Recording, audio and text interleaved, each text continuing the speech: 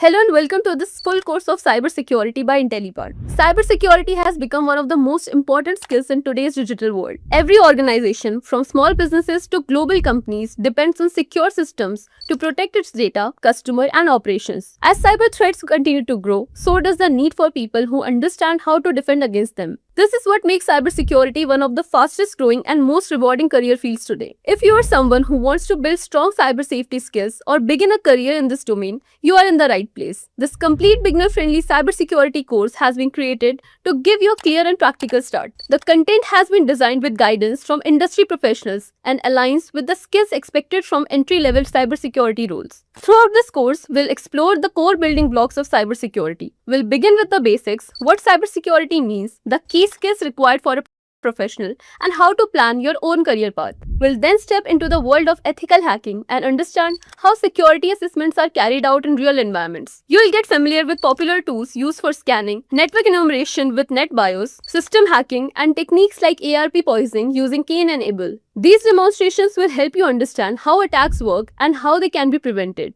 With this complete foundation in place, let's begin your cybersecurity learning journey. Alright, now before directly getting into cybersecurity, we need to understand first what is the need of cybersecurity and from where does it even arise from.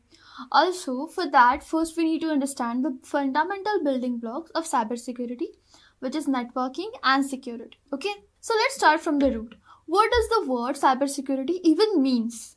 Okay, so here cyber means all the things that are carried out online or are related to the internet, and then the security stands for securing all the internet activity or online activity and protecting your assets that are already on the internet, such as documents, files, websites, whatever it is. From whom?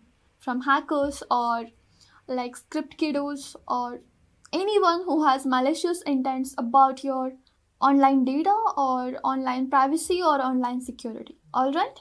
So, the core part of whatever that is hosted online or need to be protected online or security related to the online things, the core or the foundational part to all of that, what is that? Internet, right? We just saw the video like how the internet works, and now I guess that you have a clear idea about what are the things that are need to be taken care of, and let's see that what is internet and how does this actually works from the perspective of cybersecurity. Alright, so now let's begin. So as you can see on the screen, internet at its core is a giant or a massive global network of interconnected devices, computers, servers, satellites that can communicate using a set of predefined rules called as protocols. Okay, and these machines talk to each other using the protocols or simpler rules that define how the data is sent, perceived, and is interpreted across the networks. Alright, now let's see how does this internet actually works. Like we saw how does it exactly works. Now let's see that from the perspective of cyber defense and cyber security as well. Okay, so again I will just give you a quick overview of how the internet works. So first what you do is you're a client or suppose a user browsing on your internet, and then you ask the browser for any kind of results such as, hey browser, load this Canva site or Miro site for me. Then the internet will like, okay, let me see if it is available from the servers. Then it goes to the servers. Then from there it takes the request for whatever website or URL or whatever the website you want to fetch. It takes the server's request from there and then analyzes that request first from the internet. Then it says, no problem, here the sign-in page, ask client to authenticate. Like this client has made a request, for example, a Canva or a Miro website itself. So the internet goes to the server and then the server retrieves whatever the required website URLs or files that are need to be fetched. Then it goes to internet again. This is the information that you asked for. Now ask your client to authenticate it with the credentials. Alright, and then you can start using your Canva or whatever website that you're using here. So basically this is what is the flow that we know until now. So now let's see how does this massive widespread system actually works behind the scenes in terms of cybersecurity. Okay, Now for that, let's walk you through from the very first point of connection, that is the user. Firstly, you are here, a user, connected to the internet. So this is our entry point towards this vast network of interconnected devices, that is internet. Okay, like whenever you use a device, that is a laptop, a phone, which is connected to a router, which further is connected to the, like these are the routers, and these are the further connected to the ISP or internet service provider, to be specific. So a router, it is basically a networking device which can connect the local devices to the internet. That is the work of the router. As you can see this, the local devices includes this your PC number 2, PC number 3, PC number 4, and even your PC number 1. That is the entry point for your connection. So a router connects all of this inside a LAN or local area network, which is then further connected to the internet, which has a DNS server, a web server, a database server, and this all makes up for the internet service provider. Alright, I hope this is clear to you. Now think of it like a gateway or an entry point to the vast network of internet. Alright, that was it for the internet. But now here comes the catch. This entry point, it is vulnerable. And why? Because whenever you're connected to a PC or any device, you're mostly using a router, like a Wi-Fi router or a Wi-Fi network probably, which if it is unsecure, like if you're using a public Wi-Fi or a Wi-Fi link that you're not very acquainted from, like from where it is, like what is the source of it, etc., then there are a chances that you can be sniffed by the attackers. Alright, attackers or someone who has malicious intents over your information or whatever the activity that you are being carried out on the internet.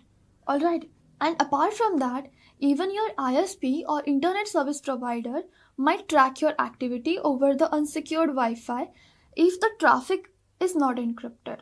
Alright, like whatever traffic is coming and going, like receiving and then sending from user to ISP or ISP to user, they can track your activity with the help of that traffic if it's not encrypted or secured with the proper systems. Alright, so in this way, there are many of the loopholes where there are chances for us to be attacked or can be sniffed or tracked by some malicious hackers, sniffers, or even the people who just want to watch out for us, which is really dangerous.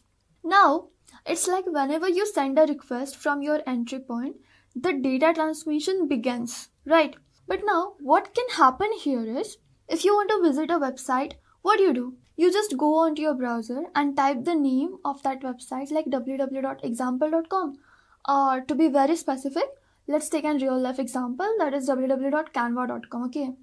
Now, with the help of this, your device sends a request to a DNS server, right here, DNS server, to find the IP address of that domain name system or like the name of the website that you just clicked, like www.canva.com. What it does it, your device sends a request to the DNS server to find the IP address of that website, right?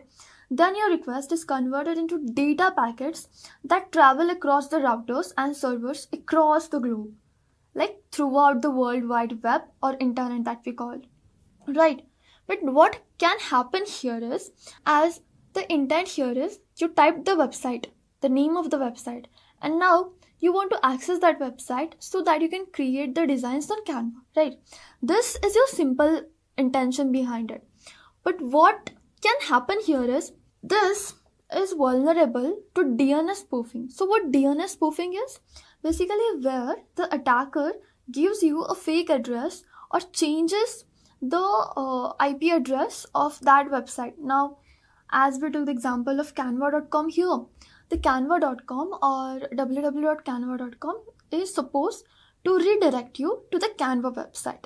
Now, through the DNS spoofing, what the attacker does is, he will redirect you to a false website or worst, a maliciously active website where if you log in for your credentials, like to log in into your account, and you entered your login credentials such as your username and password, so your username and password will be leaked to the attacker, and maybe that was his intention, to retrieve your username and password to carry out whatever intentions he had for you.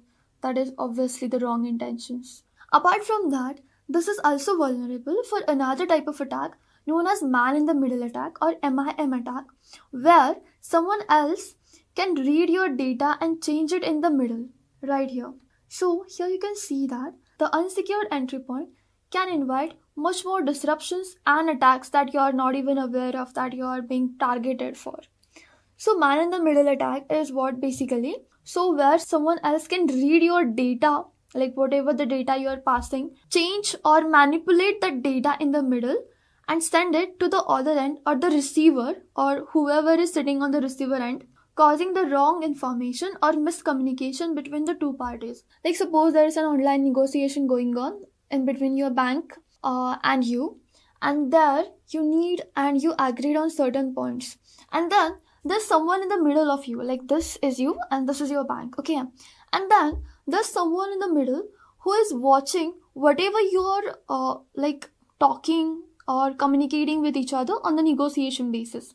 And suppose that you are closing a deal or signing up for a loan that includes crores of rupees, okay, then the man in the middle, that is why it is named as man in the middle, because this party number one, party number two, you and bank, right? And there's another person in between you who is reading whatever you both are communicating or negotiating. And once you're agreed, what he will do is he will change the data or whatever the interest that is added onto you on the signed loan is just an example. I'm just letting you know how these things go.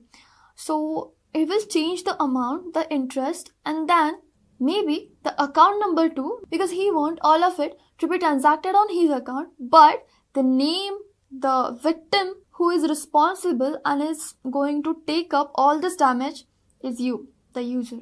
While he gets all the money, that is in crores, the bank blames you and you are responsible solely for that, even if it was not you who has received the money. So I hope that you understand what man in the middle basically is.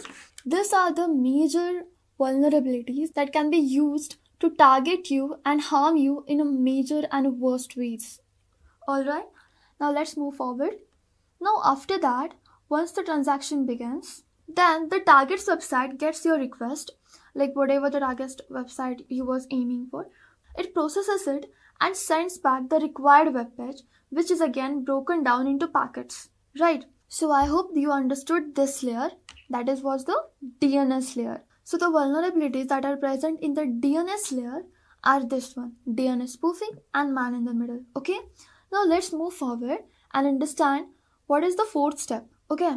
Now once you have like entered the URL or address of that website, then the target website server gets your request, like my target website or the website that I was going to open was Canva, right?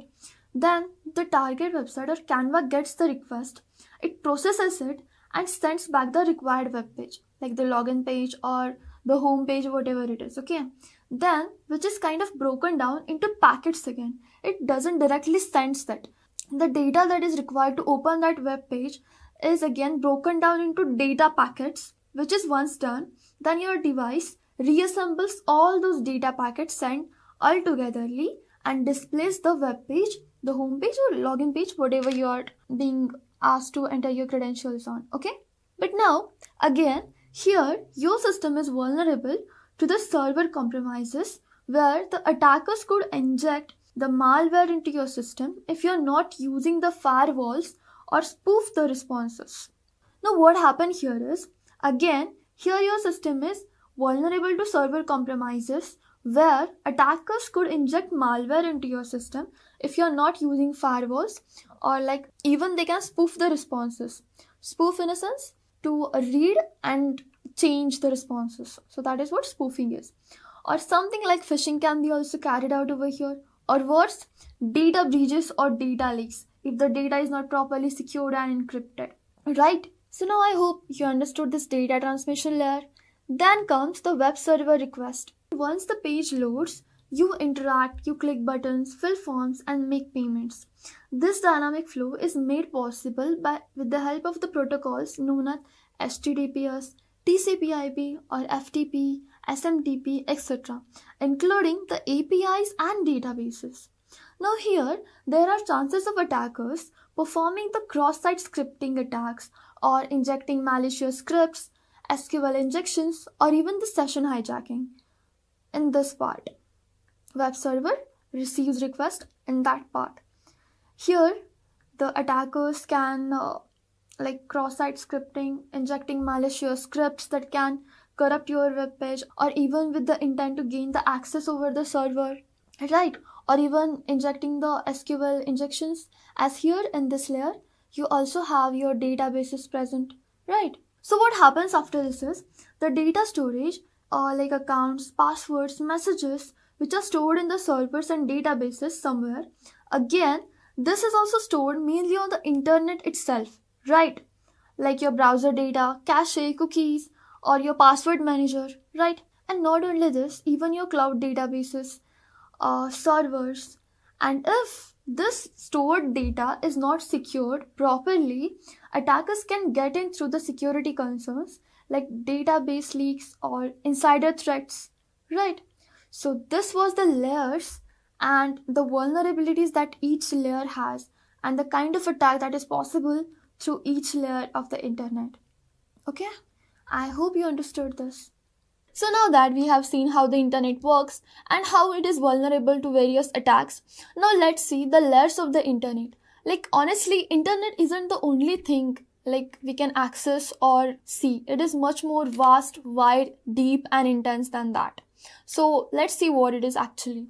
So the first layer we see here is the surface web, okay? And just below the surface web, we have this deep web. And below the deep web, we have the most researched topic or the most curious topic about everyone who is curious about cybersecurity. That is the dark web. So now let's understand this all layers in details, alright?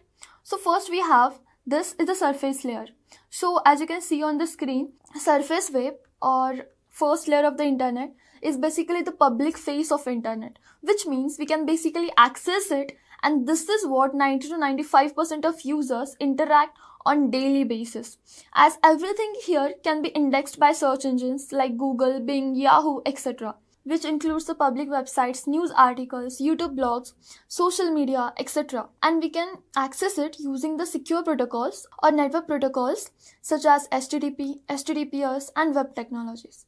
But this layer, being the topmost layer, and as much more users access this layer, it is also a common target for phishing, drive-by downloads and browser-based exploits, and can easily be scraped for the data leaks or open source intelligence attacks. Alright, so that was it for the surface web. I hope this is clear that why it is called as surface web, and this is what we have access to, and this is what we browse mainly, okay? After that, then we have this deep web, alright? So deep web or the hidden ocean, it is also called as the hidden ocean. Now why it is called as hidden web or hidden ocean is because anything here cannot be indexed directly by any kind of search engines, okay? You cannot just access them with Google, Yahoo or any kind of web browsers because they are forbidden. Like you're not allowed to just go and search about the things that are there in the deep web, okay? Now why we cannot index or get the information that is stored or is available on the next layer of internet, that is deep web, because it is mainly password protected or even paywall protected or even dynamically generated content, and that is why it is not easier or it is not easily available, or the content on the deep web you cannot index or search it or get the search results and retrieve the data whatever available in this layer is because of this reason, that is they are password protected, paywalls protected, and the most of the content is dynamically generated. Alright? Now what it contains is whenever you send an email or whatever the data that you interact with, no matter how secure it is still available on the net, right? But the thing is, if anything is available on the internet, why we cannot access it? Because it is always and always protected by some kind of security measures, prevention measures, and that is how we cannot access anyone's email, or like all the data is available on the internet, but we are still not able to access it, or it is kind of hidden, forbidden and layered in a way that it becomes difficult to access it just for an average users. But if you know how these things work, like the internet, then you have the knowledge about all the tools regarding the cybersecurity, then you can access. But for the average users or the common users, it is not possible to access it.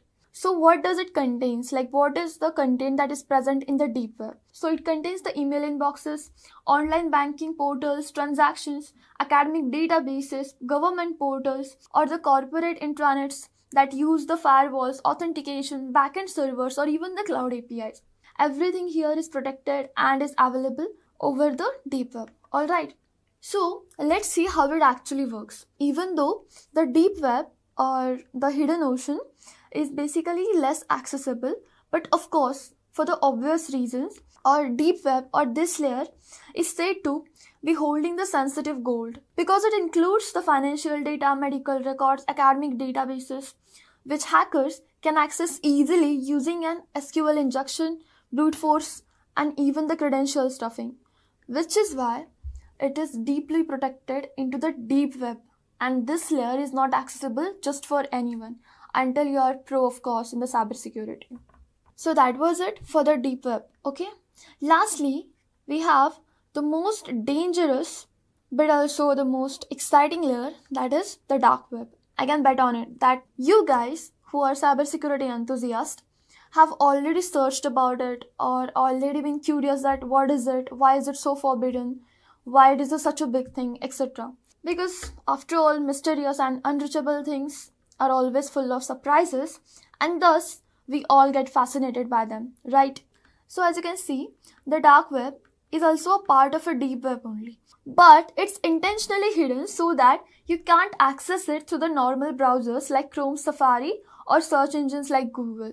Now, why is it hidden? Because the dark web itself were designed for the anonymity, okay, both for the users and for the websites. Unlike the surface web, which can be accessed easily through the web browsers, the dark web, it uses the encrypted networks like Tor, which means the onion router, which bounce your data through several nodes to hide your identity. Like, you know how an onion looks? It is layered.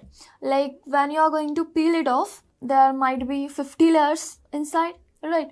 And that is how your information is hidden in between the layers. So even if you want it to get the access or to read the data, whatever is available, you need to go through that layers, and that will take time.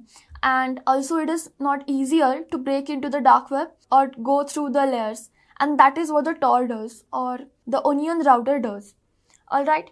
So as you can see here, the tools used to access the dark web are the Tor, that is the onion router, PGP, that is the pretty good privacy tool, and then there are the hidden services like .onion extension they have. So most of the tools heavily rely on PGP or pretty good privacy encryption and the hidden services, which mask the identity of both the user and the server they are connecting to. Alright, but as it was designed totally for the privacy or anonymity to stay anonymous, anonymity always isn't good, right? So it attracts both the good people like the heroes and the bad guys like the hackers, sniffers, attackers, right? Now what I mean by this is, in the world of cybersecurity, the dark web is a double-edged sword. On the one side, it helps the whistleblowers, journalists, and political activists to use it to stay safe in repressive regimes. But on the other side, it is a breeding ground for the digital hackers and attackers or the malicious anonymous users. So basically, we can say that the dark web itself is the birthplace or origin for most of the cyber crimes. Like, are you aware that it has entire marketplace over here where you can also get zero-day vulnerabilities? Now, what zero-day vulnerabilities means? They are basically those security flaws into the existing systems, maybe in your phone, in your laptop's Windows version. It exists. Like, those are the vulnerabilities.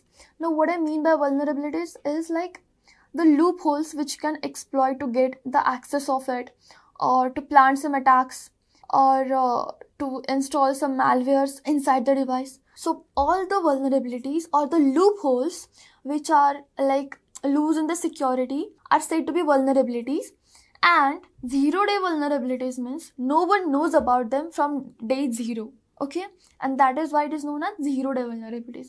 Don't worry, we are going to see that in the further part. For now, just understand that the dark place itself is the trading ground or a playground where you can get all the tools, all the things that are malicious or that are harmful from the security purposes. And these zero-day vulnerabilities are sold and traded for large amounts of money and trades in the dark web openly.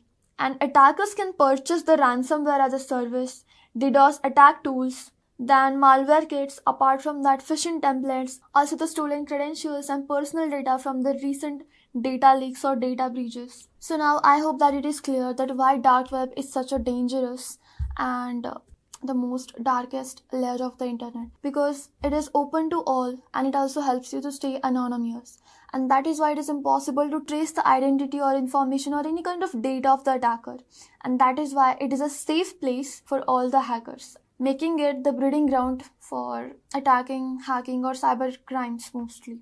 But again, as I said, it's a double-edged sword. Means if it has the bad side, there are some of the good side as well.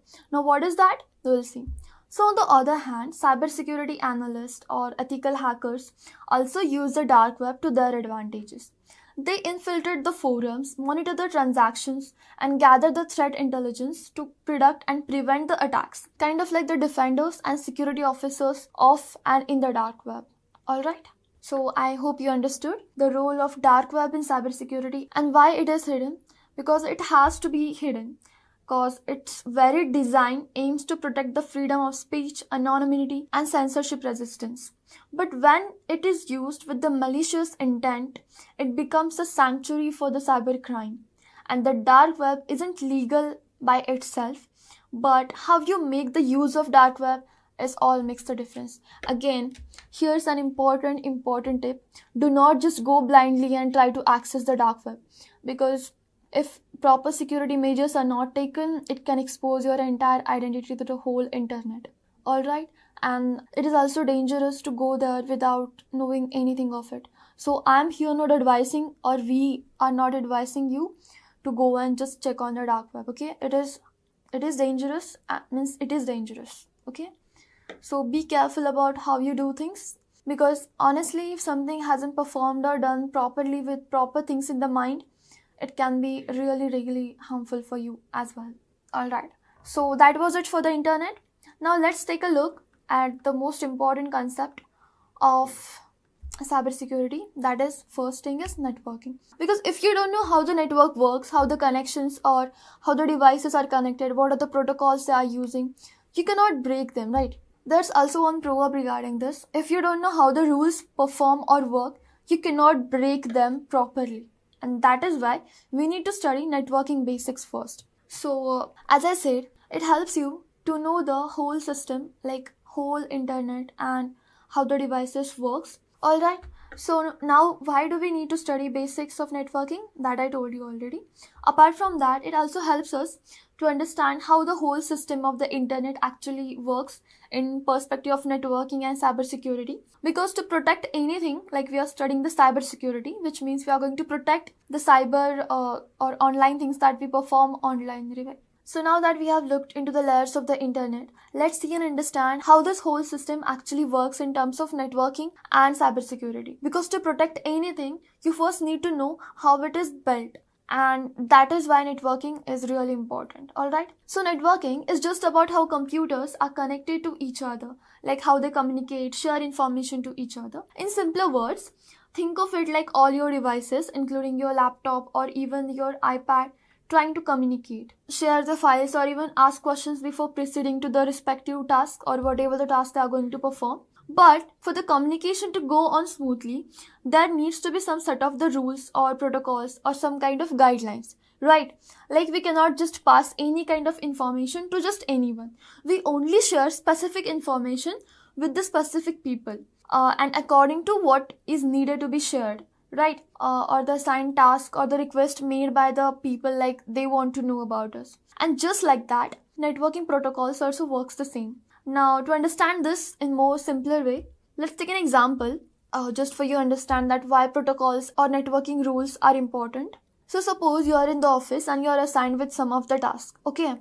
And you are asked to report to the boss after your task is done. Now, will you report that your work is done to your mom? No, right? You cannot tell your mom that, okay, I have completed this work and this is the task I have finished in the entire day.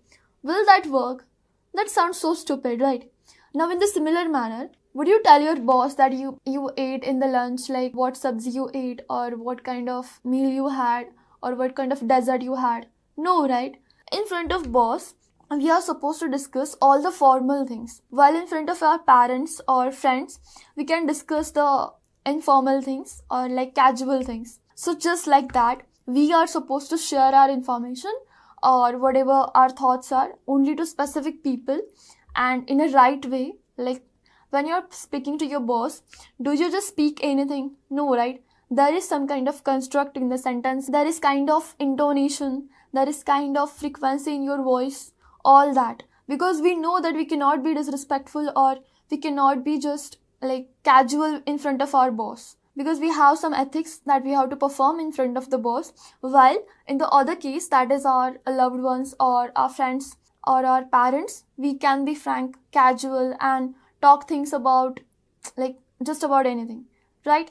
Just like that, we have to follow some protocols in the networking guidelines or in terms of networking guidelines. So these protocols and models are designed to make sure that they can communicate over certain rules and guidelines. And that is what protocols are. They decide how the data should travel, how devices should talk, and what gets the priority to be delivered first.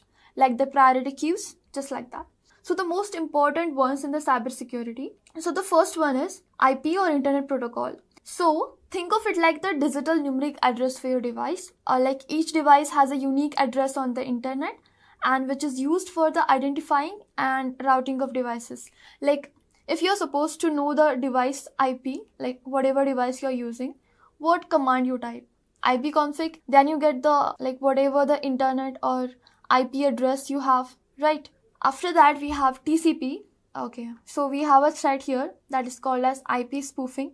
Like just we saw the DNS spoofing where your IP address can be changed. Same thing here can be done on the IP protocol. Your IP address can be changed or replaced with a fake IP address that can lead you to some malicious website or some kind of wrong site where you should not visit. Okay.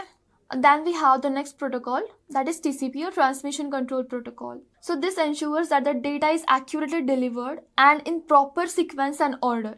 So this is used for sending emails, websites, file transfers, because the main thing of this is reliable and ordered data delivery without any kind of mismatch. Now the threats here are SYN floods, TCP hijacking, alright, and this is how it works. Like let me show you the TCP one. Yeah, so here it is, and it is mostly used for web browsing, email protocols, etc. Alright, after this we have another protocol, that is UDP or User Datagram Protocol. This is the fastest network protocol you have, but there are no guarantees, because wherever there is like speed, there is a mess, just like that. But it is ideal for the video calls and gaming, because whenever you're gaming, you need all your features to work smooth and in a fast way, right? So it is fast and it doesn't need any kind of handshakes to be performed in between the data delivery. So the speed can be maintained as fast as it can. But it is also vulnerable to UDP floods, DDoS attacks. Okay, so our UDP is great for the streaming of the games and videos. But when it comes to like ethical things or like very, very important things such as banking or medical things, it is not considered as the most used protocol. After that, we have the HTTP or HTTPS, which are the web browsing protocols basically. So these protocols helps your browser to fetch the websites from whatever servers they want to fetch the information. Okay, so here HTTP stands for Hypertext Transfer Protocol and HTTPS stands for Hypertext Transfer Protocol Securely. Okay, as you can see on the screen that it is just HTTP, which means Hypertext Transfer Protocol, and as the name suggests, Hypertext Transfer Protocol, it is in format of plain text and it is insecure because it is sent into the plain text format only. But again, we have another protocol, that is HTTPS, which stands for Hypertext Transfer Protocol, securely. And that is why it has the word secure, which means it also supports the encryption. And how it is encrypted?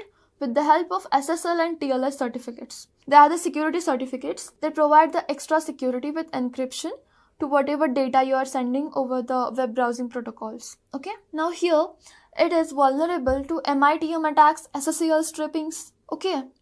After that, we have the DNS protocol, or domain name system basically. So it is like an internet phone book that translates the names into IP. Just like how you save the contact numbers of your friends into your phone, you don't have to remember it.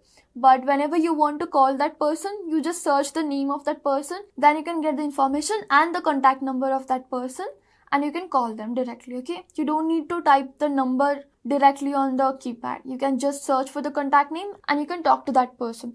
Just like that, DNS also works. So in that way, it is an internet phone book that translates the domain name into IP addresses. Okay. And again, this is vulnerable to DNS spoofing, DNS cache poisoning. We will see these attacks later, don't worry. Just remember that what kind of threats are there at what protocol. Okay. So HTTP looks like this. Then HTTP3 looks like this. It uses the UDP connection because it is the fastest. That's the quick. And HTTP uses the TCP connection or TCP protocols. Then we have the HTTPS, which supports the TCP connections over the public key and session key. And it has the word S, which means secure. It provides the data in an encrypted format. Alright, so now let's see the file transfer protocols. So FTP means the file transfer protocol. It is used to transfer files between client and server. But FTP is insecure and it sends the data into plain text because it is directly transferring the data without encrypting it. And that is why it is considered as insecure. Alright. After that, we have the secure file transfer protocol, also known as SFTP, which is same as FTP but is encrypted via the SSH, that is secure shell. Basically, SSH stands for secure shell. Now this is safer for sending confidential file because whatever data or whatever files that you are transferring, it is secure because they are encrypted via the secure shell protocol. Okay, but again, it still needs the access control plus audit logs, like who has the access or who is auditing the logs, etc. Then lastly, we have this email protocols. So the first one is Simple Mail Transfer Protocol or SMTP, which is used to send the emails. But this is again is vulnerable for the email spoofing, spam injection, or even phishing, right? Next we have is POP3 or Post Office Protocol. So from here you can download the mail to local devices in an easier way. Okay. But it can be vulnerable to the lost sync, like just in case you have no sync for the emails, you haven't synced the emails properly, or you don't have the backup on the server, then there is a possibility that you can lose all the mails if not downloaded properly. Okay, so this is outdated basically, but this protocol still exists. Then we have IMAP or Internet Message Access Protocol. Here you can access the emails on servers from multiple devices using this protocol, that is Internet Message Access Protocol, okay, which is also best for the modern use, but it also needs the strong author. Alright, so now that we have seen that like how the data flows and is delivered and what kind of protocols and rules it uses and where it is used, now let's see how we can protect the network flow or network into the system so that the attackers or intruders cannot cause the harm or something that can give us an enhanced security. Okay, so here's how we can secure them. So first is firewalls. The firewalls basically acts like the security guards or basically security wall that decides what kind of data comes in and what kind of data goes out. They allow or block the traffic based on the rules and protocols that we just saw, and they can even block certain kind of IP addresses which seems to be like something fishy is there or kind of malicious. And they can even block the ports as well as the protocols if they detect something is wrong with them. Okay, and that is why a good firewall can protect your entire system. I bet that you have heard about Windows Defender firewall, right? Yeah, that is the firewall I'm talking about. And so without a firewall, you are basically letting anyone come and go through the doors. Okay, so the next thing that we have is IDS or IPS. Now, IDS is basically intrusion detection system. Okay, IDS stands for what? Intrusion detection system. Now, what does the word intrusion means? Intrusion means any unwanted entry of an user, or like you haven't authenticated or like given permission to that user to let access your system or access your device, but still he's coming. Then who is he? Intruder. Intruder means someone gaining the access to your system forcefully or without your permission. Alright, so that is intruder. And detection system means the systems which can detect if any kind of unauthorized access or any kind of user who has entered in your device without your permission or without you letting them access there. Okay, so they detect, basically the work of that is detection. So they work like the alarming systems that detect the attacks, malwares, and block the suspicious activity. Like if they detected any kind of suspicious or like malicious activity, they detect it and they alert you about it. And then this IDS acts as a CCTV camera, like what comes and goes. And if suppose something happens, it watches like, okay, there's something suspicious going on into this port, or like on this protocol, something unwanted traffic is coming there. So you please take the note of it. It alerts you with it. Okay. And then we have the IPS. So IPS basically stands for Intrusion Prevention System. In the IDS, we saw that it can detect any kind of suspicious or malicious activity on our system. Okay. What IPS does is, it basically prevents any kind of suspicious activity from happening itself. Okay. To be precise, IPS acts like the security guard. It basically says that no, you cannot go inside, or you're not allowed here, you're not permitted over here, please go away from here, or you're not allowed, you don't have the access. It basically acts like that, and that is why we can call IPS as a security guard. Okay, and it's a reactive system. Like if any kind of malicious code or maliciously programmed traffic is trying to gain the access or get inside your device, then it basically says no, you're not allowed, thus you cannot go further. Okay, so that is how IPS behaves. Now both of this detects the malware, intrusions, or any kind of suspicious behavior, and then IPS prevents it. Okay, so I have a line over here that is your first alert system when an anomaly strikes. Like whatever happens suspiciously on your device, so these two are the first one to detect it and make you alert about it. Okay, then we have VPNs or virtual private networks. So what they basically do is encrypt traffic so that even if someone spies on the network, they can't read the data. It also hides your IP and location, and it becomes really necessary on public Wi-Fi to avoid the snooping or anyone sniffing your data. Okay, now I bet that during the lockdown period, when the PUBG or BGMI were not allowed in India, it basically was banned. Many of you have used VPNs. Basically, Proton VPN, mostly it was used, right? So, virtual private network or VPN just behaves like that. Even if some things are not allowed, with the virtual private network, you can still access them, okay? Next, we have port and protocol monitoring. So, ports are the virtual endpoint that allows communication between different applications and services on a network. Okay, so ports are basically the virtual endpoint that allows the communication between different applications and services on a network. Like basically they act like the post offices, that if I want to send a letter to someone living so far away, then I need to communicate with that port. Like suppose I'm at A location and I want to send the postcard to B location where my mother is there. Okay, that I want to tell her all about my updates. Okay, now what I have to do is first go to the post office near my location, and from there write the address or the port number basically in this perspective, that please deliver this message to this port number so that the receiver can receive it. Okay, so it basically works like that. So then my mother on the other end, that is port B or like post office B, can receive that, and then she can read it and then pass the data again to me. Just like that. Basically, that are the ports. So ports are the virtual endpoint that allows communication between two different applications and services on a network. And every service uses a port number.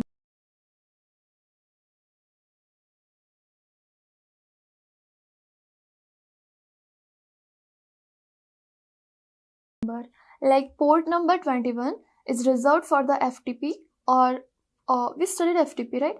What is the full form of it? File Transfer Protocol. So file transfer protocol uses the port number 21 for that, okay? Then we have the port number 22, which is particularly reserved for the SSH, which means secure shell, okay? Secure shell. So with the SSH, you can gain the access of another device also, if you configure it right way. We have some stuff like putty and puttygen for that. With the help of that, you can access other computer remotely. So it is the most targeted port, by the way, port 22. Then we have port 80, which is responsible for the HTTP traffic. And then we have port 443, which is responsible for the HTTPS. Now, what is the full form of HTTP and HTTPS? So HTTP stands for Hypertext Transfer Protocol, while the HTTPS stands for Hypertext Transfer Protocol Secure. Now here, this S or secure word adds another encryption layer to it, making it more secure, okay? And these 4 ports are mostly targeted by the attackers. So you need to know how this works, how to work with them, and what kind of vulnerabilities this carry, okay? I'm here giving you just an overview, but if you want to study cybersecurity in detail, or you're really enthusiastic about the cybersecurity, this port numbers should be studied by you, alright? And again, every open port is a potential backdoor which can monitor, reject, and defend. Now, there's one tool called as Nmap. We will see that further. So, Nmap is used to basically see how many ports and which ports are open, okay? Because open ports are the invitation to the attackers, which they can exploit by sending unwanted traffic on your devices, okay? So this part, that is port and protocol monitoring, is really important with the perspective of cybersecurity, alright? And cybersecurity professionals analyze the traffic patterns, filter the suspicious IPs, and build rules to detect the threats earlier. That's why you are supposed to know each of these concepts in a detailed manner, alright? Now next we have, that is network OSI model or the OSI model. So now that we have understood how the internet works, how networking and the protocols connect devices across the globe, and how attackers find the cracks into those connections, now there's another important concept or important model that you need to know about, is the network OSI model, or which basically stands for Open Systems Interconnection Model, okay? So let's see it. And we all know that to protect anything deeply, we must know how exactly it works, as I said before also. So let's see that, how this data flows and what are the layers the data flows in, step by step, okay? Right from the moment you click something or send a text to someone, and not just across the devices, but through the layers, we will see how it moves across, okay? And that is where OSI or Open Source Interconnection Model comes in. It is a universal framework that basically breaks down or explains how different computer systems communicate over a network. So it was developed by the International Organization for Standardization, that is also called as ISO. You have downloaded certain files with the extension ISO, right? So this is it. To standardize the network communication across device and vendors, okay? Now this OSI model is divided into 7 layers, with each having its own specific role and responsibility. From physical signal transmission to user interface application, we will see how the data that you send, like suppose you sent a hi message, how it travels layer by layer in the network's ecosystem and then delivers on your recipient's device, okay? So we'll see that. So this layer structure makes it easier to manage the network traffic, diagnose and fix issues. Like if there are issues in between the layers, it gets fixed with the help of the automated things that we'll study. It also ensures the interoperability between different technologies. In short, it provides a universal blueprint for how data flows and how we can protect it. Alright, now let's see the layers in the details now. So first we are going to study about the last layer actually. It starts from the physical layer and then delivers it to the application level. But since we are going to see from the user perspective, we are going to start from the application layer, okay? And this is the 7th layer in the OSI model layers, okay? So, application layer, this is the layer closest to the user. Like, whatever we interact with the application, this is the layer that we interact with. that is the application layer. Okay, now why it is closest to the user? Because it acts as an interface between the user and the software.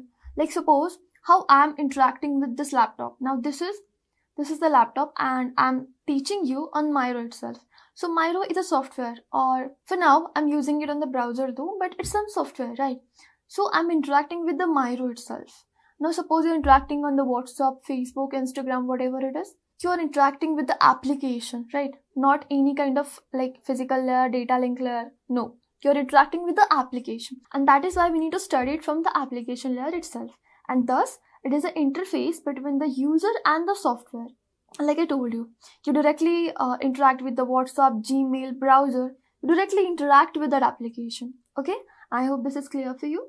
So it interacts with the software applications that implement a communication component like the browsers, emails, WhatsApp, or whatever the messaging apps that you chat with or use day to day. Now how this works is you send a request to the server and then it goes to the server. Like suppose I'm interacting with the WhatsApp or like I'm browsing something. We saw already like whenever you make a request on the browser, like suppose we took the example of canva.com, right?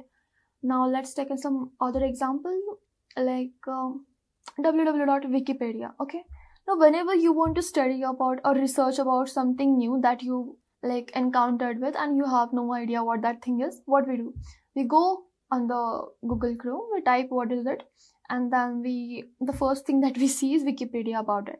So that is how. So what we are doing here, we are requesting that please give me the results on XYZ topic from the Wikipedia.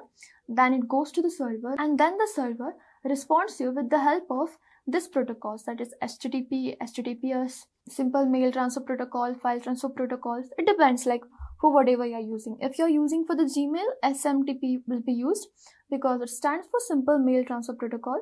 If you're asking it for a certain file or kind of like document, it will respond you and receive the request through FTP. Okay, I hope this is clear.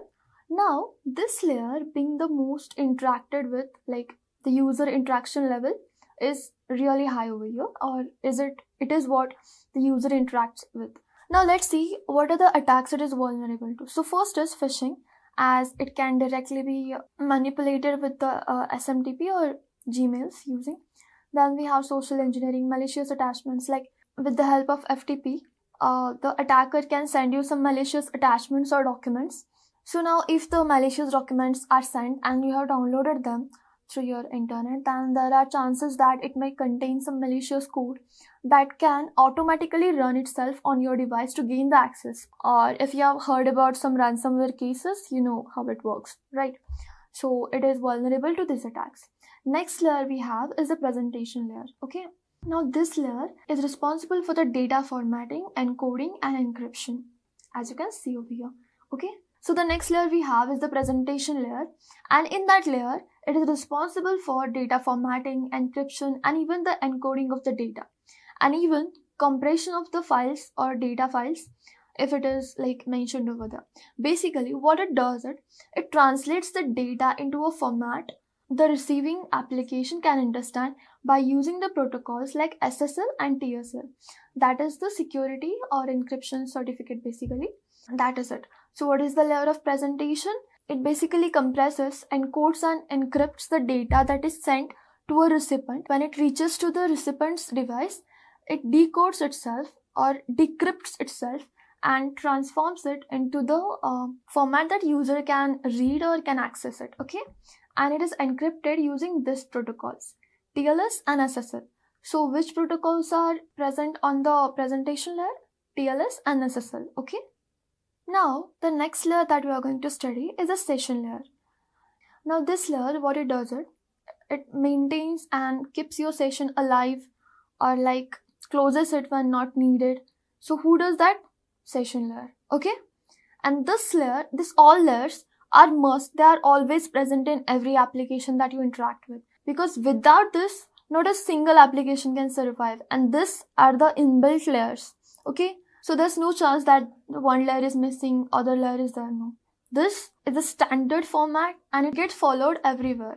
So it uses the protocols like NetBIOS and RPC, and even like it works in terms of sockets. Now, if you're studied full stack, you know what sockets are, okay?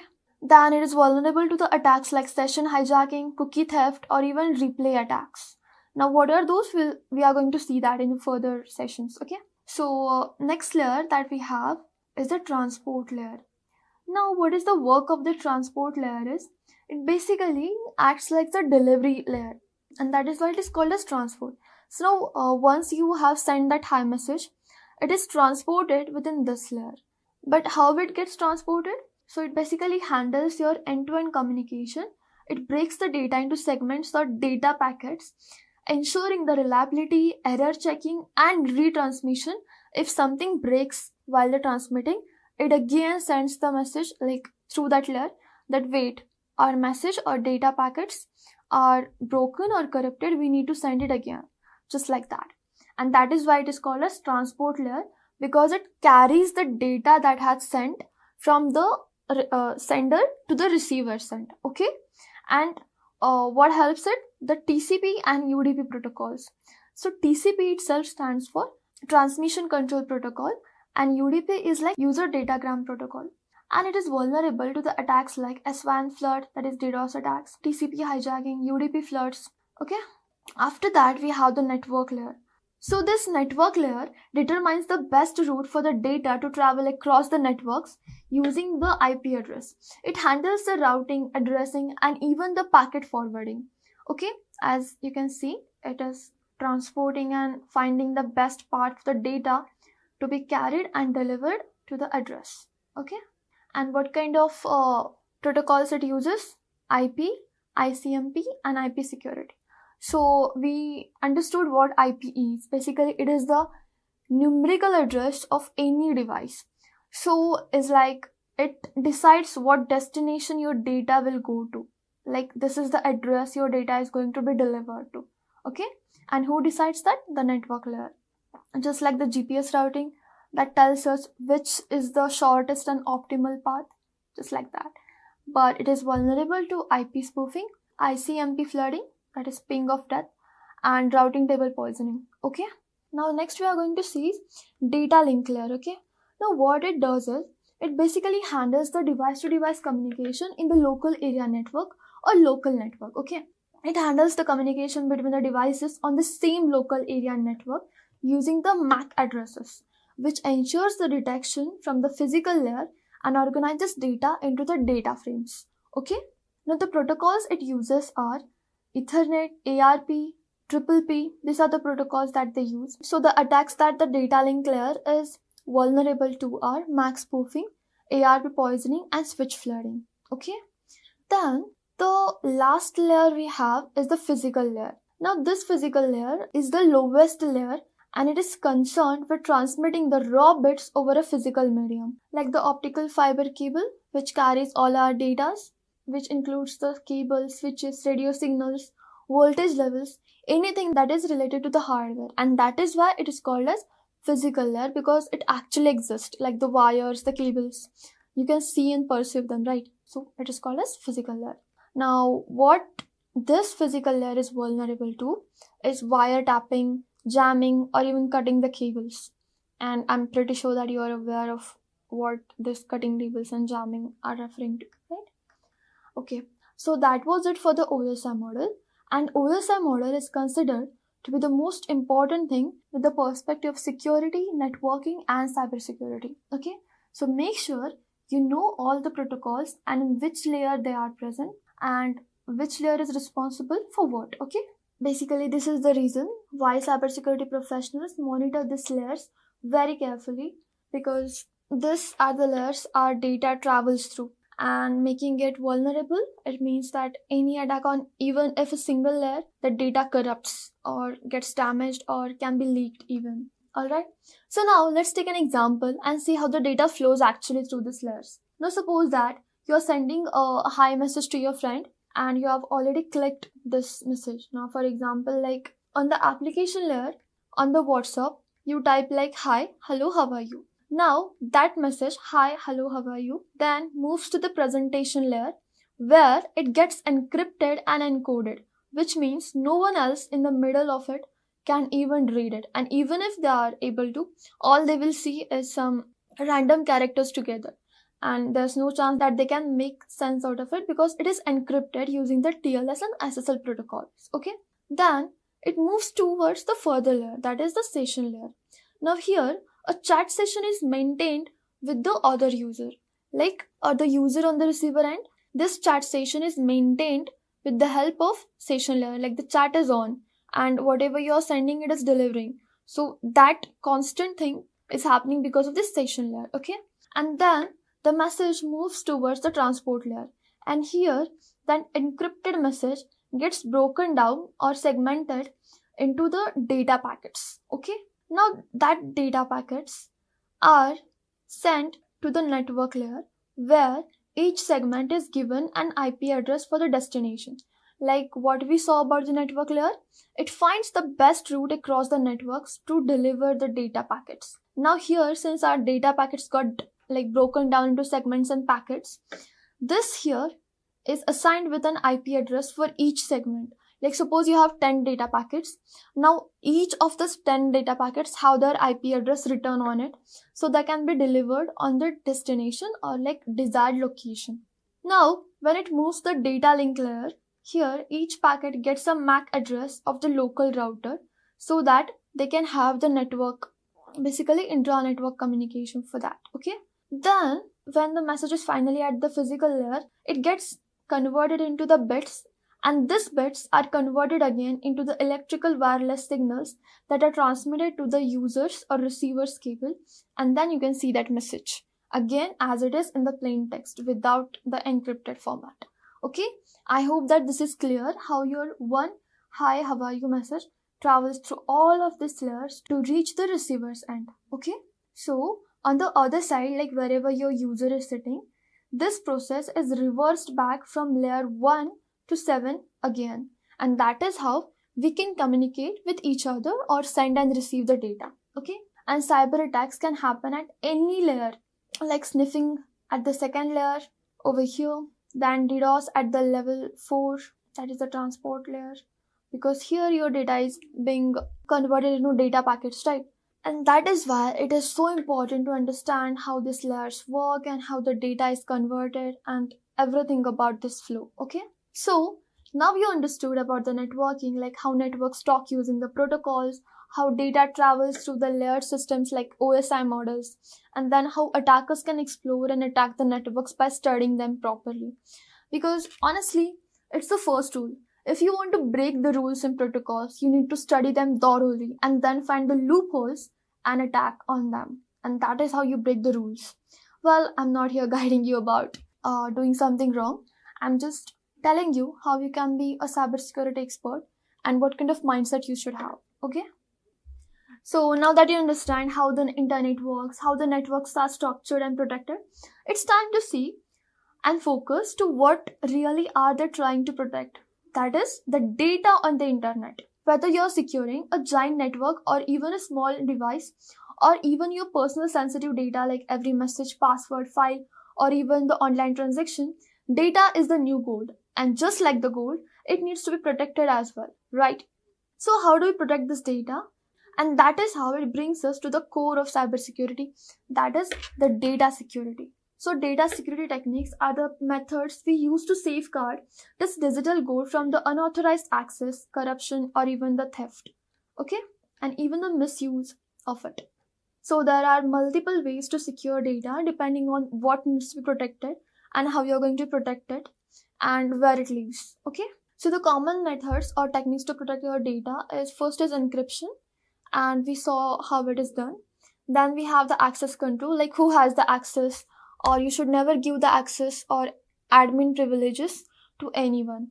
Just give them access for what they are required and what they need to be done. Okay, then we should always have some backup and recovery, like just in case your data corrupts or gets stolen or is leaked, you should always have the backup and recovery. Okay, and then it is masking.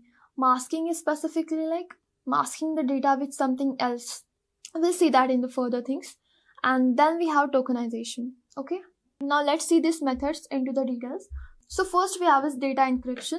Now what data encryption actually means is it's simply like turning your data into unreadable format or code something like a ciphertext in cryptography, if you know that, unless it have the right key. Like you cannot decrypt the encrypted data without the key, okay? And that is how we can protect the data, by locking it. Then we have the access control. Here you can restrict who can view or modify the data, like password protections, biometrics, or even multi-factor authentication, ensuring that only the right people get the access to the specific data. Okay? Then we have backup and recovery, where you need to regularly store data copies in a safe place so we can recover them after like some kind of breach or loss, or even if your data is corrupted, you still have the backup that you can use, right? And that is why this is a essential practice that we need to practice even in our daily day-to-day life. And then we have fourth is masking. So masking basically means like hiding or masking the sensitive information like the card numbers or personal details from directly exposing it. Okay? And then lastly, we have tokenization. So tokenization is basically replacing the sensitive data with the non-sensitive tokens, and it is heavily used in the payment options or like banking gateways. Okay? And think of each technique as a layer of armor around your sensitive data, where it lives, flows, and rests. And that is how you don't need to be worried about your data being stolen or hacked or even sniffed around by attackers. Okay?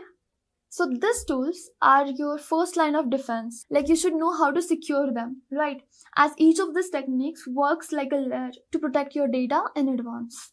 So in simple terms, the data security is about keeping your information safe, private, and usable only by those who are supposed to use it. And to do this right, cybersecurity professionals follow a few golden principles, or known as security frameworks, that we are going to study now. So there are 3 triads and frameworks basically that we need to study. So first is CIA triad, second is DIE triad, and the third is AAA framework. Okay? Now let's see them in details. So the first one we have here is, that is CIA triad.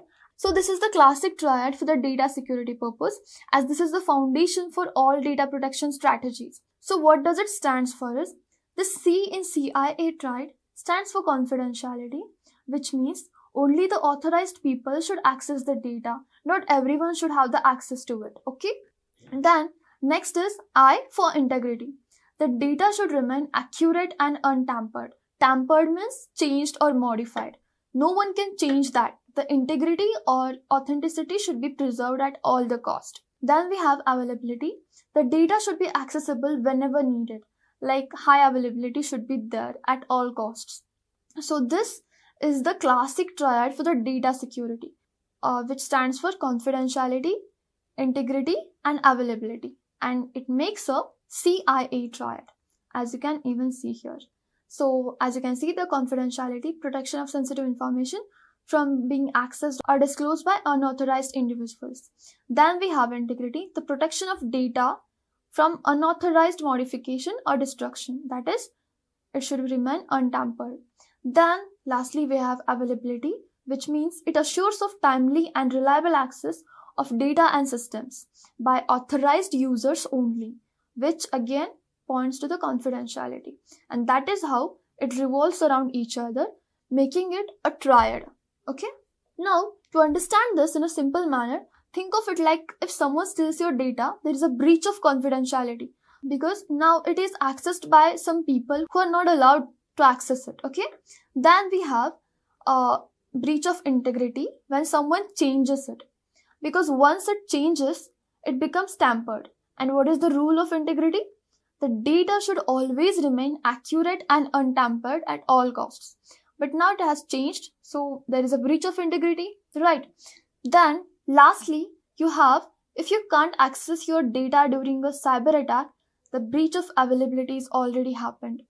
Like suppose your data has got stolen or probably locked due to the ransomware that was programmed on your laptop, then you cannot access it. The availability of data is gone.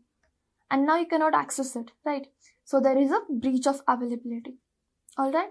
And if there is a breach, the data is not available, how the data's integrity and confidentiality even matters. And that is why it again revolves around each other. Okay? So that was it for the CIA triad. Then we have the DIE triad, which is the modern cloud twist basically. So D here stands for distributed, which means systems should not be centralized. They work across multiple nodes like cloud services or even the blockchain. Like blockchain itself is a decentralized system. So it should be distributed. What does it mean in simple languages? There shouldn't be a central hub or something that is making it reliable on a single endpoint. Because if that single endpoint is attacked or like tampered by some attackers, then you lose all your data. And that is why the method should always be distributed. Like whatever the data is there, it should be distributed. It should not be on the one system. And that is why systems aren't centralized. They work across multiple nodes. If your data is distributed over multiple nodes, you cannot lose your data, or even if something happens to your data, like whatever the crisis, it can be still be retrieved. Okay. Then the second is immutable. Once written, the data shouldn't change, just like the blockchain. Once the blockchain is created, that block is chained and you cannot even access it now. And the most interesting fact about blockchain is you just have 5 seconds to change a block. And in between that, if you don't do that properly, you are suspended from the blockchain authorities or whatever the members are there into that distributed network. All of them get alerts about it, and everything about you is tracked instantly. And that is why blockchain is one of the most secured framework in the entire internet. So it highlights the property of immutable, like you cannot change it, and the data shouldn't change. So this is what we should maintain. Okay. And the third is ephemeral. Now what ephemeral means is systems and services should be temporary and not always on. It helps us reduce attack surface.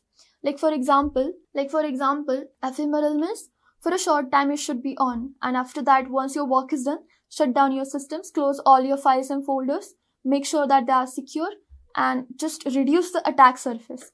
Like suppose if my laptop and the internet of it is not on, or whatever the work I'm doing is totally off when I'm not working it, and all the systems that are working behind has also been turned off by me, the attack surface is reduced because the number of openings they were getting before is now closed.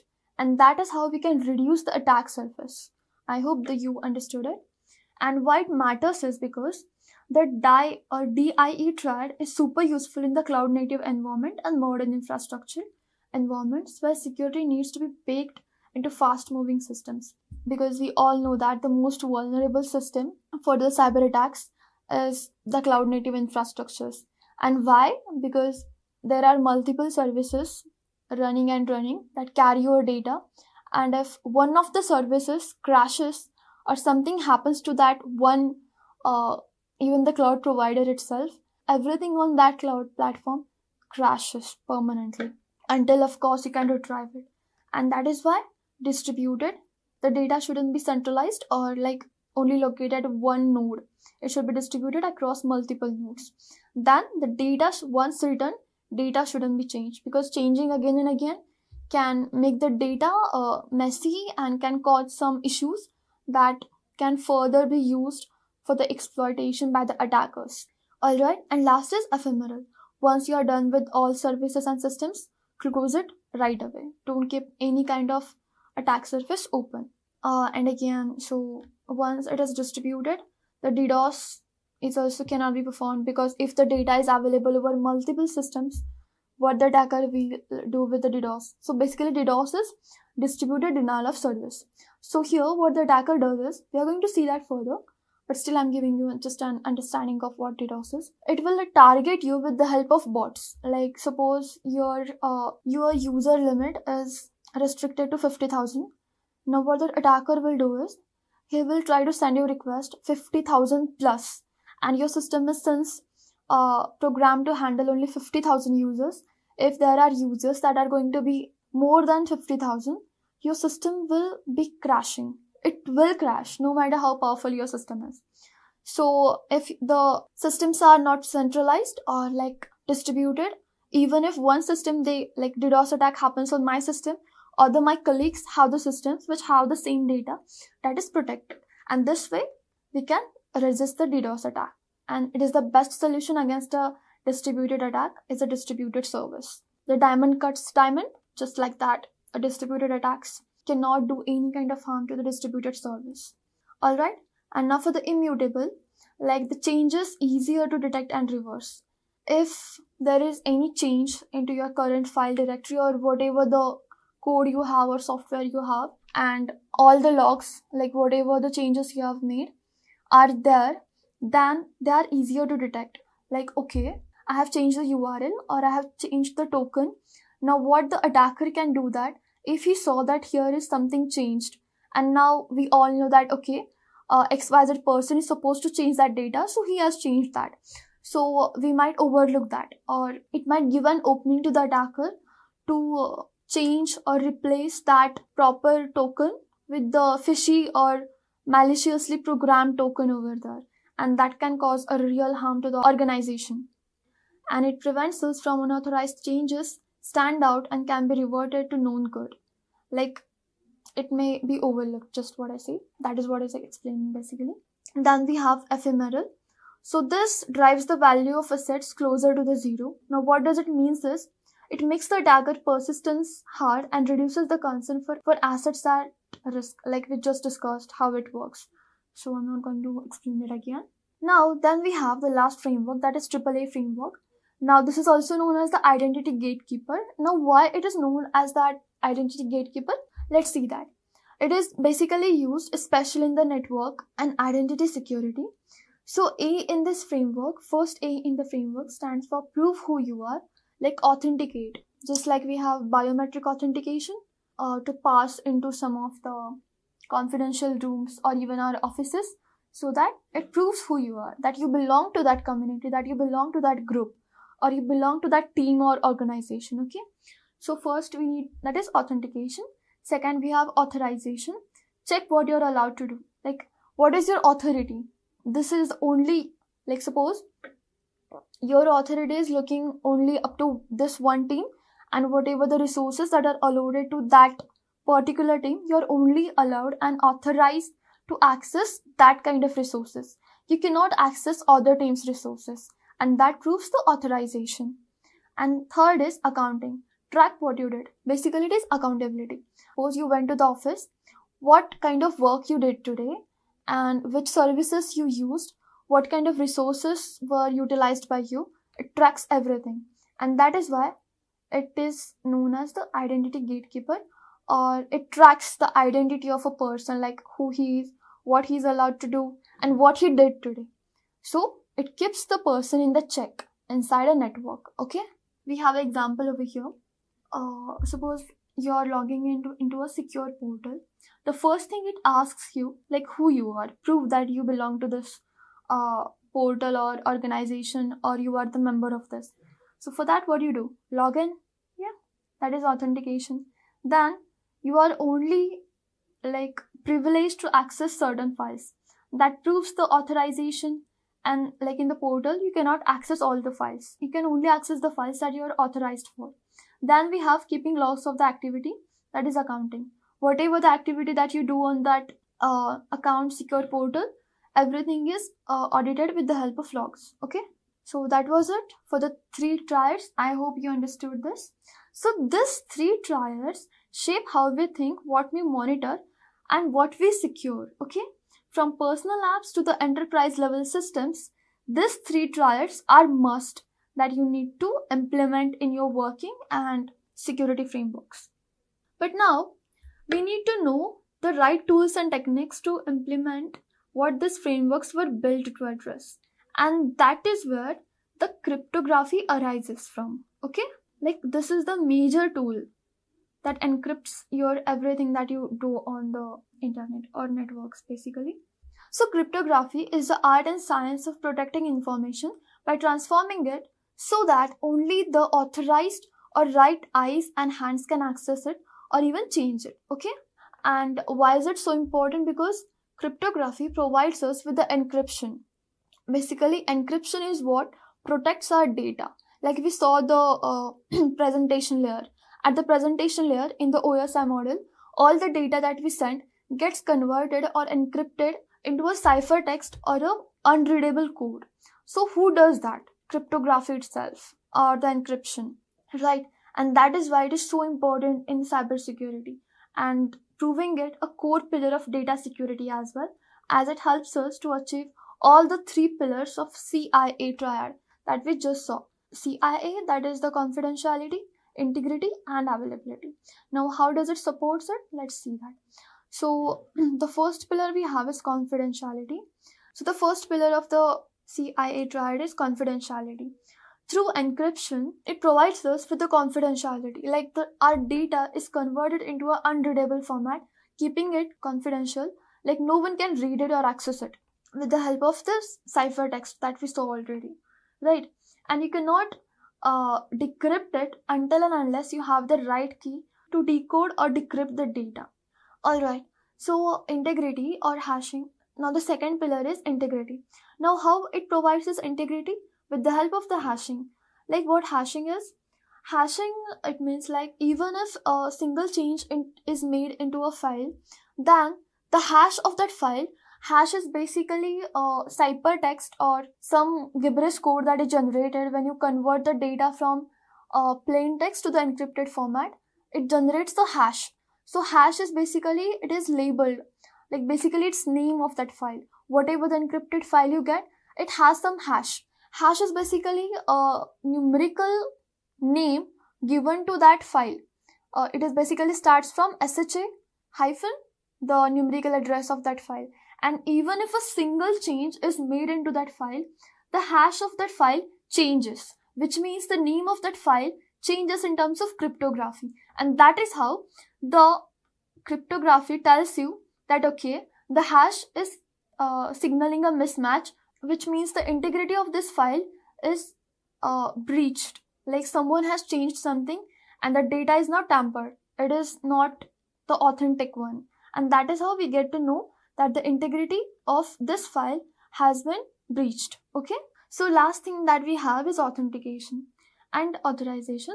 So how does the cryptography supports the authentication pillar?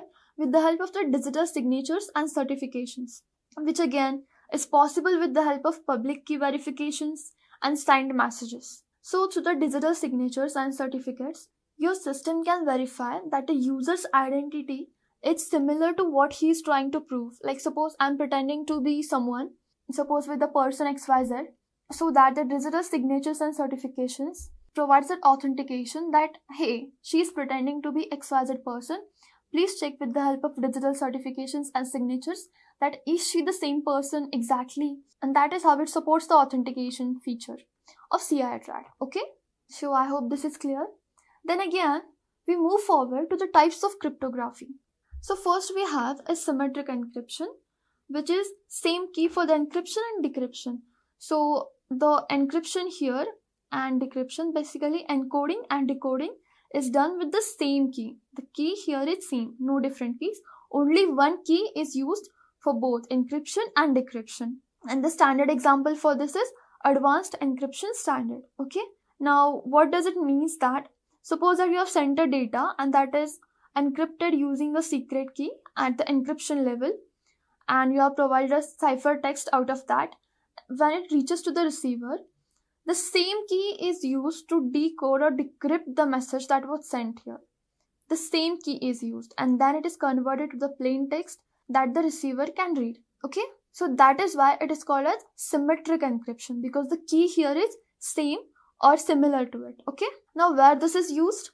In the fast bulk encryption like file level or disk encryption. Now the analogy for this is locking a box with the same key the sender has and the receiver has the same key to unlock it. That is how it works. Okay, it's not so hard to understand, so you might be understanding that. Now the next type of encryption we are going to see is asymmetric encryption. The only difference here is, here there are different keys, one that encrypts and one that decrypts or decodes. Now how this works is, whenever you send a message or a message is sent or a file is sent, it is encrypted or gets coded with an encryption of public. So it uses a public key to encrypt a message, and then when it is like the messages are there at the destination or like receiver's end, a different key, that is the private key, is used to decrypt the message, and then it is decrypted into a plain text that the user can access. So the best example for this is RSA, that is mostly used in our Windows as well for the encryption purpose. So that was the difference. In the symmetric encryption, it uses the same key. In the asymmetric encryption, it uses two different keys. And the data gets encrypted with the help of public key while it gets decrypted with the help of the private key. Okay? And it is used for the secure communication, for the email, HTTPS handshakes, etc. The analogy here is public mailbox. Anyone can drop a letter that can be encrypted, like no one can read it. But only the owner of that mail, like whoever the mail belongs to, that can decrypt it or read it or access it. No one else, even the postman, cannot read it until and unless he is the one who should receive that letter. Okay. Now the last one is hashing, which is one way. So what it basically does the data that you send, it gets converted into a fixed length digest, like some kind of one-way fingerprinting of data. The best example is hash that I told you, SHA. So SHA basically stands for secure hashing algorithm using the 256 bits. So there are different kind of algorithms for this. So this is SHA 256. There are more to this like SHA 32, 64, etc. So in which case it is used? In case of password storage, file validation, integrity checks, where everything is like recognized or authenticated with the help of some systems and not some users or receivers. Okay. So the best analogy for this is like a fingerprint, unique for each input, and it is irreversible, and that is why it is called as one way, because it cannot reverse or like request response. No, it only works in the one way. Like suppose you have a file named as dinosaur, and this is your input file. Now if the hash function is created out of this file, it will only give a hash value. Okay, now it is like locked, secured. So that was it for the types of cryptography. And cryptography is how we make the data unreadable to the hackers, traceable for the audits, and reliable for the users. Alright, so now that you understood how organizations protect the systems at scale using the frameworks and cryptography, what about you? How you can stay secure, right? That is also something that we need to discuss, isn't it? So let me tell you how we can stay secure now. Because honestly, that is the main intent here, how you can stay secure. And that is the main intent of cybersecurity itself. So let's see how you yourself can stay safe. So first is the digital hygiene practices, that is regular things that you should do. That is regularly updating your applications, browsers, operating systems, because patches can fix the known vulnerabilities. Like whenever your operating system has a new update your system as soon as possible, because it has been upgraded, because in the previous versions there were some vulnerabilities that need to be fixed. Okay, and that is why it is very important to update your application, browsers, and operating systems regularly. Then you need to audit the app permissions and revoke any kind of unnecessary access to mic, camera, location, or even your settings, so that no one can use it against you. Okay, then be cautious with the attachments and downloaded sources. Whatever that you interact with, like the attachments or downloads from the internet, you should be always cautious about it. Because if you're not aware and alert about it, there might be some of the URLs or links or some decrypted or zip files that once they get their suitable or required environments, they can start downloading or behaving in the manner that can be harmful for your device. Okay, then conducted monthly digital cleanup for the unused applications, expired logins, unnecessary cookies. Yeah, and you should always clear your cookies and unwanted caches. Okay, because they can store some unwanted information that can give out your data to the other third party applications. Okay, then it comes to passwords and authentications. So you should use pass phrases instead of passwords. Now what I mean this is, when we set a password, we send it in the word format. Like for example, pass @123, the most common password everyone has. So it's a word form. So for the better security, you should always use pass phrases, which means full sentences with special characters. Okay, then you should test the password strength on sites like Password Monster. So there are some sites like, this is a website. If you go to that www.passwordmonster.com, it can help you test your password strength. Okay, then you should always enable the two-factor authentication or 2FA on all the important accounts. And if you want to check your credentials that are compromised during the data breaches or data leaks, then you can go to this website, that is https haveibeenpawned.com. There, if you find your email address, that means, oops, you are compromised to the internet. I repeat, your credentials are compromised to the internet. Then lastly, avoid password managers for like highly sensitive accounts, not like for general things, like whatever the sensitive accounts you have where you think that your data is really sensitive. If it got exposed, then there might be issues. For that, always avoid password managers for highly sensitive accounts only. For basic needs, it's okay, as they are the single points of failure. Like if someone got your email access and they went to the password manager, and there you have all your websites, credentials, passwords, everything. So just imagine what kind of risk you are in. That is why you should be careful about using password managers. Don't avoid it, but be careful about what you're storing over there. Okay, apart from that you should be really careful about browsing and privacy as well, because not all browsers promise you with the privacy, and that is why I'm not taking a name of any browser here. I'm just letting you know which are the most secure browsers that you can use for more privacy and data protection intended. Okay, so for that, use secure browsers like Brave, Firefox, and LibreWolf. Then avoid storing passwords or enabling autofill on browsers like we just discussed. You should not store it on the Google accounts or email accounts. Then regularly clear your browser cache and cookies. That also we saw, and how they can store your data, and third party websites can access them, right? Also use the virustotal.com to verify suspicious link before clicking. Like suppose that you have downloaded any movie from an cracked website or something that is not fully hosted, like shadow hosted websites. If you want to see that if the link is secure, just go to virustotal.com and it will show you if the link is suspicious or not. Okay, then apart from that, limit the personal information shared on websites and social media, because let me tell you guys, open source intelligence is the easiest way to get the information about the targeted victim, from your LinkedIn, from your Twitter account, from your any kind of social media like Instagram, Facebook, etc., whatever you use. Okay, so limit your personal information or be mindful of what you share. And this is the most important tip I would like to share. Stay private as much as you can, because we all know, like recently we are hearing a lot of cyber breaches and all those things, information breaches and etc. So be mindful about what you share on social media and open source websites. Then we have next is public network safety. Whenever we speak about public network safety, the first thing that we come across is avoiding public Wi-Fi for private or financial activities.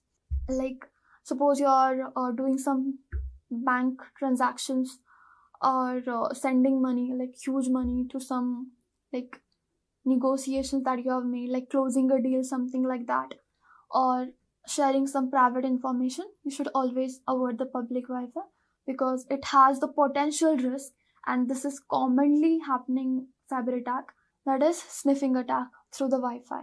Okay, trust me, it is really easy to crack your Wi-Fi and sniff on your phone, so you should always avoid it. And if necessary, always use a trusted VPN, that is Proton VPN or NordVPN. Okay, also never access banking or sensitive portals over unsecured networks. Like you should never use your banking portals or the applications like BOI or any kind of banking applications or secure sensitive portals over unsecured networks or public Wi-Fi. Okay, so apart from that, we have some encryption tools. Now suppose you have some really important, confidential and sensitive file on your device, and it is in kind of a space that is shared with your colleagues or your friends as well, and there you cannot be like, no, you cannot access my files. Simply encrypt it with the help of VeraCrypt. So VeraCrypt is a tool that can be used to encrypt the selected files and folders. Alright. And apart from that, we also have another tool known as BitLocker, which is help to encrypt your entire drive, which is also available on Windows Pro. It can seriously encrypt your entire drive so that no one apart from you can access it. Okay. So make sure that you are aware of all of this. And trust me guys, there are a lot of information available on the net. So being in this era, don't stay blind to anything. Okay. And again, we have security tools to use, that is antivirus. Use legit softwares like Kaspersky, Byte Defender, Windows Defender, that is already there for the firewall purpose. And you should always avoid the cracked antivirus softwares as they are cracked, which means anyone can again crack them. That's why there are chances that they might carry some malware or malicious software inside it. And then always use a firewall. Basically, we all have, if you're using Windows, we all have Windows Defender firewall. Just make sure it is on. Okay. Apart from that, you can also use TinyWall for the enhanced control over the firewall. And lastly, for staying anonymous and secure browsing tools, use the Tor browsers that can give you much more privacy by keeping you anonymous, and you can securely access, especially when you're handling sensitive information. Or you can download the browser extensions like uBlock Origin, which is basically a blocks tracker, and it also blocks the malicious ads as well. So uBlock Origin is helpful for blocking the trackers as well as the malicious ads. Then apart from that, we have SquareX, which can help you shield against suspicious files and URLs. Like suppose you have downloaded any kind of suspicious files and you have no idea that it is suspicious. The SquareX will automatically alert you that, hey, there's something suspicious on your device. Please check through all these files, and it will give you the suspicious files, and you can delete it if you feel that it shouldn't be on your system. And lastly, this is the favorite extension of every cybersecurity enthusiast, that is DuckDuckGo Privacy Essentials. It blocks all the tracking scripts, and also it provides you with some additional features as well. Well, I'm not going to disclose that. You will install it, you will get to know what it provides. Okay. So that was it guys for the staying secure purpose. Alright, now that we have a complete picture from the internet to how things work behind the scenes, including the security and networking aspects as well. Now, you might be wondering, how can the attackers even pass all of this network security, data security, and even the advanced techniques? So to answer this, let's go by a phrase. Every system, no matter how perfect it is built or how robustly it has been designed and created, every and each system has a loophole, a weakness, or a fault, or a tiny crack. And that is called as vulnerability. And that alone is enough for the attackers to exploit your entire system just with that one loophole or vulnerability. And again, that exact loophole is said to be the weakness or even the vulnerability. Okay? And thus, we need something beyond the existing or surface level security. And right there comes the cybersecurity into the picture. So now let's see how the cyber attacks works or being operated. With the context to the things that I mentioned earlier, let's take a real life analogy so that you can understand the things and how things in the cybersecurity actually works. Okay? So now suppose that you are at home and everything is locked up tight with the doors, windows, the security alarms are also set up, and everything seems like, okay, everything is secure or my house is safe now. But what if just one small crack in the system, just like an unlocked window in the house, like the window is closed but not locked. It is not locked but it is closed, like there is no lock to that window, which means that if anyone who has the intention of robbing your house or stealing the precious jewels and cash from your house, what they can do is just open the window because it is not locked. And right there, that unlocked window becomes your vulnerability. Alright, and that's exactly how the cyber attacks work. Now in this, the unlocked window case, here you're thinking that you're secure and you're safe because everything is locked up tight. But that one unlocked window was enough for thieves or robbers to get inside your house, take the control of your house with the weapons they might be carrying, and then they might steal all the precious jewels, cash, even the important property documents, and whatnot.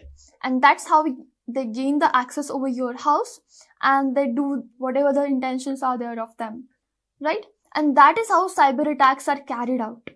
Now, with the small window, I'm here aiming or referring towards the vulnerability or the thieves getting inside of the house. They are basically the attackers or the hackers. Alright, now you understand what I mean by this. So this was the real world analogy. Now let's see how it relates to the cybercrime scenario, cyber attack scenario. I hope you understood that no matter how perfect a system might seem, there's always a loophole or a vulnerability that the attacker can exploit. It could be a misconfigured firewall, an outdated software patch, a careless password left unchanged, and even that tiny weakness, no matter how small the vulnerability might sound. It's those small cracks, those weaknesses are what attackers and hackers are looking for to exploit your entire system. Attackers don't need to bring the whole system down at once. What they need is just that one loose brick of your house or even a small crack to just get the information of what is happening, and then they can plan the attacks. Just like that. And once they find it, boom, you're hacked, you're attacked. Just like that. And that is why cybersecurity is not just important, it has become an essential need nowadays. So cybersecurity is the practice of protecting the systems, networks, and data from digital attacks by anticipating the threats, then identifying the vulnerability, and defending against the intrusions. Intrusions, basically unwanted strangers, attackers, hackers getting the access of your system. That is what known as intrusions. We saw this before also. And before they can cause any damage, we are going to take the defensive or preventive measures, and that is what cybersecurity refers to. Then cybersecurity itself is not just like about setting the passwords or building walls or just enabling your firewalls. It's about building the intelligent defenses that can detect the unusual patterns, respond in real time, and evolve as the threats do. Because with the threats evolving, the cyber defense and cybersecurity should be evolving. And with that, it's more of like an entire living ecosystem designed to protect everything we do online or perform the activities online. From your Instagram login to your bank transactions to even your company's confidential data, cloud services, or even national infrastructure. Everything needs a solid protection, and that is provided by the cybersecurity. And cybersecurity here covers multiple layers of defense. It's not a one-time setup that you can just like it's done now and you can take it for granted. No, it doesn't work like that. It's a continuous process of prevention, detection, and response. So right on the screen that you can see that first in the ecosystem of defense for the cybersecurity, first level we have is network security. So this is the front line of the defense that includes the firewalls, IDS, IPS, VPNs that we already saw. Like it comes in the network security, right? It keeps your network safe from the hackers by blocking the unwanted traffic and blocking the ports as well, and then detecting any kind of suspicious activity on your device, and then filtering the traffic based on which is allowed and which is not allowed. Okay? So that is how network security works. Second we have is application security, which makes sure that the apps we use from browsers to payment gateways are free from vulnerabilities and preventing the attackers from injecting the malicious code or even stealing the data. After that, we have the endpoint security, which is used to protect the devices like phones, laptops, and servers using the antivirus or endpoint detection and response systems. Alright, after that, the most important thing we have is cloud security and identity and access management. And with today's world where everything is shifting to the cloud infrastructure, this is the huge security measure that everyone should follow. Cybersecurity here means protecting the cloud infrastructures like AWS or Azure, where there can be chances of misconfigurations, data leaks, and even unauthorized access. And this, like the cloud security and identity and access management, ensures that Only the right people have access to the sensitive information with the help of IAM. And that is why it is called as identity and access management. Alright? Then lastly, we have the data security. Since today data is the main thing we aim to protect, and for that we use the techniques like encryption, access control, data masking. All these techniques ensure that your sensitive information doesn't fall in the wrong hands and it doesn't used in a wrong way. Alright? And there are many more layers working together apart from this also that I'm not going to cover because those are the basic and not so important layers, but they help the digital things to be secure. Okay? So this is a sticky note that says cybersecurity isn't just a wall or a password, it's a living system built to sense, which means detect, respond, and adapt in the real time.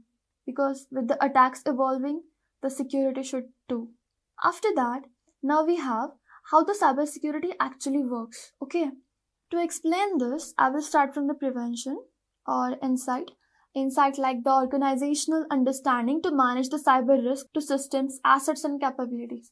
Like, what are your insights on how the cybersecurity actually works? Like, every organization has their own agenda and own assets or own capabilities and the data that they need to protect.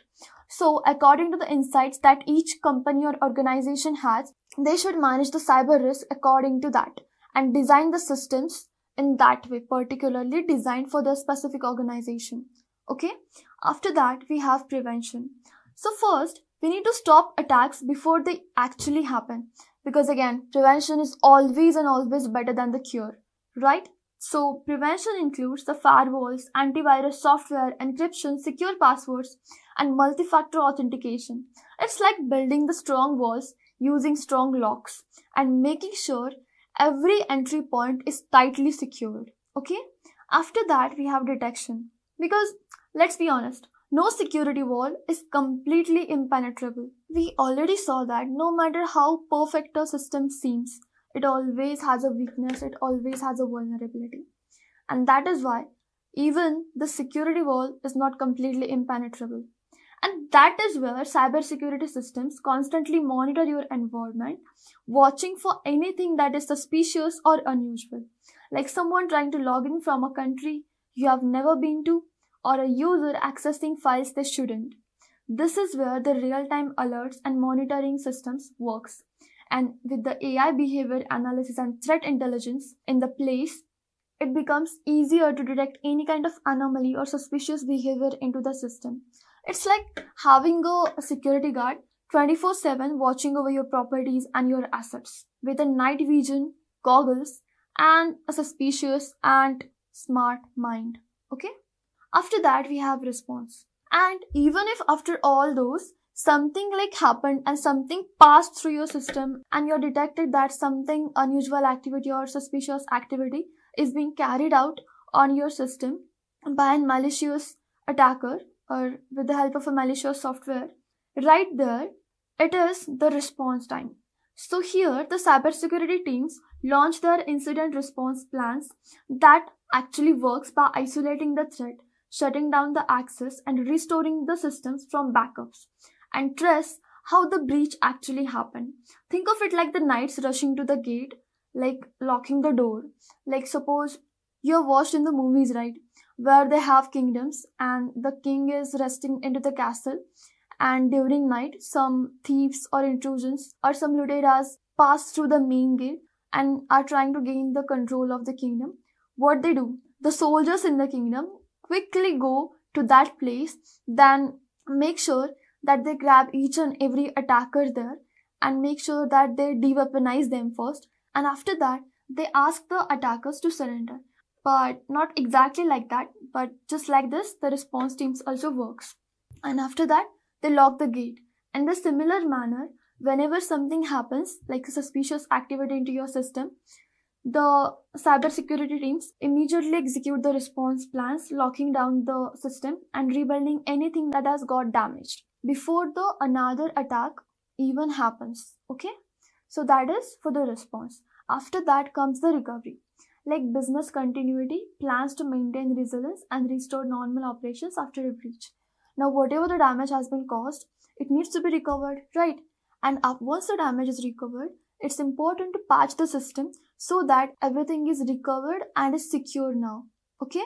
So, in simple terms, cybersecurity works like a smart, automated castle defense system that prevents the attack, detects the breach, responds faster, and makes sure this never happen with the more advanced security and recovering whatever the damage was caused. Alright? So that is how the cybersecurity actually works. After that, now there are all the security levels and high-end advanced techniques. Then, still, how does the attacker still make it possible to break it through? For that, we need to understand the model known as cyber kill chain model. These are the steps that the hackers follow to launch the attack. Now, why we need to study this is because it shows us how attacks can unfold step by step. It gives each phase a real world analogy of how attacks can happen and help the learners anticipate, or the defenders, like we are going to prevent the cyber attacks from happening. And that is why we are providing the cyber security. So we need to anticipate and break the chain. It's like only diamond cuts the diamond. If you don't know how the attack is going to happen, you cannot prevent that. And that is why we need to study how the hackers actually approach the cyber attack, or what is their approach towards attacking a certain thing. Okay? So we will study that now. And again, why we need to study the kill chain? Because here, each step offers a chance to detect and disrupt the attack. The earlier you break the chain, the more damage you can prevent. Obviously, it is true. Let's see how it works now. So, the first step here that is carried out is the reconnaissance. So here, the attackers start gathering the information, scanning your website, social media, and emails, anything they can use to build a profile. Like, build a profile of yours by gathering the information about how the victim or how the target is behave, what is the routines, etc., etc. Okay? Like the robbers watching your house for weeks and weeks before actually breaking into your house with their malicious intents. So before that, they check the routines, the lifestyle you have, where do you work, how do you work, who is your boss, how many family members you have, what is your profession, what are your contacts and connections, so that they won't fall in wrong situations. Alright? So this all is called as the first step of cyber kill chain, and that is a reconnaissance. Basically, it is scouting for data like emails and user credentials and what kind of system you use, etc. What is the version of your system, etc., etc. Okay? And the second step is weaponization. So this is where they build the attack by creating their weapon. Once they have studied you, they understand what kind of weapons might help them to gain the access of your system or whatever the target system they have. Okay? This could be a fake login page, an infected USB drive, or a malicious file, or even something customized to trick you or fool you that they know after studying you in the phase of reconnaissance that you will do it definitely. As they already know your systems, habits, and that is enough for them to build a perfect bet on it. Okay? After that, the third step is delivery. Now, once the attack is ready or the weapon is ready, then the attack is delivered, usually through a phishing email, a fake links, or any kind of infected website. Like the DNS spoofing we discussed, just like that. And all it takes to trigger the attack is just one click or one moment of distraction, and you're doomed. Everything has been working according to the plan, and now they can easily step up to the fourth step, that is exploitation of your system. Because once the bait is clicked, the attacker starts exploiting the vulnerability in your system, whatever it could be, like outdated software, a weak password, or even misconfigured firewall that let them pass in through the system. Okay? So after that, they install, like once they are inside the system or once they got the loophole to your system, the next step they carry out is the installation. They install the malwares or backdoors that keeps them inside the system to maintain access, quietly observing, stealing your data or information, and setting the traps for you to gain furthermore access or privilege escalation, which means gaining extra and extra permissions through the longer sustaining on your device. Okay? Because obviously you cannot detect like for the common users, they cannot detect like something is being happening or performing in the background that is leaking all their information, right? So they are unaware of it. And the more time the hackers get on your system, the more they can exploit it, just like that. After that, the sixth step is command and control. Now the attacker connects to the compromised system remotely, gaining the full control over your system, so that now they can move through the networks, escalate privileges that like we just discussed, privilege escalation, or even exfiltrate the data without even being noticed about it or even leaving a trace on your system. So that is command and control. And now here comes the last step of the cyber kill chain, and that is executing the end goal like data theft or system manage. So now finally they can carry out their end goal or whatever the intentions they have been using your system for. Like whatever their objective was to get into your system, like stealing data, locking systems, corrupting files, encrypting the files, deleting backups, or even just causing the damage. It's scary, right? How precisely, calculatedly, and methodically these attacks are planned and executed like cold blooded animal targeting the victim or prey and attacking it on a right time with a proper strategy. And just like the attackers, the cybersecurity teams need to study the cyber kill chain so that they can be steps ahead and break the chain before it reaches to the final step. That is actions on whatever the malicious objectives they were having. Alright? So I hope that you understood how the attacks are being carried out in the real time or in the real world. Okay? So now that we know that cyber attacks, how they are carried out, let's understand what types of attacks actually happen in the real world. Because attackers aren't just breaking for fun, of course, right? They do have their intentions behind it. And to execute them, they use specific methods to steal, manipulate, and lock up the data, etc. And each type of attack has its own style, intent, impact, and a set of tools. So now let's see what kind of attacks are there. So the first attack that we are going to see is phishing. So I guess that we all have already heard about it, as this is the most common or most successful attack as well. So how it is carried out is the attacker sends a legit looking or a like genuine looking email pretending to be your bank, company, or even a service that you actually trust.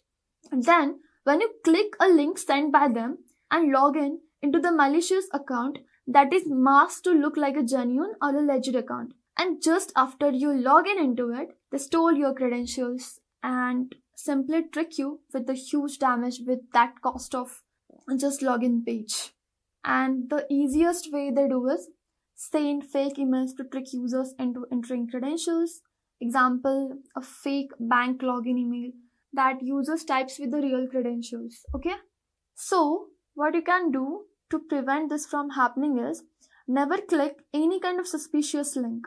Check the sender and domain carefully and analyze it. Do not be blindfolded or in hurry, like I have some work, I need to get this done. No, never do that when you are working on something that is sensitive as well as costly. Okay? Apart from that, next we have is a malware. So as the word sounds, malware, which means malicious software, and the combination of that is malware, okay, which is designed to harm or take the control of your system. And the common malwares are trojans, spywares, adwares, which is used to steal, control, and spy over your system. So trojans are basically genuine or legit looking files, but they are not genuine. When you download it or open it, it might infect the system with some kind of viruses or some kind of malicious code running in the background that is giving all your information to the hacker or attacker. Okay? After that, we have the spyware that actually secretly records each and every activity that you do online. After that, we have adware. Basically, what they do is they start spamming you with the ads and gain money from that. So basically, this malware, once installed, it can steal your data, slow down your device, or even spy on you secretly without you even noticing it. And when it comes to malware, there's one greatest malware attack that happened in 2020, which was named as SolarWinds attack. or SolarWinds supply chain attack, where there was one regular software update that when started installing, the malware looked like the logos of US agencies like Microsoft, Treasury and Homeland Security flashed on the screen while installing it, making it looking totally secure and genuine or like a legit looking. And this was a completely sophisticated and authorized sneaky and advanced cyber attack in the whole history of malware. Hackers didn't just break into the systems directly. They infected a trusted software update from SolarWinds, a company whose software is used by top companies and US government agencies. And because of that, no one even suspected any kind of unusual activity happening to their system or even during the installation of that malware. So, when the users installed what they thought was a normal update, unknowingly they were letting the attackers take the control of their system. So, this malware gave attackers the secret access to these systems. And the most surprising part of this attack is no one even suspected a single unusual or suspicious activity on their device for like months and months. And that itself proves like how attackers and hackers are beyond smart to trick you or even capable of tricking the great and huge US agencies as well. Because, and you cannot even imagine who were their victims. The big names like Microsoft, Cisco, Intel, and US federal departments were affected, being the victims to this solar supply chain attack malware. So just imagine what kind of huge impact a small update can cause.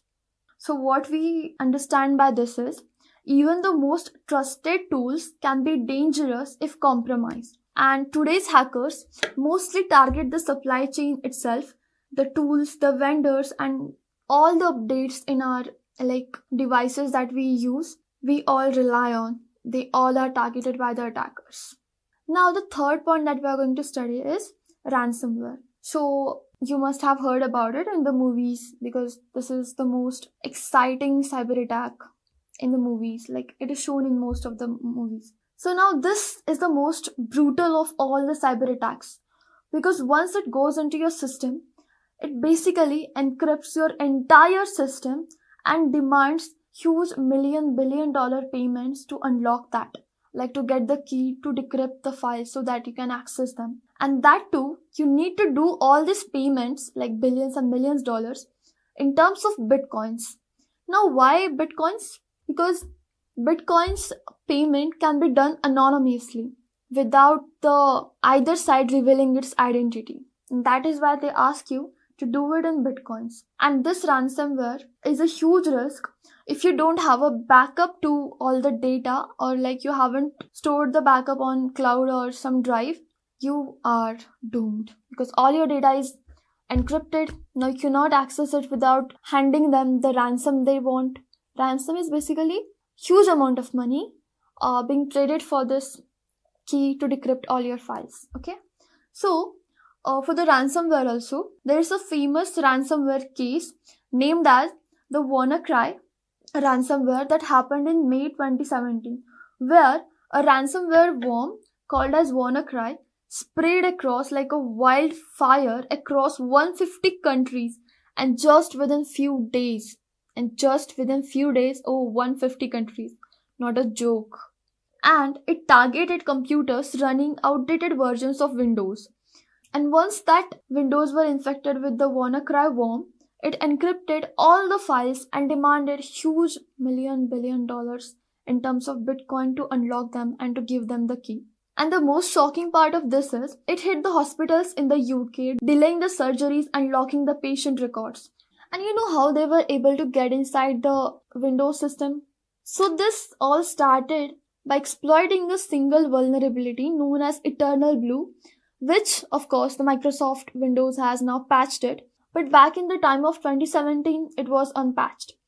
And that one unpatched vulnerability caused the loss of $1 billion across 150 countries. Just imagine how huge loss that was. So what we learn here? We understand here that we should always patch our systems, update regularly, because updates are not just about the features. They close the doors that attackers love to exploit, like the vulnerabilities are patched with the updates. And that is why it is very important to regularly update your softwares, your operating systems, your devices, everything. Okay? Alright. Moving further, we have another type of attack, that is DDoS. The full form of this is Distributed Denial of Service. So as the name suggests here, there is a denial of service.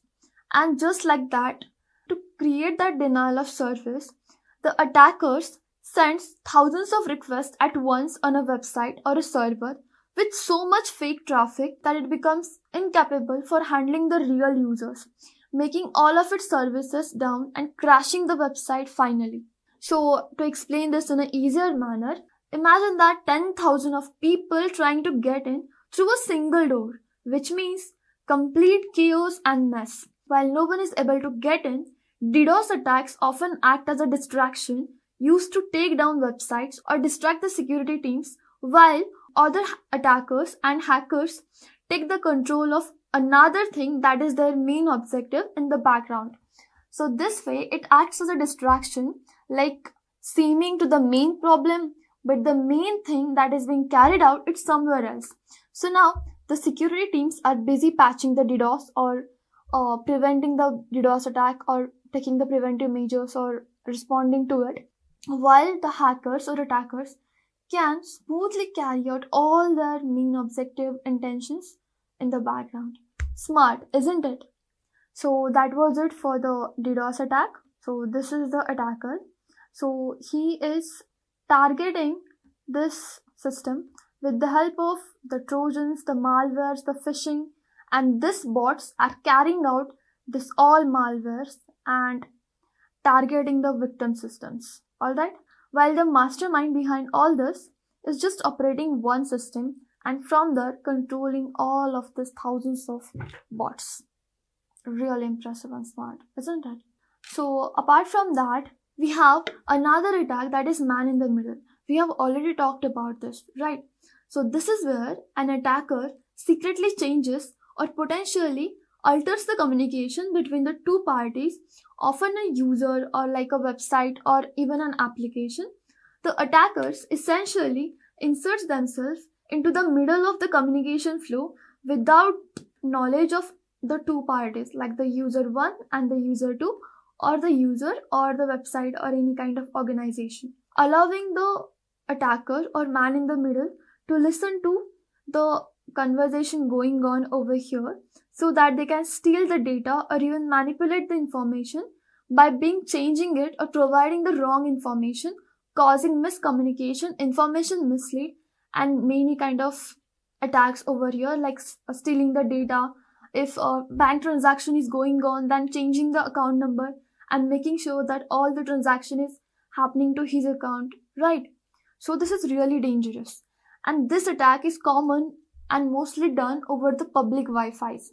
So it is advised that you should never use the public Wi-Fi for the financial or sensitive things. Okay. So after that, we have the zero-day exploits. So what it exactly is, hacking the vulnerabilities into the existing systems that no one knows about it yet. So basically, this is the kind of attack that takes the advantage of or exploits a previously unknown security loophole or a vulnerability into the existing computer system, also known as zero-day vulnerability, which simply means which is that vulnerability which is still unknown to even the developer or anyone capable of securing it with a patch. And since there is no patch or no one even know that this loophole actually exists, there's no protection to it, making it extremely easy to the attackers to get inside the system, and also making it extremely dangerous as it is used to plant the malware, steal the data, or otherwise cause the damage to the users, organizations, or even the entire system, and sometimes organizations if it is interconnected. And the 0 day here refers to the fact that the software or device vendor has 0 days left to fix the flaw, because the malicious attackers have already took the advantage of that vulnerability and have started the exploiting it. And that is why it is called as 0 day exploits. Alright. So the famous example for this is in 2021, Chrome had a bug and basically called as zero-day bugs because no one knew that there was a bug. But hackers somehow found out and exploited it even before Google recognizes it and patched them. Okay? So what we learn here is use the behavior-based detection tools plus limit the exposures. Okay? So after that we have another attack like cyber attack that is called as insider threats. So the insider threats refer to the security risks originating from the individuals within an organization, like inside of an organization. And that is why it is said as insider or enemy within, like inside of the organization, such as the employees, the contractors, or even the business partners who have authorized access to the sensitive information systems and even confidential places or access to the confidential files, etc. So these threats can be intentional, like malicious data theft, misusing the access, leaking the data, or even unintentional, such as accidental breaches or introducing malware due to the carelessness, or even a human error leading to the significant financial losses, reputational damage, then legal liabilities and loss of intellectual property, as well as stealing of the documents or confidential evidences, proofs, etc. Okay, so that are basically insider threats. Now, the most famous example of insider threats is once Tesla insider copied and leaked the entire proprietary code, which was highly confidential and which caused them the loss of $1 billion.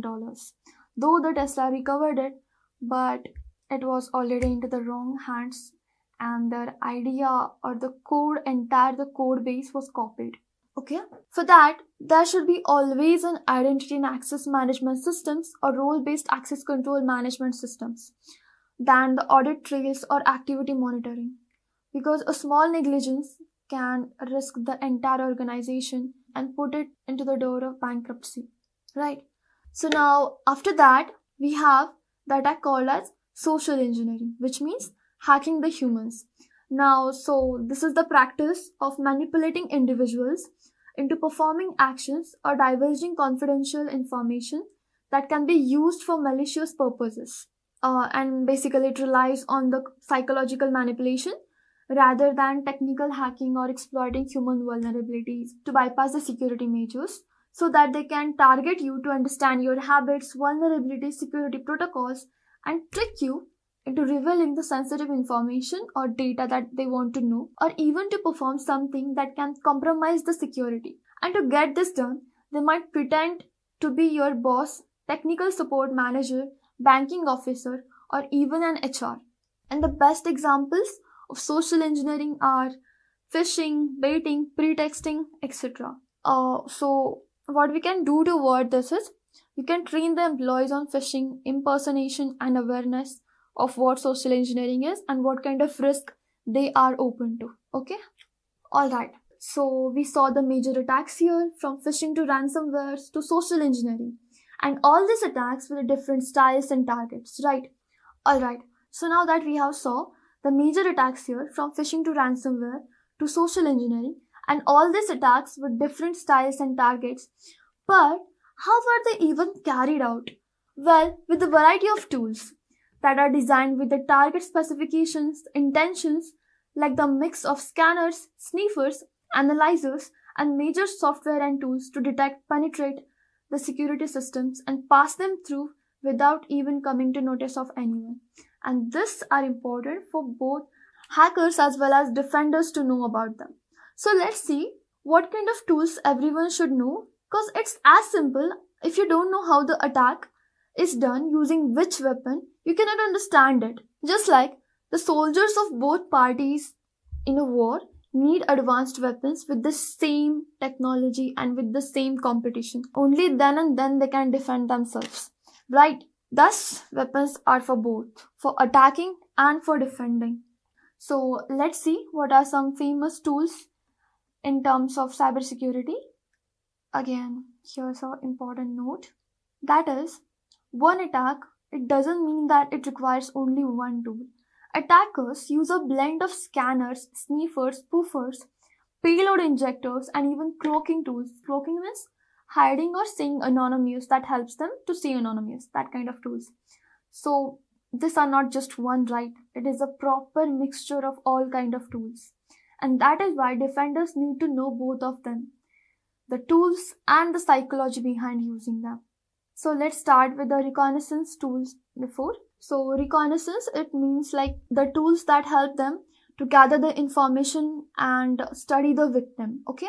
So in this part, they just gather the information about the victim system or a user. Okay. So the first tool is Nmap.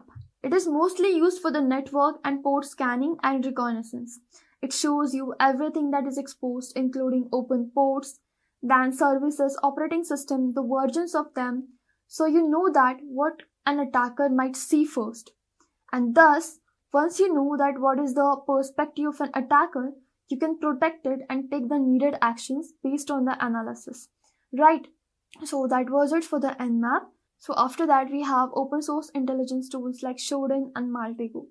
So these tools help you gather publicly available data like the IP address, exposed devices, DNS records, and these are perfect for the reconnaissance phase of ethical hacking or threat detection or threat intelligence. Alright? And it is used to map the exposed public attack surface as well. Like, suppose that you are using a system and it has already been attacked.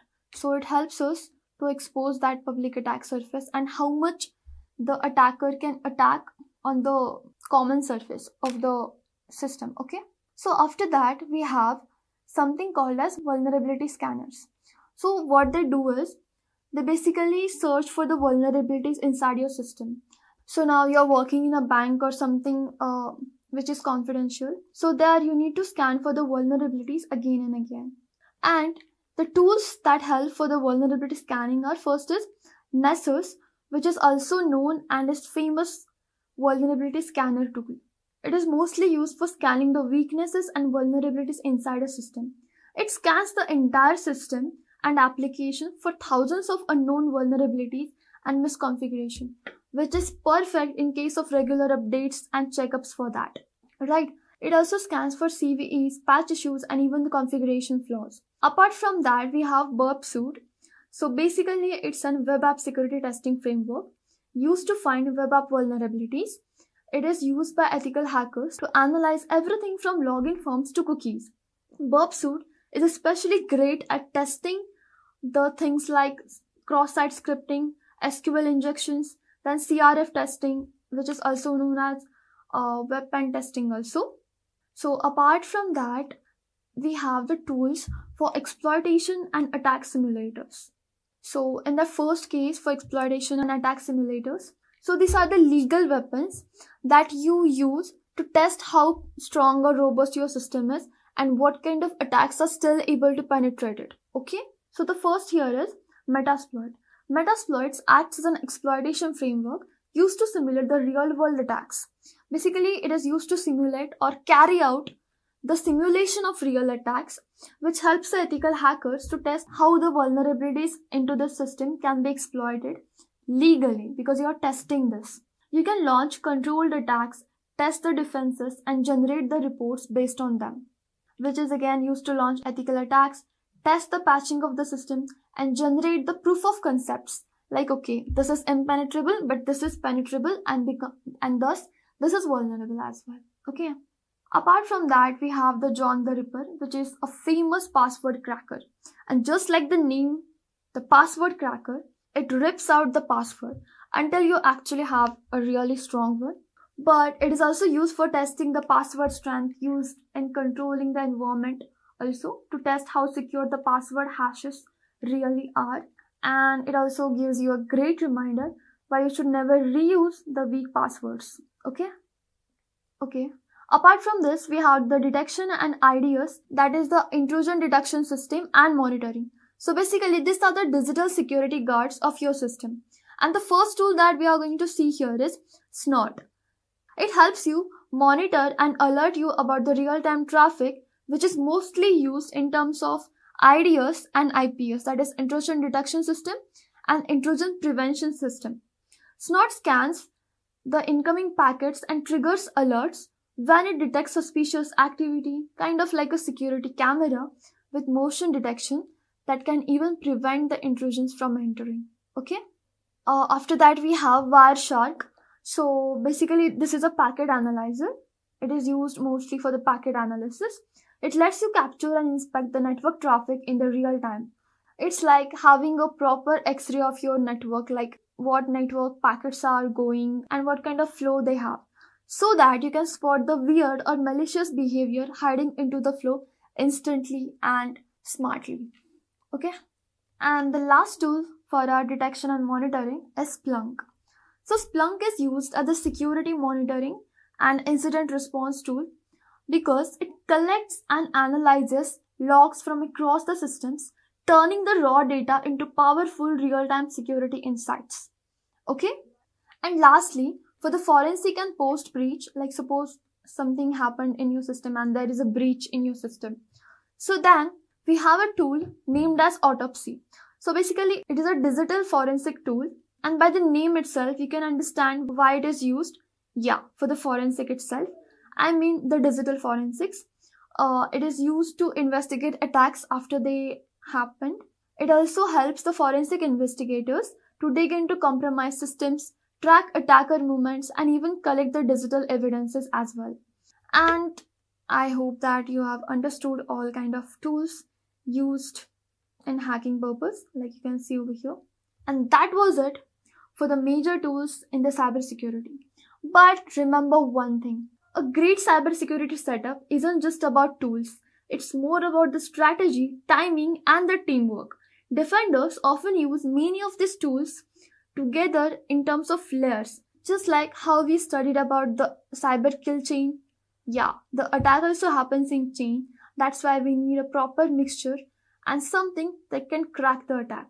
So whether you are monitoring a network, scanning for threats, or testing the systems yourself, you need all of these tools together. Alright? Okay.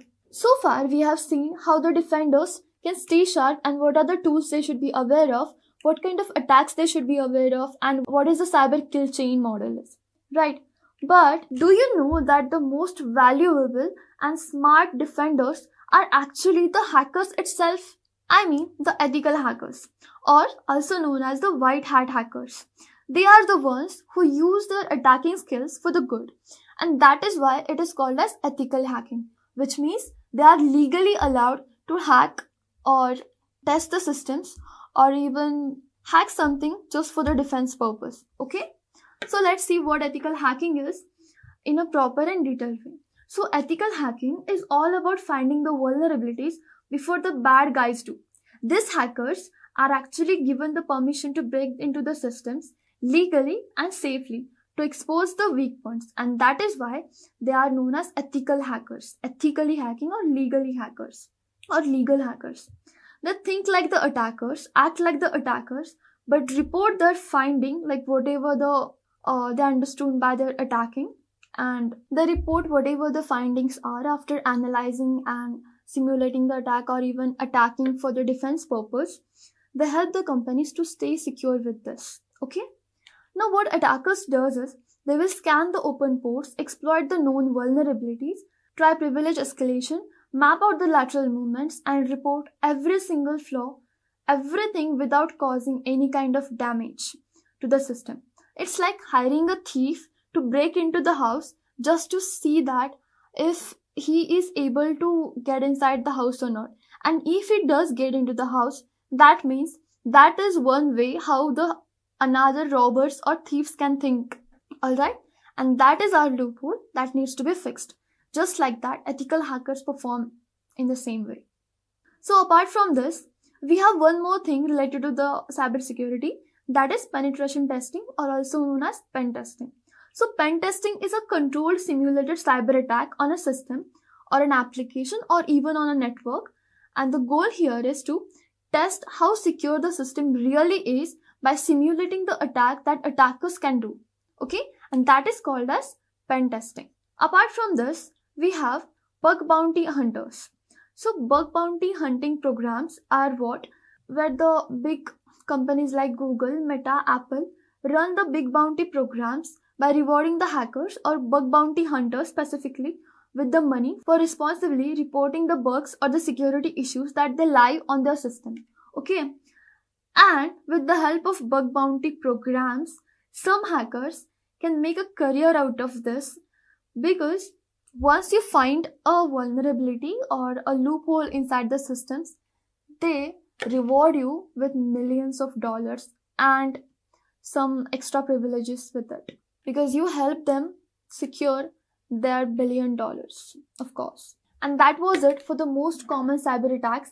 And as you saw, these attacks might look different and carried out with different intentions as well, but their goal is the same, and that is exploitation of the vulnerabilities and taking control and carrying out their malicious intentions. And we are the cybersecurity professionals. You are the one as a defense line, and you are the one who is going to protect and defend everything that is online from the malicious hackers or malicious attackers. So I hope that you are clear now about what cybersecurity is, how cybersecurity actually works, what kind of attacks are there, and what are the tools that are used to attack. And there is not a single tool for a basic attack. You need a blend of all the tools together to carry out or to understand how the real world cyber attacks are being performed. After that, we also saw how the cyber kill chain helps us to understand the approach or mindset of an attacker or an hacker. All right, so I hope that it was clear. And what are the paths in the cybersecurity, that is ethical hacking, pen testing, or even bug bounty hunting. All right, so I hope you got the clear idea of how cybersecurity works, what is your role, how you can do that, etc. So I hope you guys are now clear with fundamental concepts in networking and cybersecurity. Now let me quickly summarize what you have basically mastered till the moment. So we started by understanding how data travels, how networks operate, what are the existing threats in cybersecurity, and how security layers are designed to protect the systems, etc. And that was a solid foundation for the cybersecurity, right? So I hope after this quick revision, you are ready for the next step. So I'm handing over the things to one of our top industry experts who is going to walk us through ethical hacking concepts, how to defend systems against the cyber attacks, etc. So do make sure to practice and learn things alongside the video as well, so that by the end of this video, you really have a strong technical comprehension and practical understanding. Just a quick info guys, Intellipaat offers cybersecurity course in collaboration with iHub IIT Roorkee and EC Council. Through this course, you will master tools and techniques of cybersecurity such as IAM, network security, cryptography, Linux, SQL injection, SOC, ethical hacking, cloud security, and much more from the top IIT faculty and industry experts. With this course, we have already helped thousands of professionals in successful career transition. You can check out their testimonials on our Achievers channel, whose link is given in the description below. Without a doubt, this course can set your career to new heights. So visit the course page link given below in the description and take the first step towards career growth in the field of cybersecurity. Now that we have mastered the core fundamentals of cybersecurity, let's understand how professionals design, implement, and manage these principles at an organizational level. And that's where CISSP, or the Certified Information System Security Professional certification, comes in, giving you a deeper understanding of how security is planned and governed across an entire organization. And if you want to strengthen your basics even further and aim to become a certified cybersecurity professional, you can always check out the cybersecurity full course by Intellipaat. Now I will hand it over further to our one of the top industry expert who will walk you through the CISSP fundamentals and help you get job ready with the right concepts, real world insights, and hands-on implementation. Okay, so let's start by understanding what CISSP actually is. So CISSP stands for Certified Information System Security Professional. It's a globally recognized certification in the field of cybersecurity, and it is offered by ISSP. So it's an International Information System Security Certification Consortium. That's the full form for ISSP.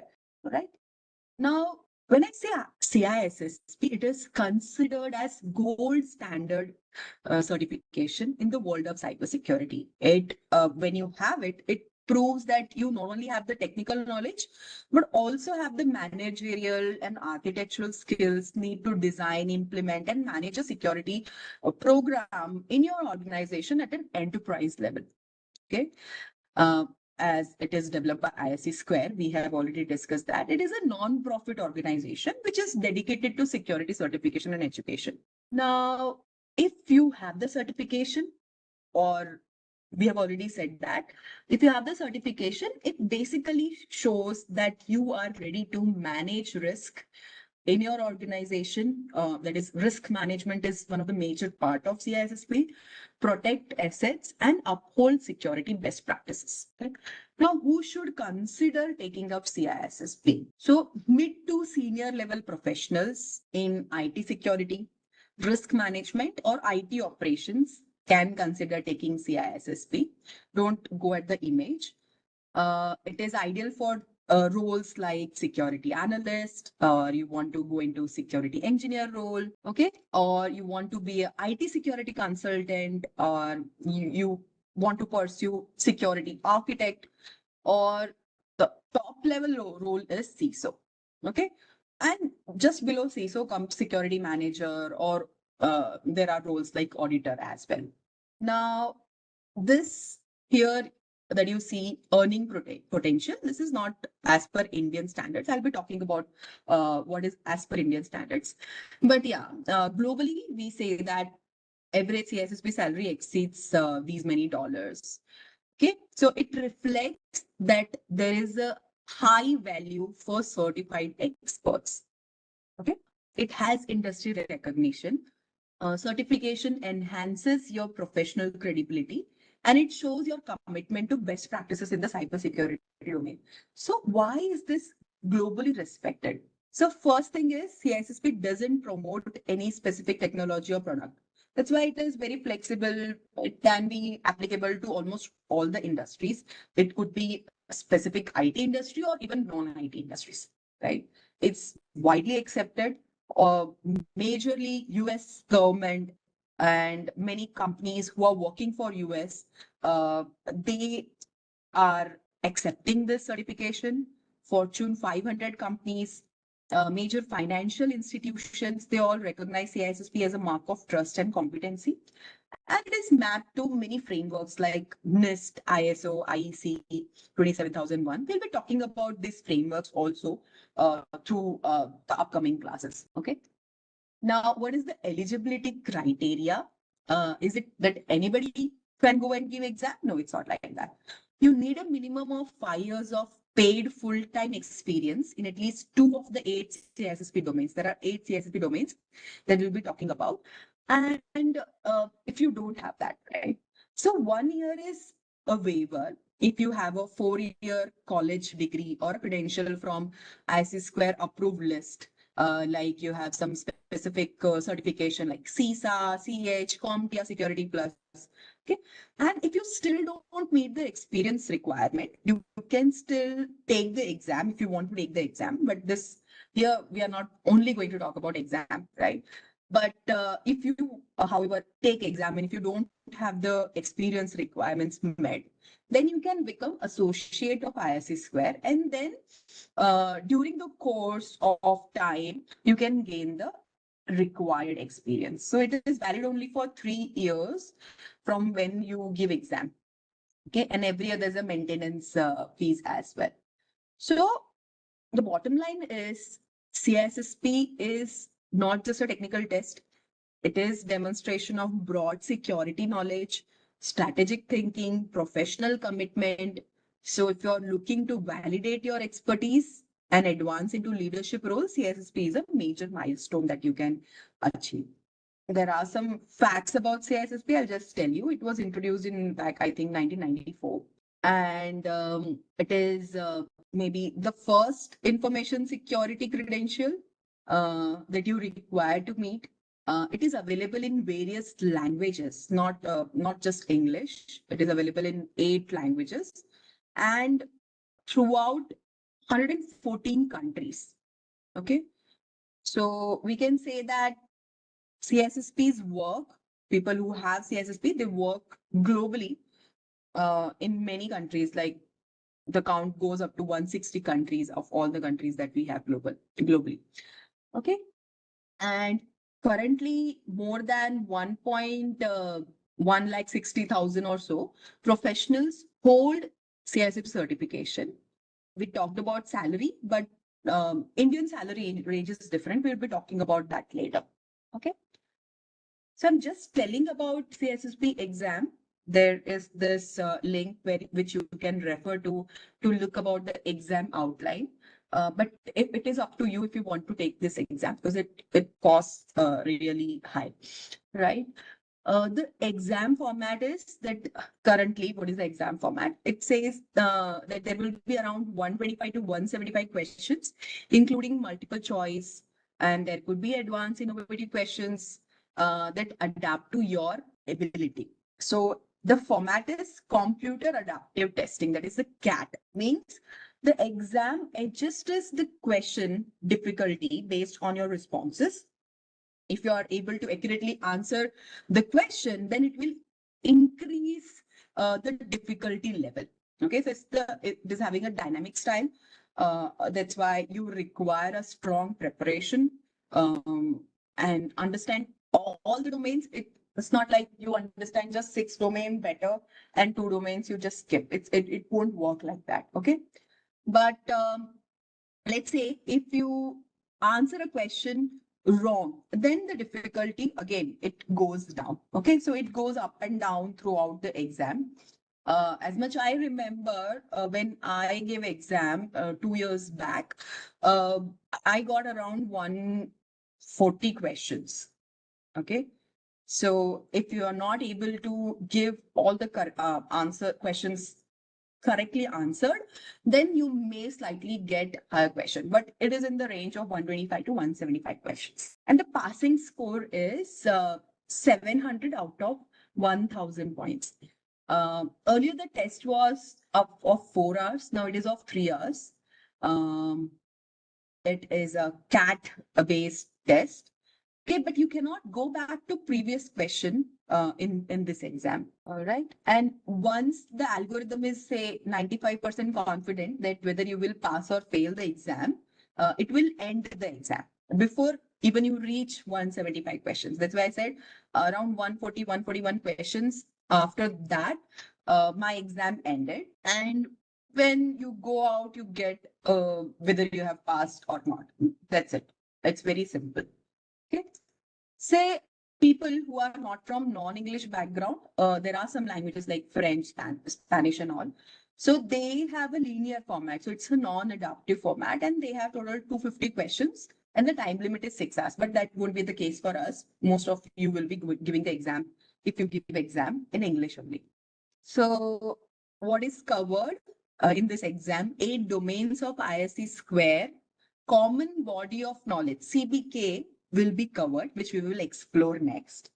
And the questions are scenario based. Like sometimes you will be confused whether A is the correct answer, B is the correct answer. Maybe both of the answers are correct, but you may have to select based on the priority of the answer.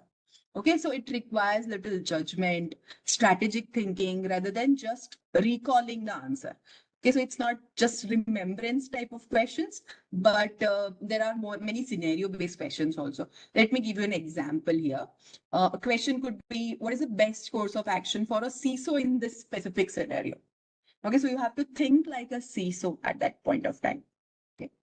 Or sometimes there could be a question like this, which of these access control methods best fits the following environment? So there are multiple environment and you are given a access control method. Some organization may be using it for another also, but what is the best fit that you need to find out? So that's why it becomes a little difficult. And minded, questions are never repeated. Every time you will get, every other person gets a new question, or maybe the questions are twisted or the language is twisted sometimes, but it comes from all the 8 domains only.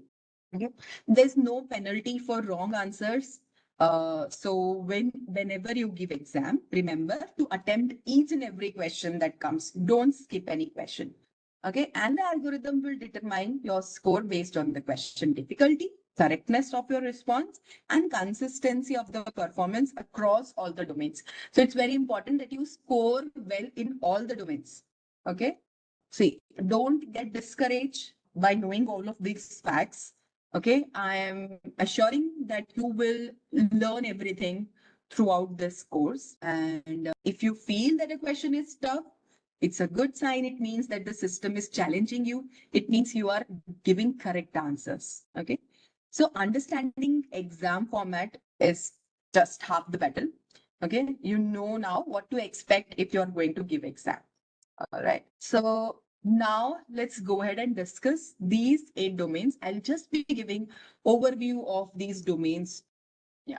So you can see these are all the 8 domains: security and risk management, asset security, security architecture and engineering, communication and network security, identity and access management, security assessment and testing, security operations, and last domain is software development security. Okay.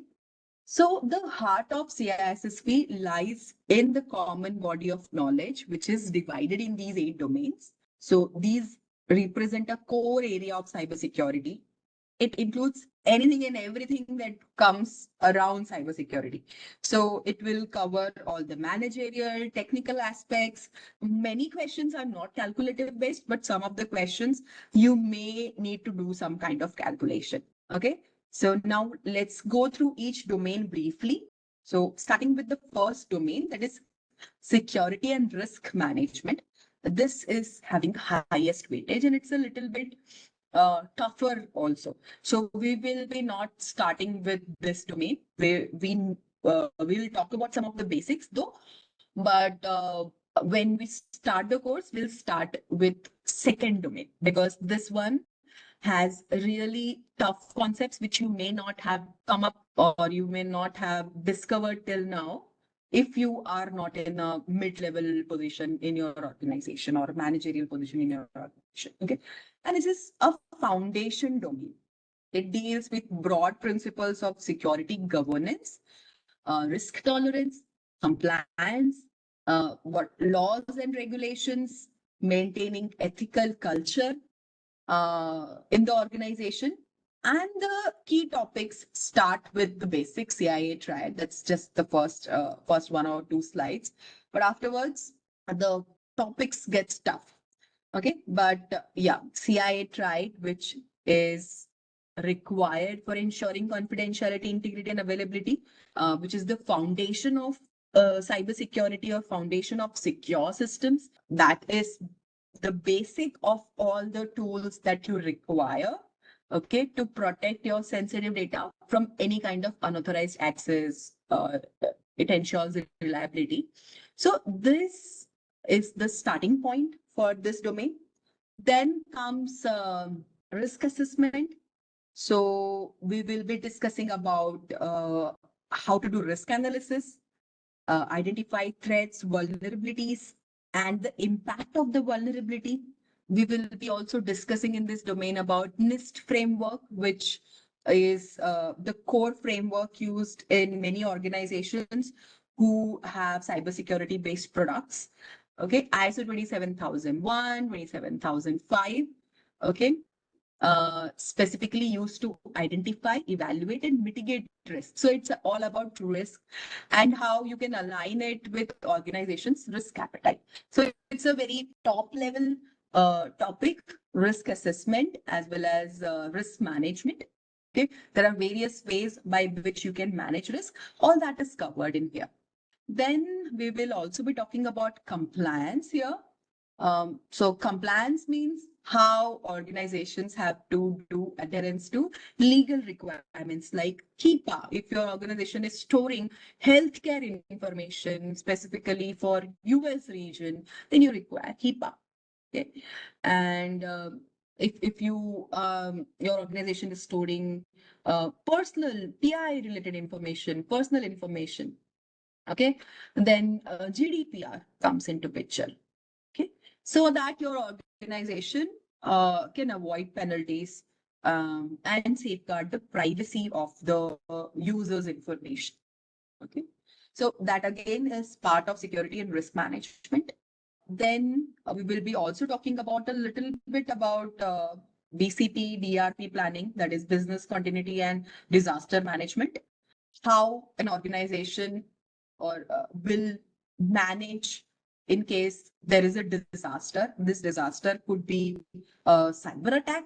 It could be a natural disaster also on a facility where information is stored for that organization. Okay.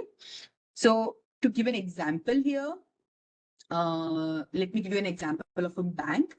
Say a bank implements a policy requiring all the employees to complete an annual security awareness program. Okay. This would require knowledge about what comes into governance and how to reduce human risk. Okay. Now, many of you, not many of you, everyone would have received phishing emails, and you need to flag those phishing emails. Yes or no? A phishing email which you felt it's genuine. It happened recently with me because it was our appraisal time, and the email was saying exactly something related to appraisal, and I clicked on it. So again, that's part of this domain that organization is doing. So moving to the second domain, that is asset security. This is a small domain. It's easy to start with, so we will start with this. It focuses on how data and physical assets are classified, managed, and protected throughout their life cycle. So the key topics that we will be learning in this is about asset classification, like labeling the data stored on asset, data classification as well, whether the data is a public, confidential, or a top secret. So is it above the clearance level or not? Or is it something which a user can access? Okay, so we will be talking about that data classification as well as asset classification. We will be discussing about defining data owners, custodians, and who is responsible for the privacy. So we will be talking about ownership, because when it is about data, there are defined roles for data and system owners. Okay, which classify or which clarify responsibility and accountability for security controls. Okay. We will also be discussing about data protection, how to ensure data protection, what encryption algorithms will be required for implementing access control mechanisms for safeguarding the data throughout its life cycle. We will also be talking about data life cycle from the creation of the data to the disposal. What are the steps involved? What are the requirements of securing the data from the creation to the disposal? Okay. And lastly, media sanitization, like handling uh, the data when you want to store the data, or when it is in the retention mode, how to securely dispose the data so that there's no unauthorized disclosure or a data breach because you didn't handle the data or a media properly. Okay, which includes methods like wiping up the hard disk, degaussing methods, shredding. Some documents can be shredded. So that's how you handle the sanitization, okay, or the retention of the data.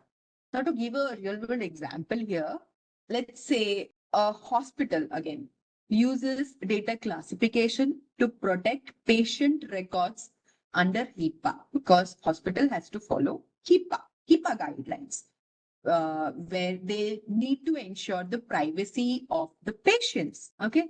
And when you are storing that patient record in hard drives, and let's say the hard drives are decommissioned, what should be the method? Okay, data erasure. So if you simply delete data from hard drive, will it be securely disposed then? No, right? So what we will need to do next, once you delete it, depends on the media, what method you will use. Now we are talking about hard drives. How will you prevent data leak in this case? I just said that word. Will you use wiping, degaussing, shredding? What out of three? So these hard drives will be physically shredded after they are decommissioned, okay, to prevent any kind of data leak. So such questions will be asked if you appear for the exam, but that level of core critical thinking will be required when it comes to CISSP, right? So next domain, let's go to next domain, that is security architecture and engineering. Again, this domain is having a weightage of around 13% from the overall weightage. Okay, and it covers technical foundations of secure systems, including the hardware, software, and the design principles. So the key topics that will be discussed in this domain uh, is first of all secure architecture. So it should not be security at the end. There should be security which starts from the start of any development of any hardware or any software, okay, or any system. So designing system to resist attack, you require layered defense. Layered defense, that means there should be multiple layers of security, not just one layer of security. Because if that one layer is breached, the data is gone. You don't want that. Okay. So you require multiple layers of security, starting from the physical layer, then going up to different layers. Okay. So that we will be discussing. We will be discussing about security models like Bella Budala, Biba. Uh, when I was learning about this was a new concept for me. I wasn't aware about it at all. Okay.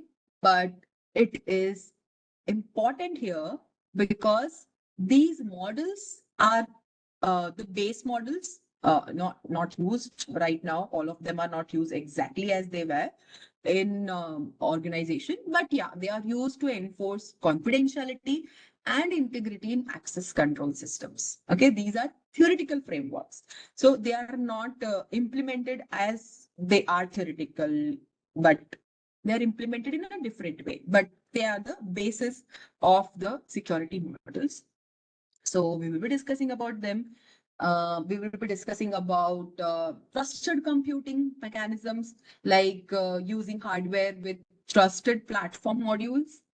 Okay, we will be also talking about cryptographic systems. So how you can implement cryptography during the design phase itself.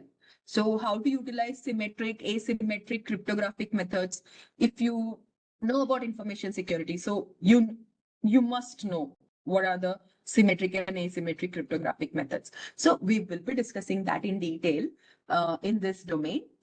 Okay, how key management is done when it is symmetric encryption, and how hashing is done, what are the hashing algorithms. Okay, so all that we will discuss here. So let me give you an example for this domain. A financial app. Let's talk about something different from hospital now. Say a financial app is designed using zero trust architecture, okay, and end-to-end encryption. What are different trust models? So we will be talking about these ZK protocols. Zero trust is how ZK is different from zero trust. All that. Okay. So what will be required for zero trust? Engineers, when they are in the system modeling phase, okay, that time itself they apply cryptography and sandboxing to secure the user transactions throughout the application. Okay, that's zero trust. And there will be end-to-end encryption. You use WhatsApp, right? So WhatsApp uses end-to-end encryption. Okay. So similarly, this financial application will require end-to-end encryption. All right. Okay. So next domain is communication and network security. So this domain majorly focuses on protecting data during the transmission, ensuring secure communication infrastructure. Okay. And it is essential for understanding how to secure data when the data is moving across networks. So what protocols will be involved, network protocols in this case. Okay. How network security devices play a role in ensuring the protection of data during the transit. And it includes both internal enterprise networks as well as external communication channels like the internet. It will include technologies, protocols, strategies used to protect the confidentiality, integrity, and availability during the data transmission. Okay. Mostly the topics will uh, we will start from the network protocols. I know that many of you would be aware about TCP, IP, and OSI model, and uh, how to ensure security throughout all the layers of these models. Okay, that we will be discussing in this domain. Followed by that, there will be about network security devices, like how firewall work, what are the different types of firewall, what are intrusion detection systems, what are intrusion prevention systems, because they play vital role in detecting and preventing any kind of unauthorized network access. Okay, then we will also be talking about wireless security. So we will be looking into which encryption mechanisms will do the adherence to 802.11, that's the Wi-Fi protocol, as well as other like Wi-Fi and Bluetooth. We will be talking about these other wireless security also. Okay, and this wireless security includes mechanisms like WPA3 for secure transmission, or stronger encryption against any kind of brute force attack. Okay. We will be talking about WEP, which is enterprise level authentication. We will be talking about radius. We will be discussing about what are evil twins, how to protect against a rogue access point. Okay, all that we will discuss here. Along with that, we will also be discussing about remote access. So we will discuss which protocols are required for VPN, what is SSL and IPsec. Okay, so a global company is using VPN and IPsec to secure remote access for employees. Okay, your organization would be doing that, right? What does a VPN do? How it is ensuring that employees are able to securely access their organization's network? Or which protocol does VPN use at the backend? It's IPsec protocol. That's the correct answer. Okay. Other protocols are also used, but mostly it's IPsec. OpenVPN is another protocol that's used. L2TP is another protocol that's used. So there are some other protocols, but yeah, majorly it is IPsec. Yes, it creates tunnel for data security. So tunnel means it is encrypting at the packet layer. Okay. All right. So let's now talk about the next domain. All right. So this domain here, fifth domain, is on identity and access management. This has around 13% weightage. It ensures only authorized users have access to systems and only at appropriate levels. So it's not only authentication, but also authorization. That's important. Okay. So what is authentication? Authentication is, can I say it is providing identity? How do you perform authentication? What methods you require to perform authentication? Now, this domain is not just about networks. Say multi-factor authentication, that's fine. But what are the factors that are included in the multi-factor authentication? That's my question. The factors could be something that I know, okay, like a password, all right? Something that I have, like a credit card. When I'm doing a transaction, I require a PIN and a credit card, okay? And something, or maybe a OTP is also something that I have.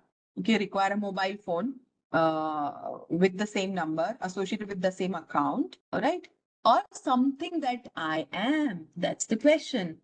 I just wanted to know what are the ways by which you can prove your identity. It could be something that you know, something that you may have, a secret key is something that you know, specific card, access card, that is something that you have. And biometrics, that is something that you are, like your iris, your fingerprint. Okay, so that's about authentication. Then we will also be discussing about access control models, that is about authorization, how granting access will be done based on maybe a role, it could be role-based access, based on attributes, it could be attribute access, attribute-based access, mandatory access control, which is like a hierarchical control in military-like systems. There is mandatory access control. Okay. We will also be talking about identity management. We'll be talking about systems like LDAP and Active Directory. We will be talking about who holds the accountability? So it is A, that's authentication, authorization, and accountability. Okay. How federated identity is maintained. What is SSO? We will be discussing. We will be discussing about OAuth, SAML. So these type of identity federation models. Okay. So to give an example here, many of you have already answered that multi-factor authentication could be used to ensure uh, that a transaction is done correctly. Okay. Let's take an example here that there is a HR staff, okay, and they can access employee records, but whether they will be able to access the record of another HR? Yes. Okay. Will they be able to access record of management? That record could be the financial transactions happening with a senior management person. Maybe no, right? So yeah, this is a example of a role-based access control.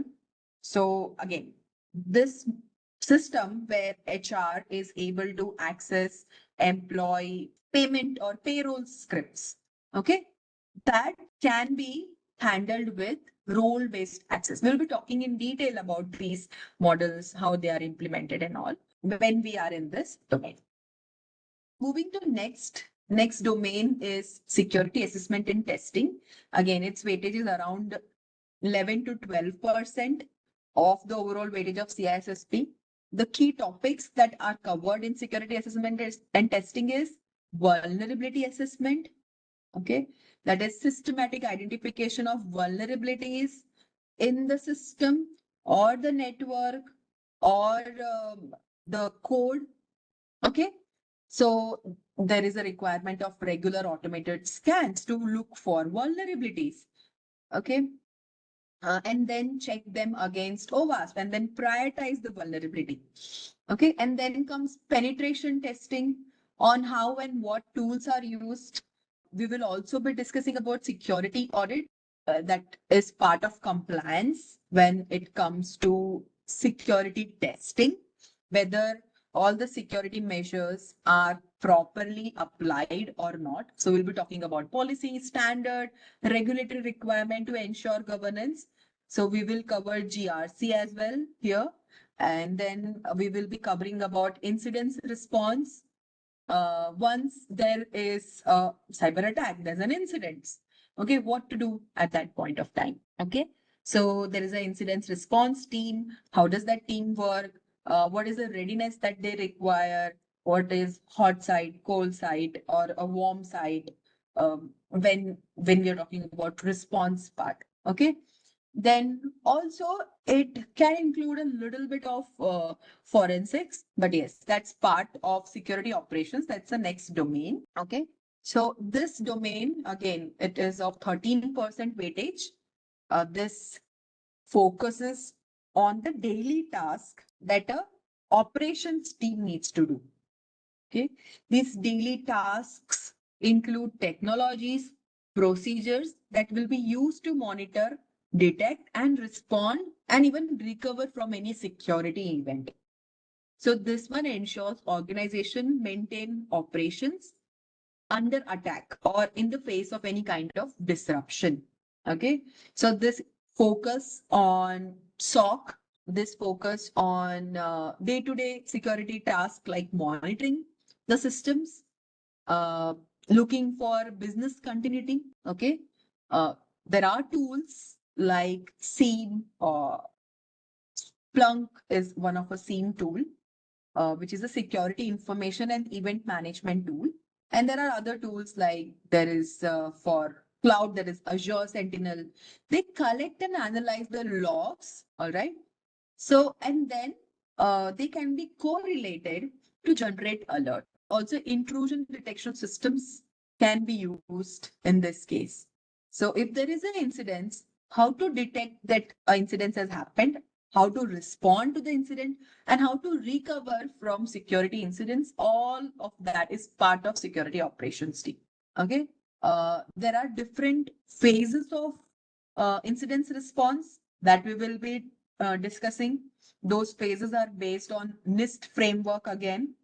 Okay. There are playbooks and communication plans. So I'll be sharing some tools or methods by which IR is done. Okay. Like starting with detection and then going ahead for containment of the systems which are already breached. Okay, and what should be the post incidence activity? So all that we will be discussing in the security operations. Many times organization have SOC team, that's security operations team. Okay, so again, disaster recovery planning concepts, very technical concepts like RTO, that is recovery time objective, recovery point objective, what should be the acceptable downtime, or how much data can be lost, or what level of redundancy is required. All that is covered here. Even the forensics investigation, in case whether there is a breach, and how the media persons will handle when there is an incident, that is also covered in this. Okay. So, for an example, there is a ransomware attack, okay, and it locks the production systems. So, what is done at that point of time? A disaster recovery plan is activated to restore from offsite business backup within some time, stipulated time, that is known as RTO. Okay, that is recovery time objective. Within that recovery time objective, the plan will be activated to restore from the backups. Okay. So yeah, this will be covered under security operations. The last domain is software development security. This is basically going to focus on building secure applications by integrating throughout the software development lifecycle, throughout the SDLC lifecycle. So here the focus is that the software should be built from, when it is built from the scratch, that time or from the ground up, it should ensure that there are no vulnerabilities. So secure coding practices following OWASP guidelines to prevent any common vulnerabilities like SQL injection or cross-site scripting needs to be followed. Okay, then comes integrating security tools throughout the software development lifecycle to check are there any vulnerabilities or not. Okay, then comes application testing. So there are various tools used for SAST and DAST analysis to check and identify whether there are security flaws at the early stage before it goes into the production. Okay, when it is in the testing phase, there itself we come to know that there are vulnerabilities and they are patched at the point before going into the production itself. Okay, so all that we'll be discussing in this domain. To give you an example here, all of you know about SQL injection, right? So imagine that your development team is building a login page. I'm giving a very basic example. Okay. And what could be the simplest way of doing injection on a login page? For doing a SQL injection, what would be the first step that an attacker would try? So they can try inputs which may be giving a syntax error, possible queries, like injecting a specific value which may give true as the answer, okay, to bypass the authentication. Okay, so to prevent this, what you will do? You will do validation. You will do sanity check, okay, before this type of form goes into production. So we will ensure best coding practices, secure coding practices, like input validation, using a prepared statement before the code is released. There are tools like SAST for static testing. There are tools. Those tools needs to be used.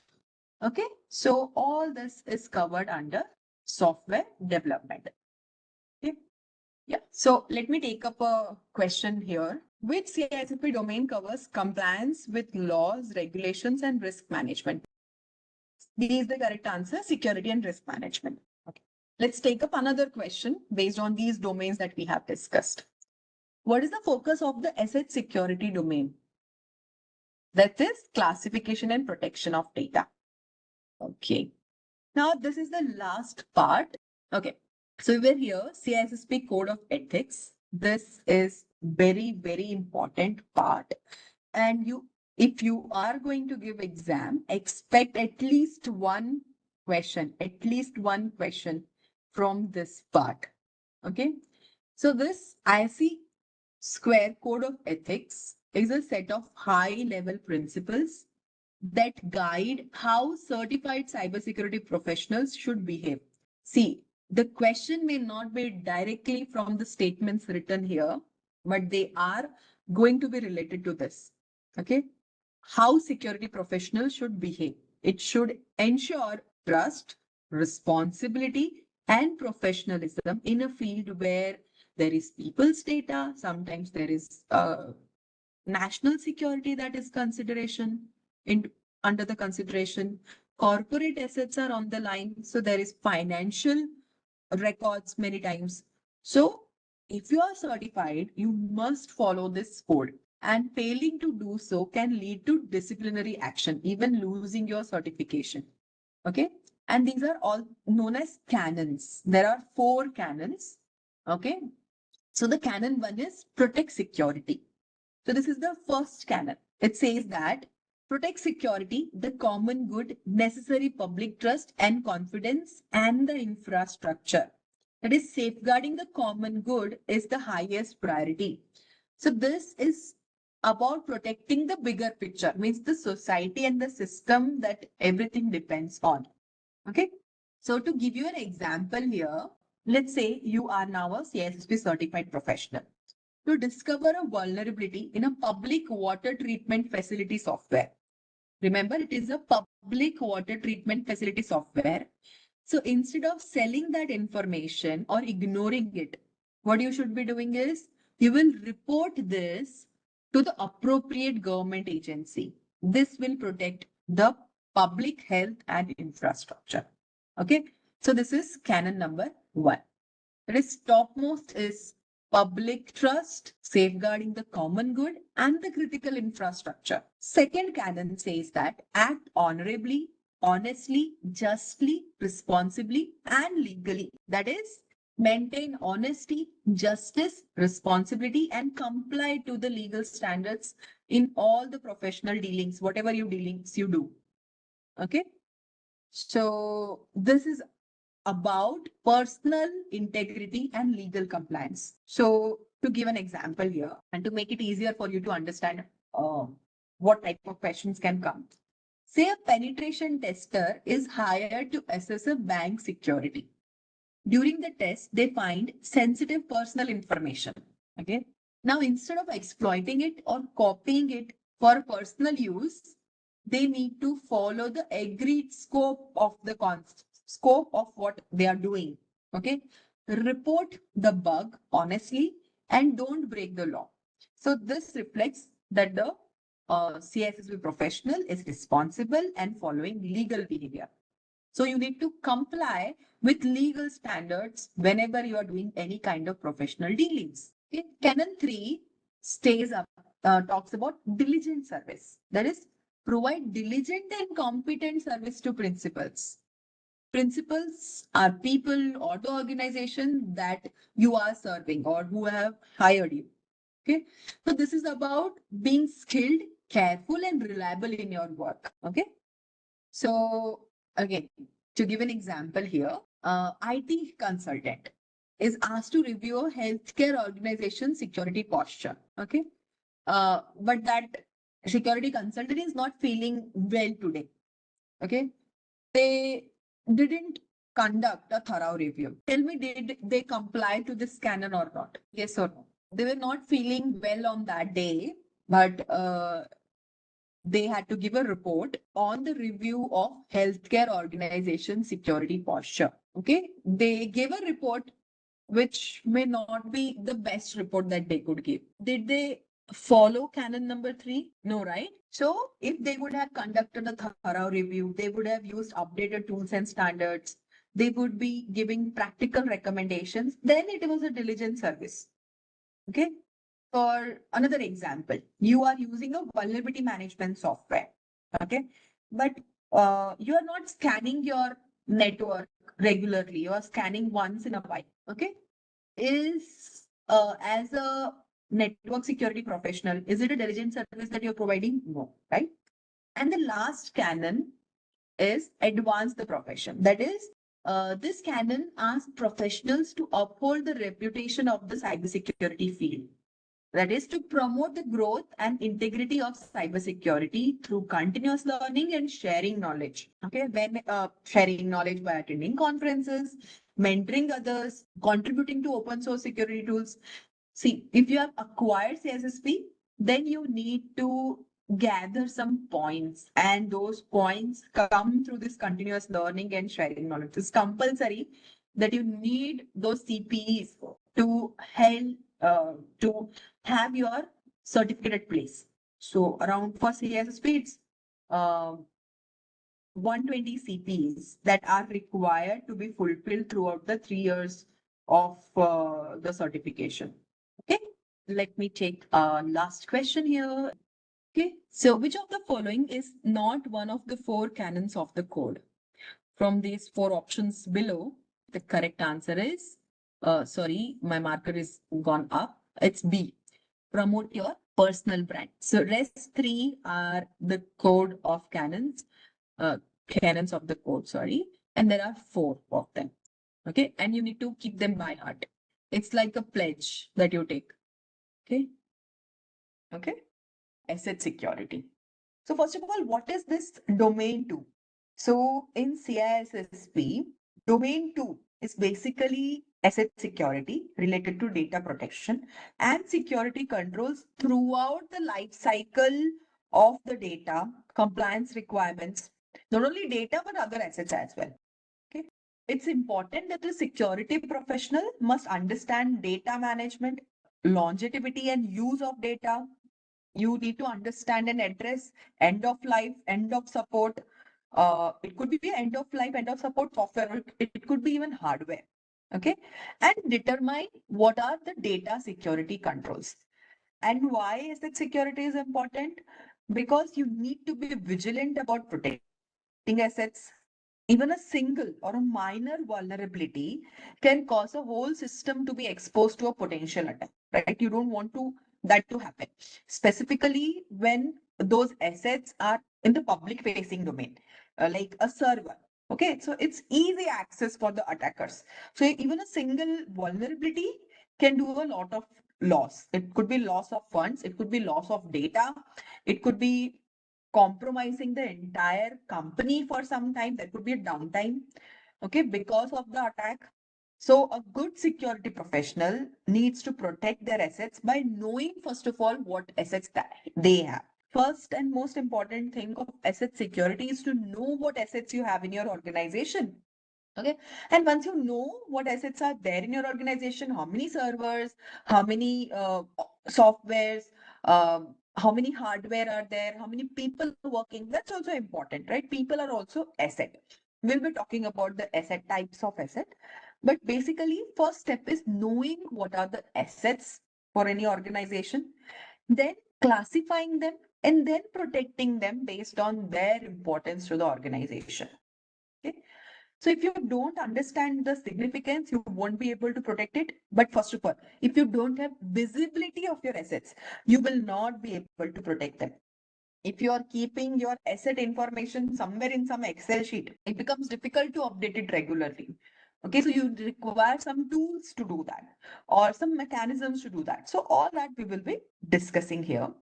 You would think that asset security is easy to understand. Yes, it is easy to understand, but it's very, very difficult to implement, specifically for large companies where they have lot number of assets to protect. Okay, they have many employee, and other than employee, they're also storing data at various places. So in such organizations, it's very important and very hard to ensure the asset security.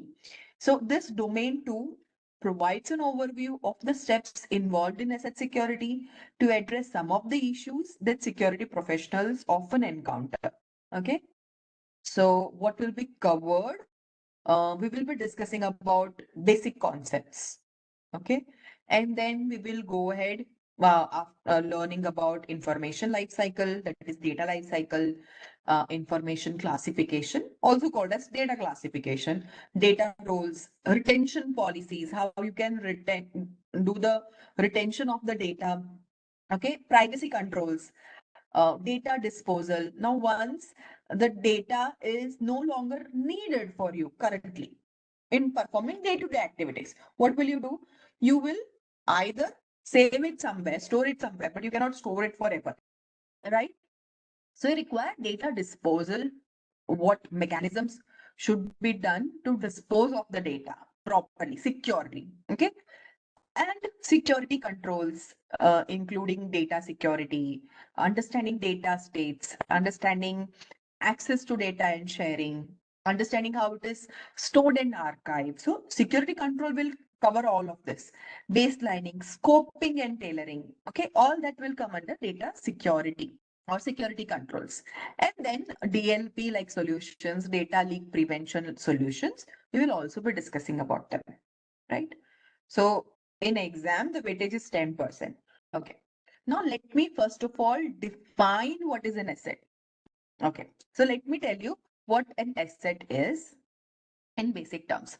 So assets are any entity that are valuable to an organization at and it includes tangible as well as intangible assets. Okay. Tangible assets means you can touch, feel, see switches, routers, systems, that's computers, any hardware. Okay. Employee is now understanding what we mean here. Okay. So tangible assets include computers, it includes facilities, supplies, and the personnel means employee. Okay. Now, intangible asset. What could be intangible assets which you can't see, but it's there about the organization, it's there in the organization. So let me tell you, intangible assets include intellectual property, policies, data, organizational reputation. If there is a breach, the most hit thing is the reputation, customer relationship, the reputation of the organization. These come under intangible assets. Okay. And when we talk about assets for an organization, everything must be protected to ensure that the organization's future is successful. Okay. Now, can we lock and secure everything? Everything? Is it possible to just lock everything? Like we do with the tangible assets? Is it possible that we lock everything? Nobody is given no access. No, we can't do that in organization, right? We cannot put all the assets in the safe. We require some advanced security measures. Okay. So most valuable asset, that's the highlight that we will be discussing throughout our this domain. The most valuable asset was data. Okay. For any organization. So we will be talking about mostly about data. That's why we will be talking about data lifecycle or information lifecycle, data classification, data roles, retention policies for data, privacy control for data, again, data disposal, security controls for ensuring that the data is secured. Okay, that's why everything is around data. Okay, now what is an asset? Asset can be anything that has value to the organization. Okay, it's valuable to the organization. People here means employee, managers, contractors. There could be third party vendors which are related to the organization. Okay. So these will come as people, not everyone for an organization. Okay. Then partners. Yes, I said third party vendors, collaborators. Okay. It could include equipments, computers, servers, IT hardware, network. Okay, information stored on them. Information means the data, the knowledge the organization produces, they use regularly and they protect. Okay? Reputation.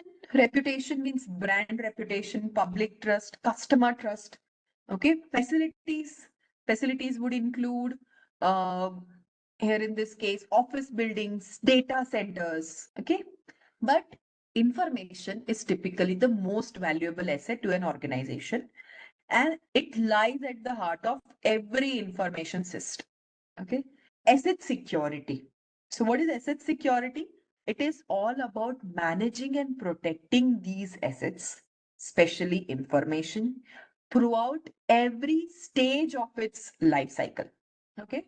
And this will include collecting the information like customer records, sometimes customer data, sometimes your organization data. So first step is collecting. Next is handling it properly, sharing only with authorized people, not with everybody. So there are credentials required to access some of the information, right? You may be having ways to connect with your peers in your organization, but can everyone go ahead and connect with everybody in your organization? No, maybe not. Okay. Wherever the data is stored, everybody is having access to all of the data? Not, right? So that is sharing the data only with the authorized person. And then it includes protecting the information. That is protecting from loss, protecting from any kind of theft, or protecting from any kind of misuse. Okay. So this is about asset security. Now we know what assets are.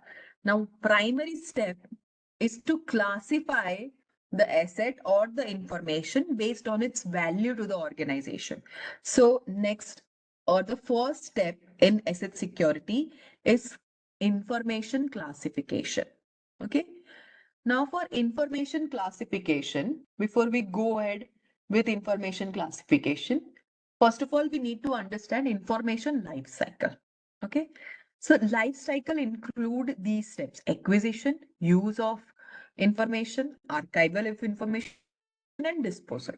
So the first step is information is acquired. Now, how the information can be acquired? First is either you create the information from the scratch or you copy it from somewhere else. Okay. So these are the four stages of information life cycle. It is a structured way to manage and secure data from the moment it enters into the system until it is destroyed. Okay. So one by one, let's see what are these four stages. So when I said first step, that is acquired. Okay. I said about two ways. One is either copied from elsewhere or created from the scratch. Now let me give you example here. Let's say HR creates a new employee profile in HRMS. Okay. What it is, whether it is a created or it is copied. When you create a new employee profile as an HR, then which form it is, how it is acquired now? Will I say that this is original data? HR has created a new employee profile, means it is a created record. Okay. Now let's take an example of copied here. So when a business analyst imports customer data from any legacy CRM to a new Salesforce, okay. So what is it? It is copied information. So either the information is created from the scratch, that is the acquisition happens by creation, or it is copied from somewhere else. I hope now you understood here. Okay. Next step is the information will be used, it will be read, it will be modified, it may be updated by various users who are accessing that information. Okay. When we talk about security perspective, this stage is most challenging. Okay. We will be discussing about data in transit, data in use. But for now, let's understand just about use. Now, so data is actively used. This is the most risky stage for cybersecurity standpoint. Okay. Now, one more thing in acquisition that is left. Is it just knowing that the information is either created in or copied is enough? No. Okay. We also need to know about the metadata that is attached to the information, like who is the data owner, who has created the information, or who has imported the information, the department where the information is going to be stored, who is going to use the information, sensitivity level. Sensitivity level means how sensitive the information is. Okay. And are there any regulatory tags associated with it? Is it a personally identifier information? Is it a credit card related information? So it is again, sensitivity level will change according to the type of information. So we attach the system and business metadata once the information is acquired. So this is the first step. Okay. Now, when we say second step, we saw what is the meaning of use here. Okay. So let me give you an example in this case. Now, think of a sales manager who is accessing monthly revenue reports via Google Drive, or a developer retrieving API keys from a shared GitHub repository. What is it? It is information in use. But do you think without proper access control, encryption, and auditing, it could lead to misuse or data leak, right? It could be that by accident there is a data leak, or there could be some insider threats as well. So that's why this is the most important stage to secure information when the information is in use. Okay. And if we don't have proper access control mechanisms or auditing mechanisms, we will not know who has shared the information with somebody who should not be knowing the information. Now, information is already used. What will be the next step? After some time, some of the data may become inactive, means it is no longer required. It can't be deleted also yet. So what is the step here? Archival. So archival means the information is stopped being used regularly at some point, and when that happens, we cannot just get rid of it. We have to retain it for various reasons. It could be reasons because of some regulation or some compliance, or maybe we may be requiring the information not now, maybe in future, for maybe forensics at some point of time.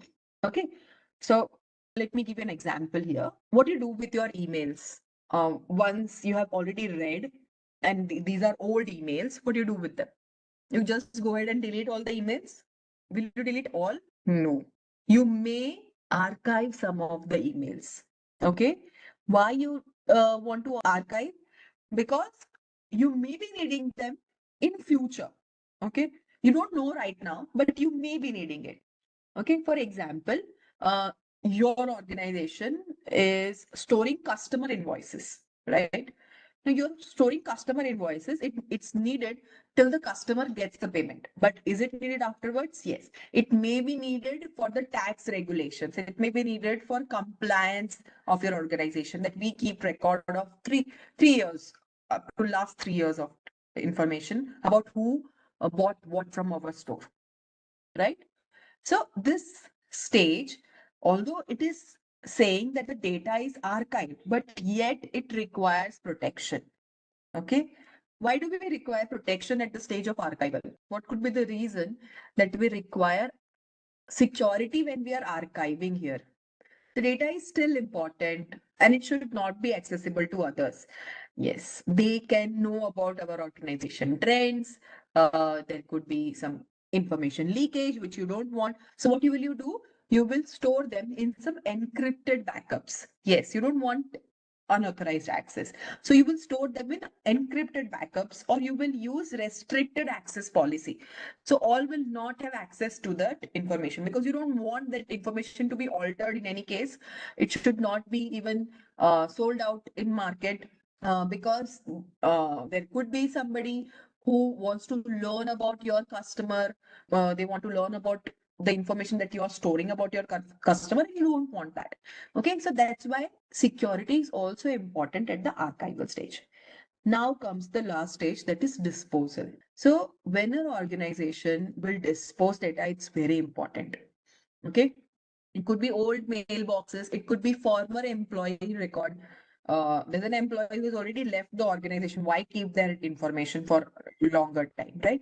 So that needs to be disposed. Past financial transactions. So at some point of time, they needs to be destroyed.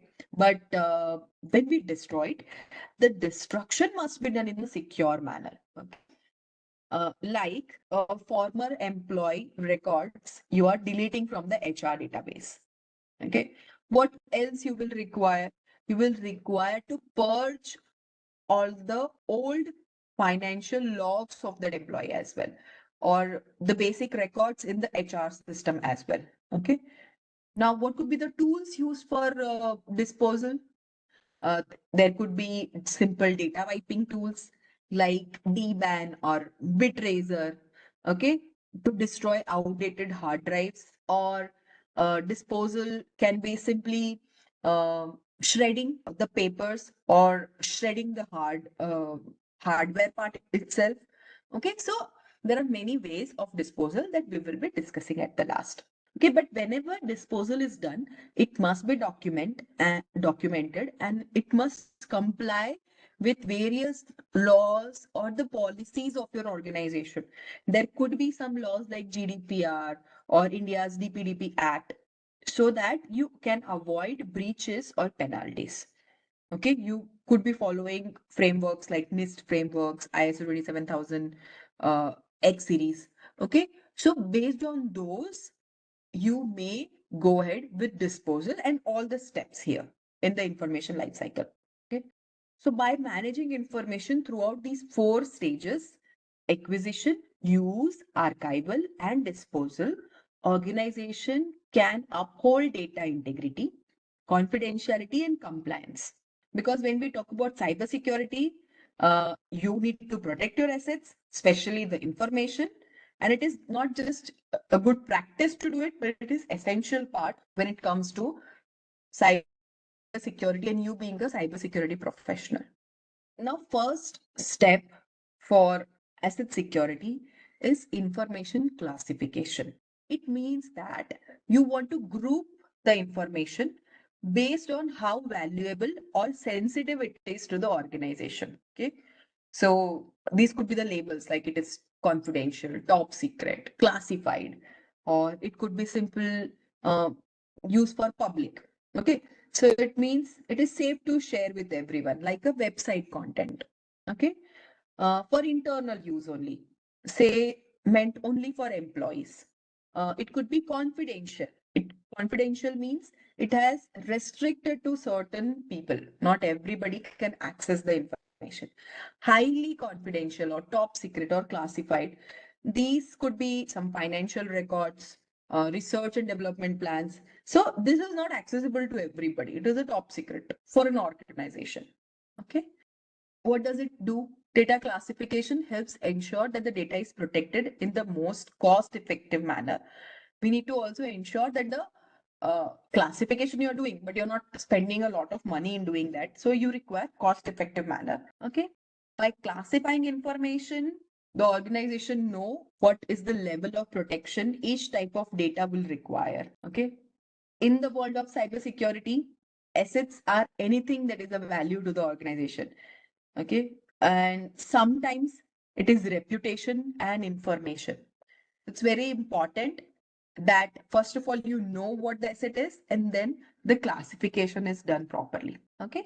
So again, what is information classification? It is the process of categorizing, or process in which organization assess the data when they hold and level of protection should be given. Okay. So what is the process to decide this? First, who can access the data? Second, how the data should be stored or transmitted. Third, how long the data must be protected or kept. Okay. When we talk about asset classification, it is used to store, process information, and it could be based on what type of media that you are using. So can I say everything is important? Every data that we are storing in our organization are important. So whatever you are posting on your website, do you think it's important? Yes, it is important. But if there is a data breach and people know about what was there on your website, is it important? Like, is it something hazardous, or is it an attack? Can we call that as an attack? The information on your website will be maybe related to some basic information which is required for the customers, your customers to interact with. Okay. And you may say it's important, but even if people know about it, it's not confidential. It's not a top secret. It is not classified, right? Let me give another example in this case. A company's internal newsletter. Is it the same level of classification as customer credit card information or a source code? Will it be classified equally? Will both have equal sensitivity level? No, right? So by classifying information, we can apply the right level of security. Okay. And we need to apply strong security where it is needed and light security where it is appropriate. Okay. Let me give you an example, another example here. Your information stored on a production environment. Okay. And there is information which is stored on an end user system. Which is more important in this case? Which needs to be protected first or requires more security? Information which is stored on a production environment and information which is stored on a endpoint device. Which one is requiring more security controls, more access control mechanism? Endpoint will require more security than a production server? No, right? Yes. Okay. So typically information is classified under levels. First is public, second internal, third confidential, and fourth highly confidential or top secret. Okay. Now, before we dive into this, sensitivity and criticality. So when we talk about classification, what is the key principle there? Any system or device that stores or processes information must be classified at the level of the most sensitive data it holds. Let me give you another example. Okay. So if a laptop is there, which is having some public documents as well as confidential HR records, okay, then the laptop will be classified as confidential. Why? Because it is also storing confidential information. It does store public document, but whatever is the highest, that one will be assigned to the asset. Okay. Similarly, if there's a USB drive which has one file with customer credit card information, the whole drive must be protected at the higher level.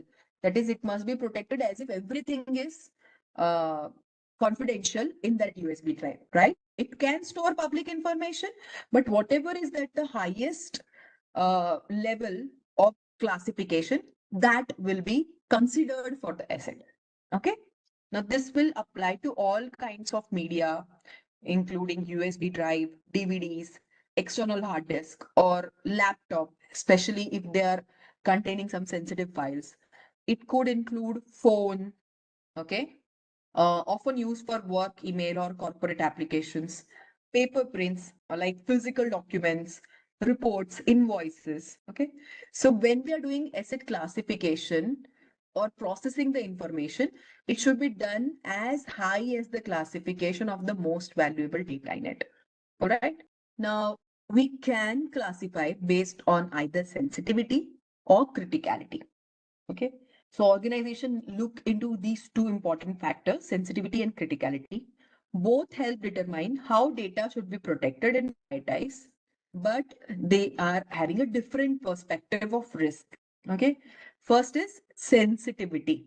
So sensitivity means it refers to potential damage to an organization if the information is accessed by unauthorized individual. Okay. So it means loss to an organization if that data was revealed to an unauthorized individual. So it directly affects the trust and reputation of the organization. Okay. What it will impact? If the sensitivity is breached, it will impact loss of confidentiality. It will impact damage to the reputation and trust. There could be legal consequences, regulatory consequences, like some violations of regulation. Okay. So that's about sensitivity. Second is criticality. Criticality here refers to or indicates how the loss of information will impact the organization. Okay. It directly affects the availability of the organization's functions, which are important for the organization to function.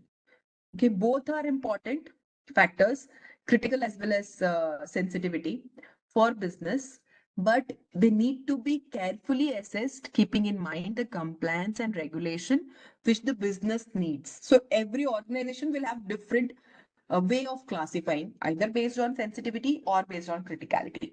Okay. So when I say sensitivity, to elaborate more here or to make it in simple terms, it means how bad it would be if someone sees what they should not see. Okay. So example, customer personal information, also known as PII, personal data, trade secrets or intellectual property that will be classified based on sensitivity. Okay. Medical records of people. So for those organizations who follow HIPAA, they should be following level of sensitivity. Okay, for classifying. Next, passwords or encryption keys. Again, if anybody is able to get access to the passwords or encryption keys, it can do a lot more damage. So this type of information like PII, PHI, or trade secrets, intellectual property, passwords, encryption key, these all come under sensitivity. Okay. For example, say a organization which is handling hospital records. Okay. Their records are leaked. What it will lead to? It will lead to public trust loss. Okay.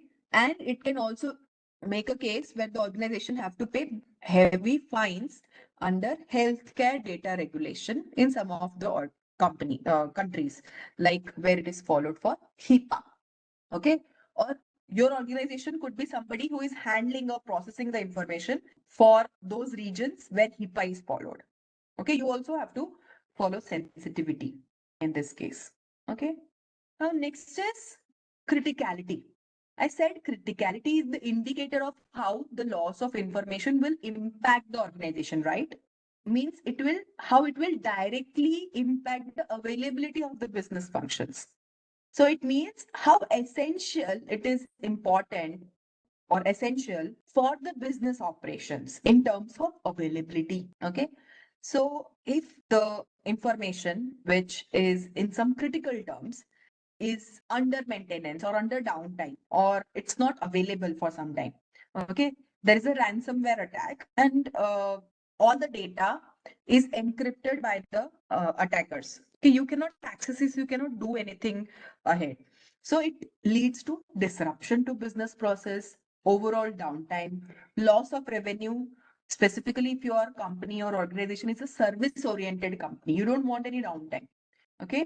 So think of criticality as how bad it would be if we lost access to the data or the system, like in case of ransomware attack.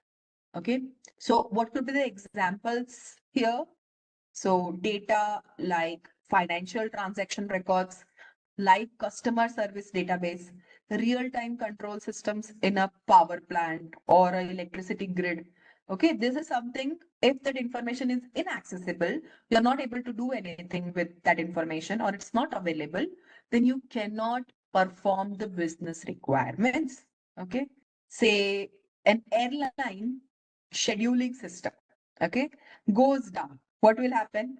The operations will halt. Even if the data is not stolen, the loss of access is critical in this case. So we would say both are important. Okay. Both must be assessed to determine the level of protection, align with the compliance regulations, support effective risk management that your organization follows, or the framework your organization follows. Okay. So let's go ahead and discuss about information classification level. This helps organization determine how the data should be handled and protected based on its sensitivity and criticality or importance. Okay. There are no fixed rules that the organization follows, but there is a flexibility to define based on the needs, industry requirement, regulatory requirement, and based on the type of organization that is storing the data. Okay, so there are no hard and fast rules for classification. But these are the two types of classification. One is commercial classification level. This one you see on the left. This is used by private companies and non-government organizations. They typically focus on business confidentiality and competitive protection. So they don't want their competitors to know about their specific information. That's competitive protection. Okay. So these are the four levels in commercial classification level. The first one is confidential. This is the highest level that data could cause serious harm if the data is exposed. For example, there could be trade secrets which will be kept in the confidential criteria or classification level, or customer PII, or sensitive information like credit card information for PCI compliant organization. Okay, PCI means payment card compliant organization, where they are storing information about you customers' payment card data. Okay, or PII information will include customer very specific PII details like employee number or SSN number, social security number, I meant there. For India, it would be like Aadhaar card, although Aadhaar card is everybody is knowing. Sometimes you give out the information about Aadhaar card, but yes, that should be kept as confidential. Okay. And next is private. This is intended for internal use. Unauthorized access could affect the business requirement, like employee personal information or employee information. Okay. Next is sensitivity. No, sorry, sensitive. So information they should be protected here, which is kept here in sensitive. Could be like internal email, uh, project documents. Okay. So those kind of information is labeled as sensitive. Next is public. So anything that is safe to be shared with the public, like marketing material, public reports, all that will come under publics. So these are the four classification levels for commercial or specifically for private companies or non-government organization. But what if you are in a or you're working for a government organization? So they will follow military classification level. These are 5 levels that are there in military classification. These are used by governments. These are used by defense agencies. This is majorly focused on national security and sometimes operational secrecy. These are the 5 levels. First one is top secret. This is the highest level in this case. Unauthorized disclosure of the information which is in the top secret can cause grave damage to national security. Okay. Next is secret. So this if the information is marked as secret, unauthorized disclosure could lead to serious damage to national security. Not grave, but yes, serious damage. Next is confidential. So confidential could cause damage to national security if exposed. So yet it's important, but it is not very. Then comes sensitive but unclassified. Okay.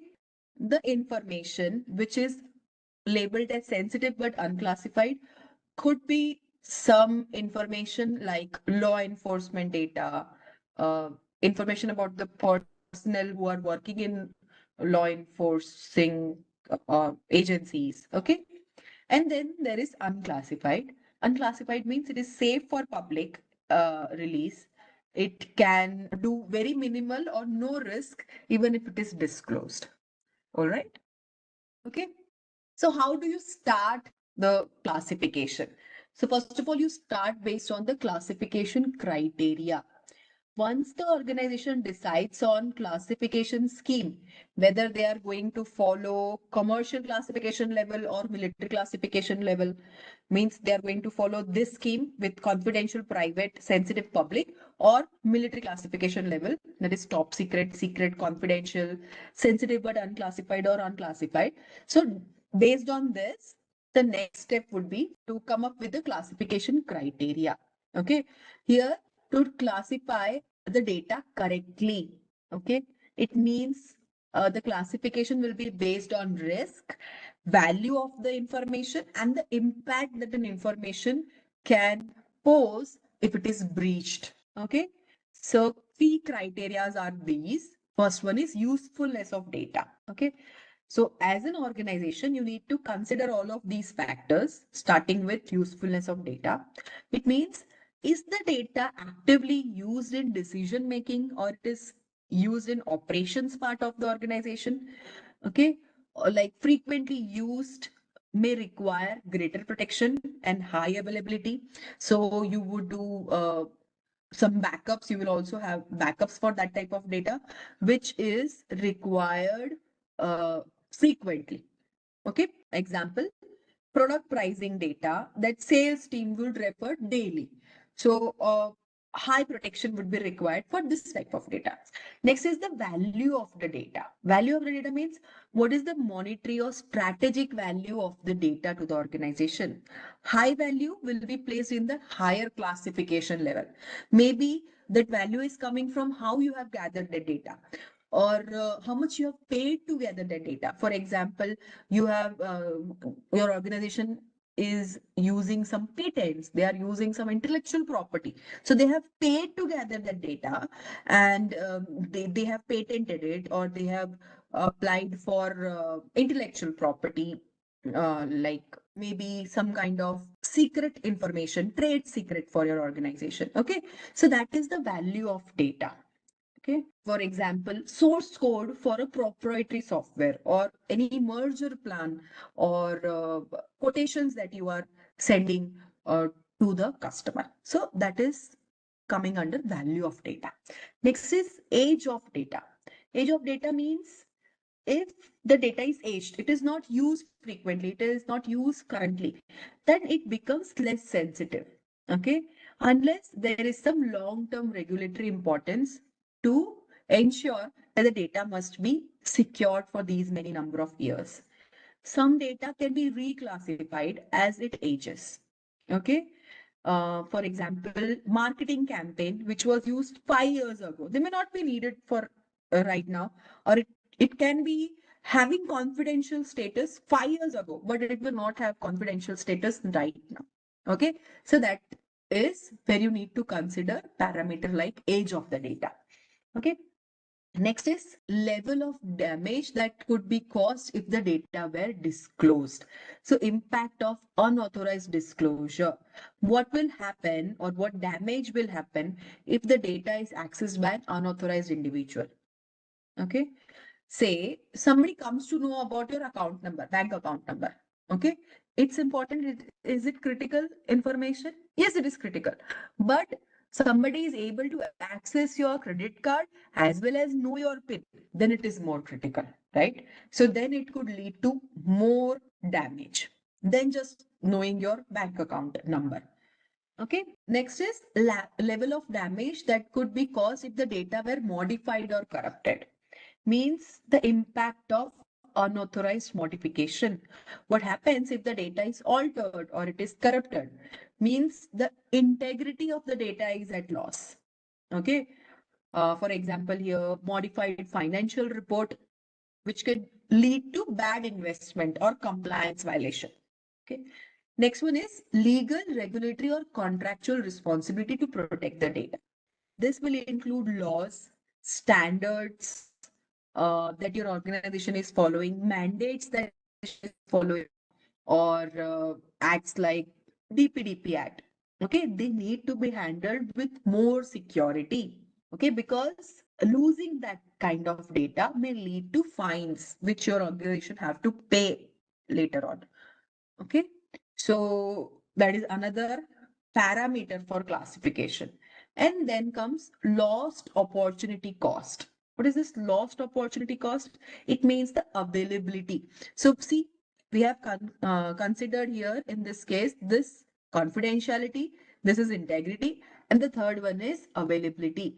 What if the financial or operational losses are incurred because the data became unavailable? This is determined with the help of criticality of data. Okay, like a logistic company can't access its delivery schedule system, which will delay the cost and the time and money. So that comes under lost opportunity cost. So all these must be considered for classification of data. Now these classification, regardless of the format, the data could be stored in digital, like it could be stored in database, email, documents, backup. Okay, it could be stored in paper, like there could be printed reports, there could be contract, or there could be ID copies, so it is in the digital format, or it could be in the format of multimedia like surveillance video, training recordings. Okay, so this is all data. It could be stored in any of the format. It could be even in fax message, handwritten notes, whiteboards, photos that you are sharing on media. Okay, so the classification rules must apply no matter what the format it. It could be digital, paper, video, fax, anything. Okay. This is a knowledge check related to this. Let's take up that. When media is labeled based on the classification of the data, it contains what rule is typically applied regarding labels. Labels means marking what level of classification it is. Is it a confidential? Is it a top secret? Is it a public? Okay. The answer is B. The media is labeled based on the highest classification of the data it contains. If you remember, I said that whether a USB drive, okay, it is storing uh, some public information, public documents, but it is also storing some customer credit card information or specific information related to, say, HR, okay, which is in a confidential type of classification. Then the whole media will be labeled as the highest classification. Okay, so the data from being handled or accessed at lower classification level, the data integrity requirements may be part of classification process, but doesn't independently drive labeling. Okay, so B is the correct answer. There's another question. Fred wants to classify his organization's data using common labels: private, sensitive, public, and proprietary. Which of the following should be applied to his highest classification level based on common industry standards or common industry practices? So the answer is D, proprietary. Okay.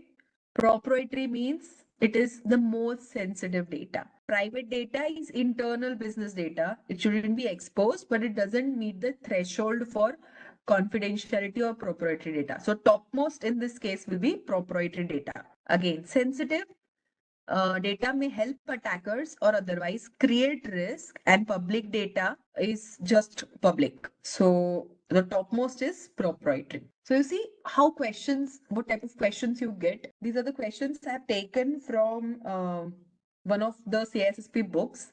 Okay, but let's start with the exercise. Okay. So exercises, we are going to create a data classification table based on the type of files I'll give you. Okay.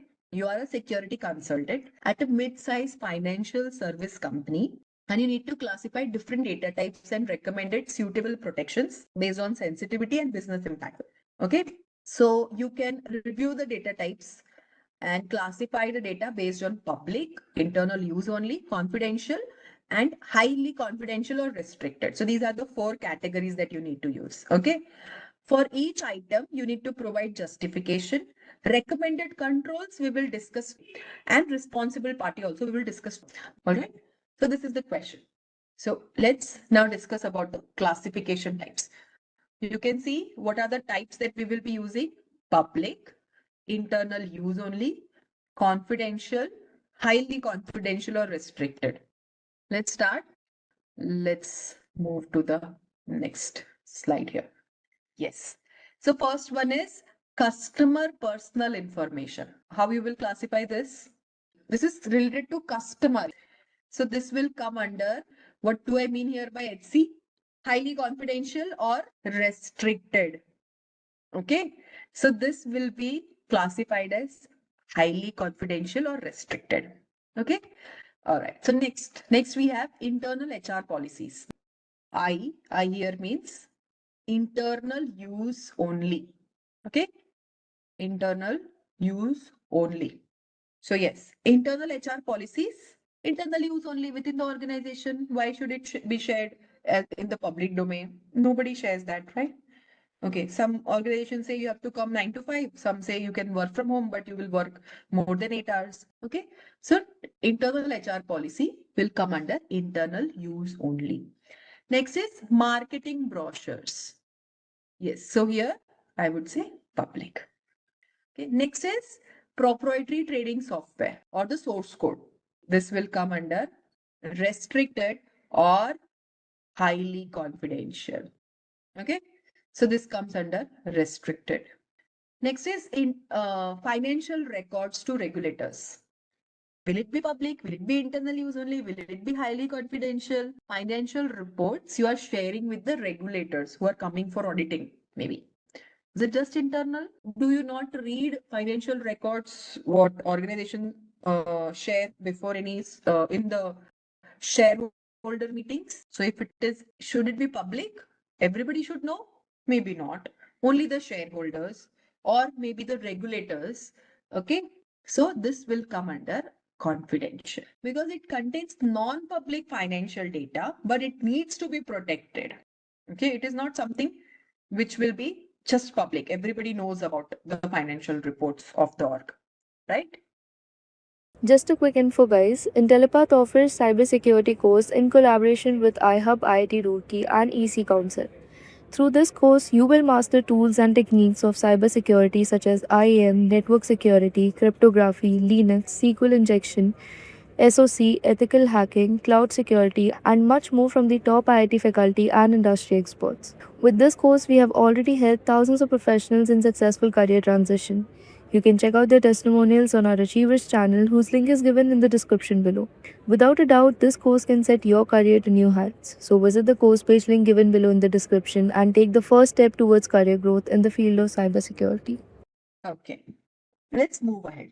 So security controls, these are used to protect the asset based on their classification level. Okay. So once the information is classified, organization must implement right security control to protect it. This control ensure not only confidentiality, integrity, and availability of data, but also the sensitivity and criticality in terms. Okay. When we talk about those data or that information which is classified in the higher level, they require strict controls. But those with low classification, they can be protected with relaxed methods so that you can ensure that the overall cost of security controls is as minimal as possible. So we want to ensure also cost effectiveness of the security. Okay. So now let's break down commonly used security controls with some practical examples. So first of all, we have marking, labeling, and handling procedures, right? So this one. So you already might be knowing about labeling and marking. What you can do in this, you can clearly label data with its classification, saying that, okay, this file or this storage space is either confidential, or if you are using a print media, you can say it is for internal use only. Okay. You can use watermarks, you can use meta tags or stamps on digital as well as physical asset. That's how you will do marking, labeling, and handling. Okay. For example, confidential files, you will include headers like confidential, do not distribute. Okay. Not for general public usage. Something like that is written on that data. Okay. Second is strict and granular access. So what you can do is when you are sharing the information, ensure that it is shared only to those users who have need to use of that data. Okay, we can call it as least privilege access model. Least privilege access model means the person should know only that much which they require for performing their job. Okay, so you can enforce role-based access control or least privilege access control in this case. So you have strict and granular access. So means only the authorized person should be able to access the data based on the required, not every time, only when it is needed. For example, HR records can be viewed by HR managers, but not general employees, right? So that's how you will do strict and granular access. Next is encryption of data while stored and while in transmission. So whenever your information is at rest means when it is stored, or whenever it is in transmission, what you can do is you can keep performing encryption with the best encryption algorithm that's available for that type of data. Okay.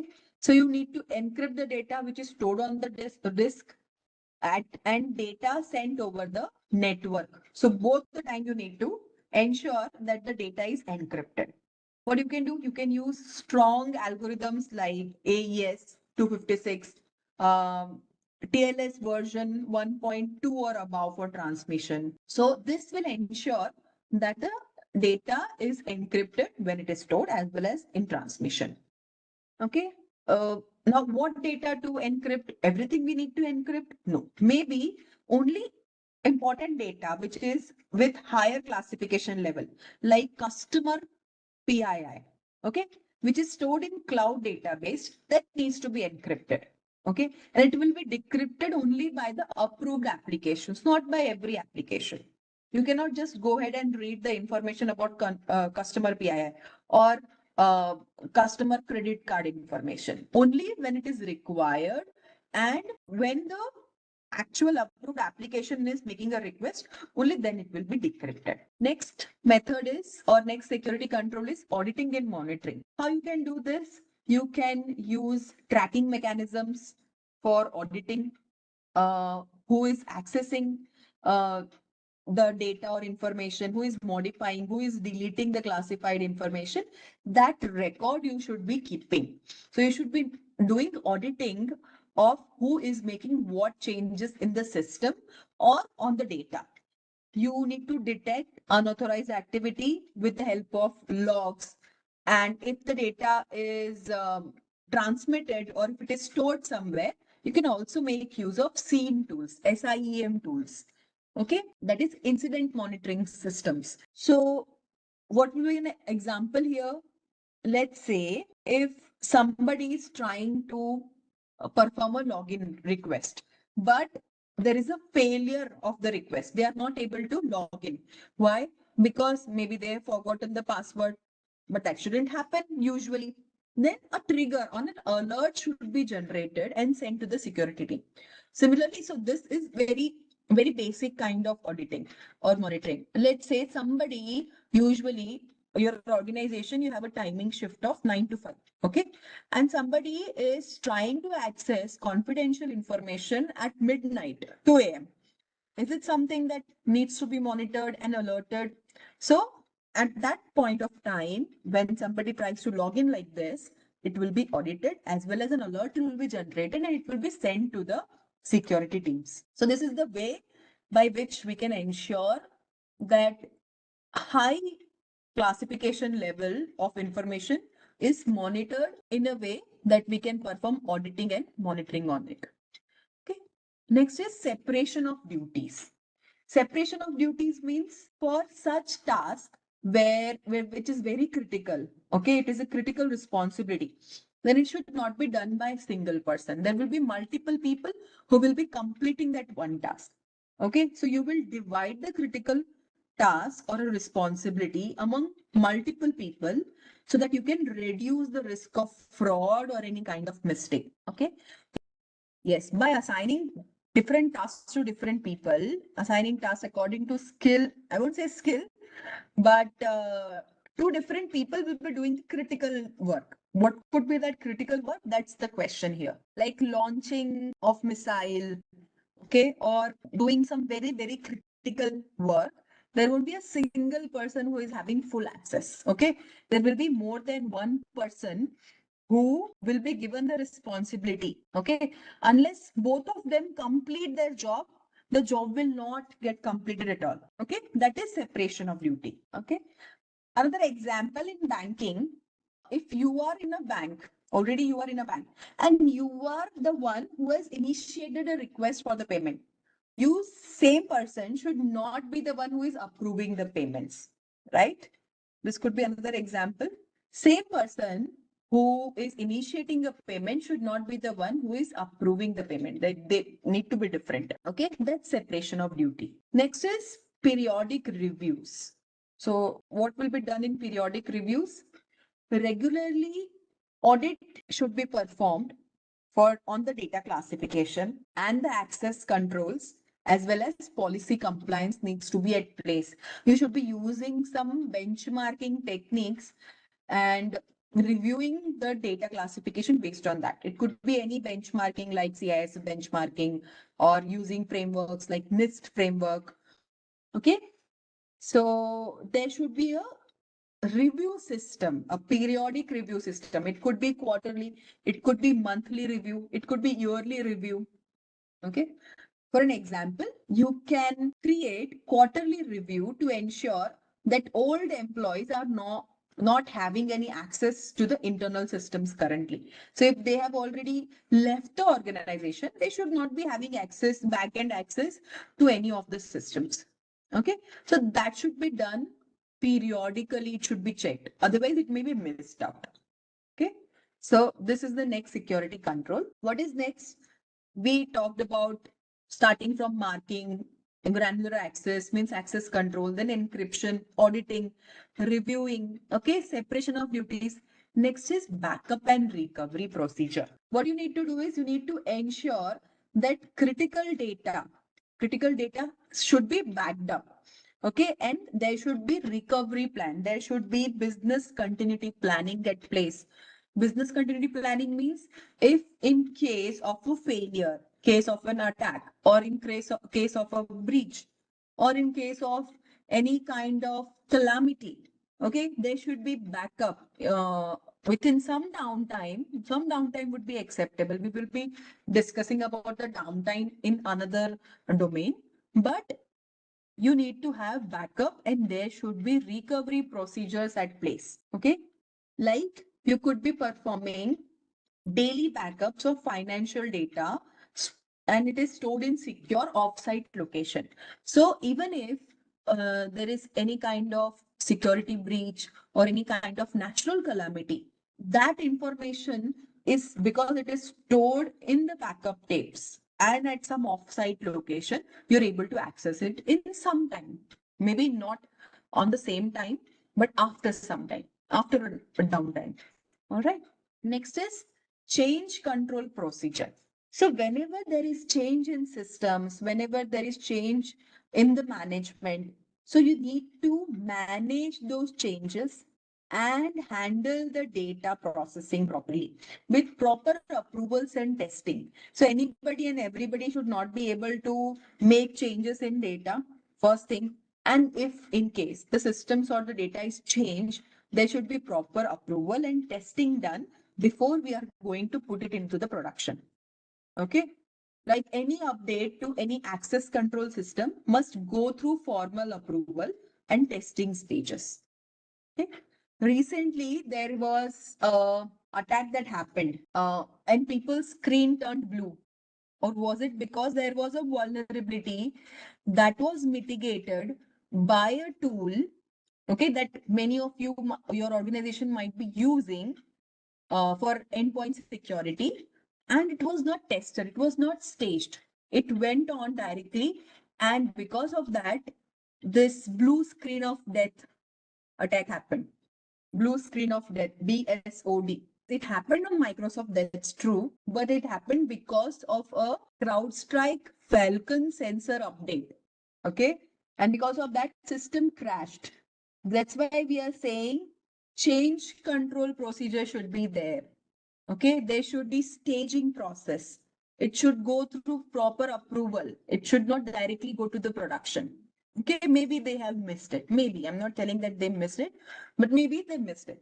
So you can understand what level of damage it can do if we are not managing change control. Okay, or we are not performing change management. Next is physical security protection. Okay, we are securing everything, but somebody stole the data with the hard disk. Then what? What about that? So what you require? You require to protect the data centers, server rooms, storage facilities with physical controls. Like you would require locks, you would require biometric systems for locking such facilities. Okay, CCTV camera to check who is doing what in these facilities. Okay, wherever some confidential information is stored, it should not be stored in open. It should be stored with some locked cabinets, or it should be stored in a restricted access zone. Everybody should not be accessing such area like server rooms or data centers. Okay, and people are accessing, there should be proper access control mechanism like biometrics at place. Okay. Next is proper disposal actions like shredding and degaussing. We will be talking about shredding and degaussing later, but once the data is no longer needed, it should be securely destroyed If it is a paper, you could use a shredding machine to just shred the paper so that nobody can read the content of the confidential file. And if it is a hard drive, then you can use degaussing or physical destruction methods. If there are digital files, you can use secure wiping tools or overwrite the data. So these mechanisms will ensure there is proper disposal actions. Okay. So this is something about controls, security controls. Many times these security controls are divided into three categories. They are known as administrative control, technical controls, as well as physical controls. Okay. So now you tell me what will come in administrative control. Yes, what should be included as an administrative control here? Can I say separation of duty is a type of administrative control? Yes. Periodic review is an administrative control. Strict and granular access is an administrative control. Same way, change control procedure is an administrative control. Okay. Now, when we talk about technical controls, so which are technical controls? When you are saying encryption of data, it's a technical controls. Okay. Then backup. Backup and recovery procedures. Again, this is a type of technical control. Okay, let me write it T here. This is again T. Auditing and monitoring. So sometimes auditing can be administrative, but monitoring is again is a technical control. So this is a technical control. And physical control, yes, obviously physical security protection. This is a physical control. Same way, disposing properly with some physical methods is again a physical control. Okay. So what will come under administrative controls? Policies, access review, separation of duty, all that will come under administrative controls. Encryption, monitoring, backup, that will come under technical controls.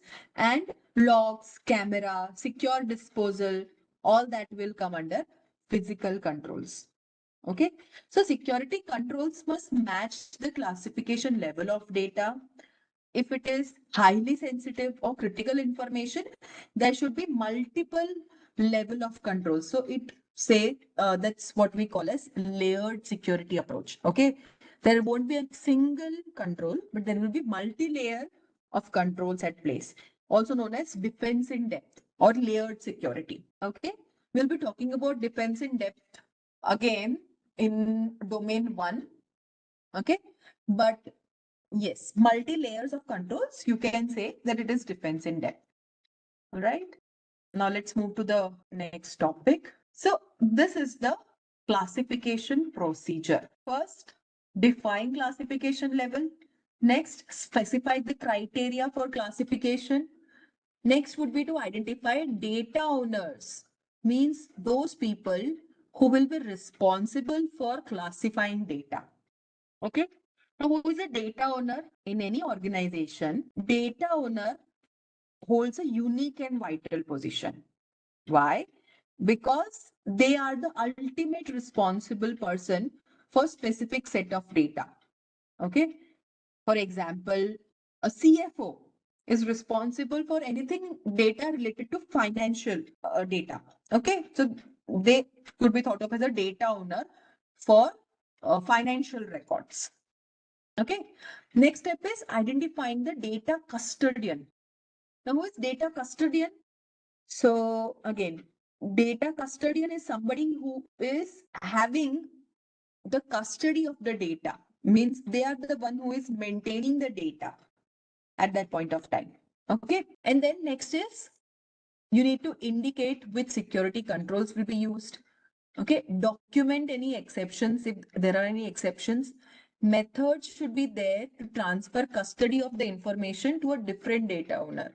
In case first data owner is not available, the custody of the information needs to be transferred to another data owner. So there can be multiple data owner, or there can be the data can be segregated into smaller segments, and there could be multiple data owners for that specific segment. Okay, like department wise data owners can be there. Like HR department, there will be a data owner, head of the HR department. Another finance department for that organization, CFO is the one. Anything related to information, CIO is the one. Okay, so that should be at place. Next is there should be proper procedure to periodically review the classification. It can happen that 1 year or 2 years back, this information was at the high classification level, like it was at restricted level, but now it is at another classification level. Let me give you an example here.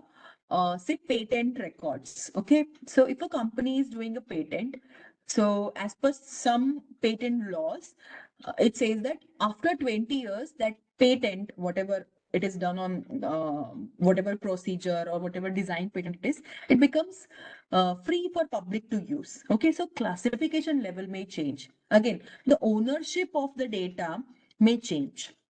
That's why you require periodic review of the classification as well as ownership. Okay. Next is there should be procedures for declassifying the data. Okay. Once the classification is done, can we declassify the data? Okay, that also should be at place. And there should be integration with security awareness program. So all of this should be known to all the stakeholders in the organization. That's why security awareness program is required. So everybody at top, everybody knows, okay, this is classified information. We have to do this, we have to do that. But the one who is at the bottommost layer, okay, for a lab, a person who is at the bottommost layer, they may be someone who could be the point of breach because they were not having enough security awareness. So there should be proper security awareness program for all the stakeholders, starting from the top to the bottom. All right.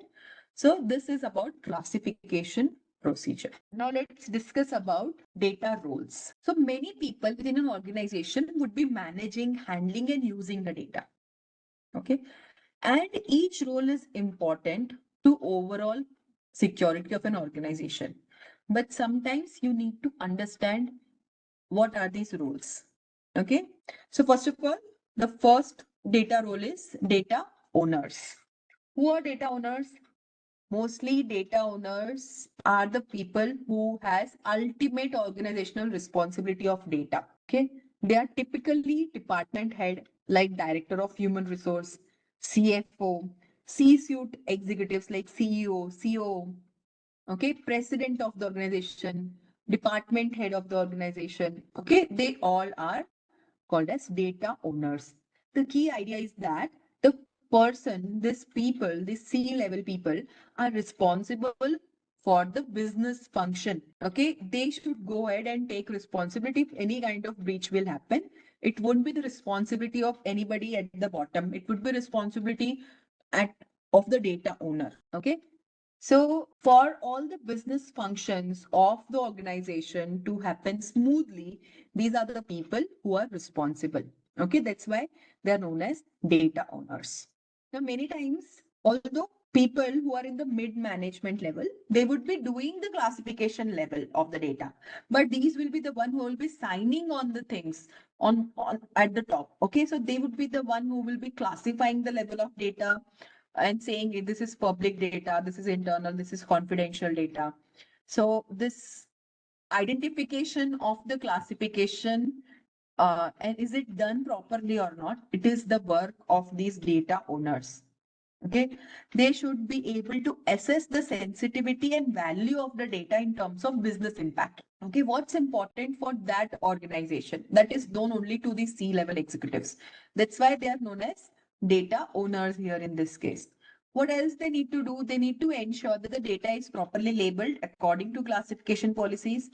They need to define who can access the data and how it should be handled or stored. Okay, they are the one who will see appropriate security measures like encryption, proper access control is done or not. So they need to ensure that there are adequate security controls there at place or not. Okay. Again, they would be the one who will approve or delegate access right to data consumers. Data consumers means those who will be using the data to perform their work. Okay. And they should be the one who will be reviewing the access logs or reports if there are any irregularities. Also, they will be the one who will handle the compliance, like legal compliance, regulatory compliance, or policy compliance. Okay, and they will be the one who will participate in audit and risk assessment or risk management programs. Now let's shift to system owners. So if the data owner is the guardian of the data itself, the system owner is the person responsible for the engine of the system. Okay, means engine means how the data is processed, how it is stored. So the system owners are individuals who are accountable for the operations task. Okay, they are accountable for the security of the systems which is processing this classified and sensitive information. So sometimes data owner and system owner can be the same people, but sometimes they can be different people, especially in large organization. And sometimes in multiple departments or multiple business functions, they are different people. Okay. Now, these system owners, what they do is they ensure that the platform is hosting sensitive information, and if it is hosting that, it is properly secured. Okay. So they are the one who will look at configuration, managing updates, ensuring the system can defend itself against any kind of unauthorized access or malware. Okay. So too much of technical things coming to you, right? Let me give a simple example here. Say HR department stores employee records on a secure server. So who will be the data owner here in this case? HR department head or the whole HR department? Head of the HR, right? So head of the HR may be the data owner, but the one like IT manager who is in charge of that server, who will be that? They will be the system owner. Okay. Understood the difference between data owner and system owner? See, although HR is the one, or HR head is the one who is a data owner in this case, but the IT manager who is handling that server where the data is stored is the system owner. Clear? Now, very critical work of this system owner is determining the highest level of data sensitivity and making sure that system controls are adequate to match the sensitivity. Okay. So let's say if the system is handling any confidential or restricted data, it must be hardened properly. There should be firewalls at place. It should be in the DMZ zone. So all this physical control, administrative control, as well as technical control should be at place if the data is at the highest level of data sensitivity. Okay. Again, what are their key responsibilities as a system owner? One is system accountability. They need to own the life cycle of the system, starting from acquisition to operations to maintenance and to decommission. Everything from the life cycle of the information, starting from the acquisition to decommissioning. Everything is owned by these system owners. Okay. They ensure that the systems are maintained and they are patched and updated regularly. So if they are not patched, then what will happen? Why do we require systems to be patched, or why the system owners ensure that the systems are always patched and up to date? Because if it is not patched and there is already a patch available, it means there are vulnerabilities in the system which are identified vulnerabilities. Okay. And if they are not patched, that vulnerability can lead to a system breach. Okay. That's why they should ensure that the systems are maintained, means there are no end of life systems. They should be patched and they should be updated regularly. Okay. Now, these system owners also perform the risk management work. Sometimes they participate in auditing, collaborate with data owners as well as administrators. So these people, system owner, they work like a bridge between the upper level, means C level, as well as the bottom level, that is administrator. Okay. And they also ensure that the system aligns with internal policies as well as external regulations like PCI DSS or HIPAA or ISO 27000 series 1, 2, 3, or 5. Okay. So they also do that ensuring. So let's discuss about administrator. So who are administrator? These are often IT or system admins who are the gatekeepers of the data access. They are responsible for implementing the access control. Deciding which access control is the work of system owner, but implementation is the work of administrator. Okay, and they will follow all the policies as directed by data owners or system owners. Okay, so administrator here are the folks behind the scene. They ensure that the right people have the right access to the right data. Okay, most importantly, they ensure that nobody throughout all the users has more access than what they actually need. Okay, this is also again known as principle of least privilege. Okay, so they need to follow principle of least privilege. Least privilege says that if I as a user need to know or need to have an access to a system to level B, I should not be escalated to level A. Means there should no privilege escalation at place. Okay. Let me give you a simple example here. Least privilege means, let's say it is a student attendance monitoring system. This is the easiest example. Okay.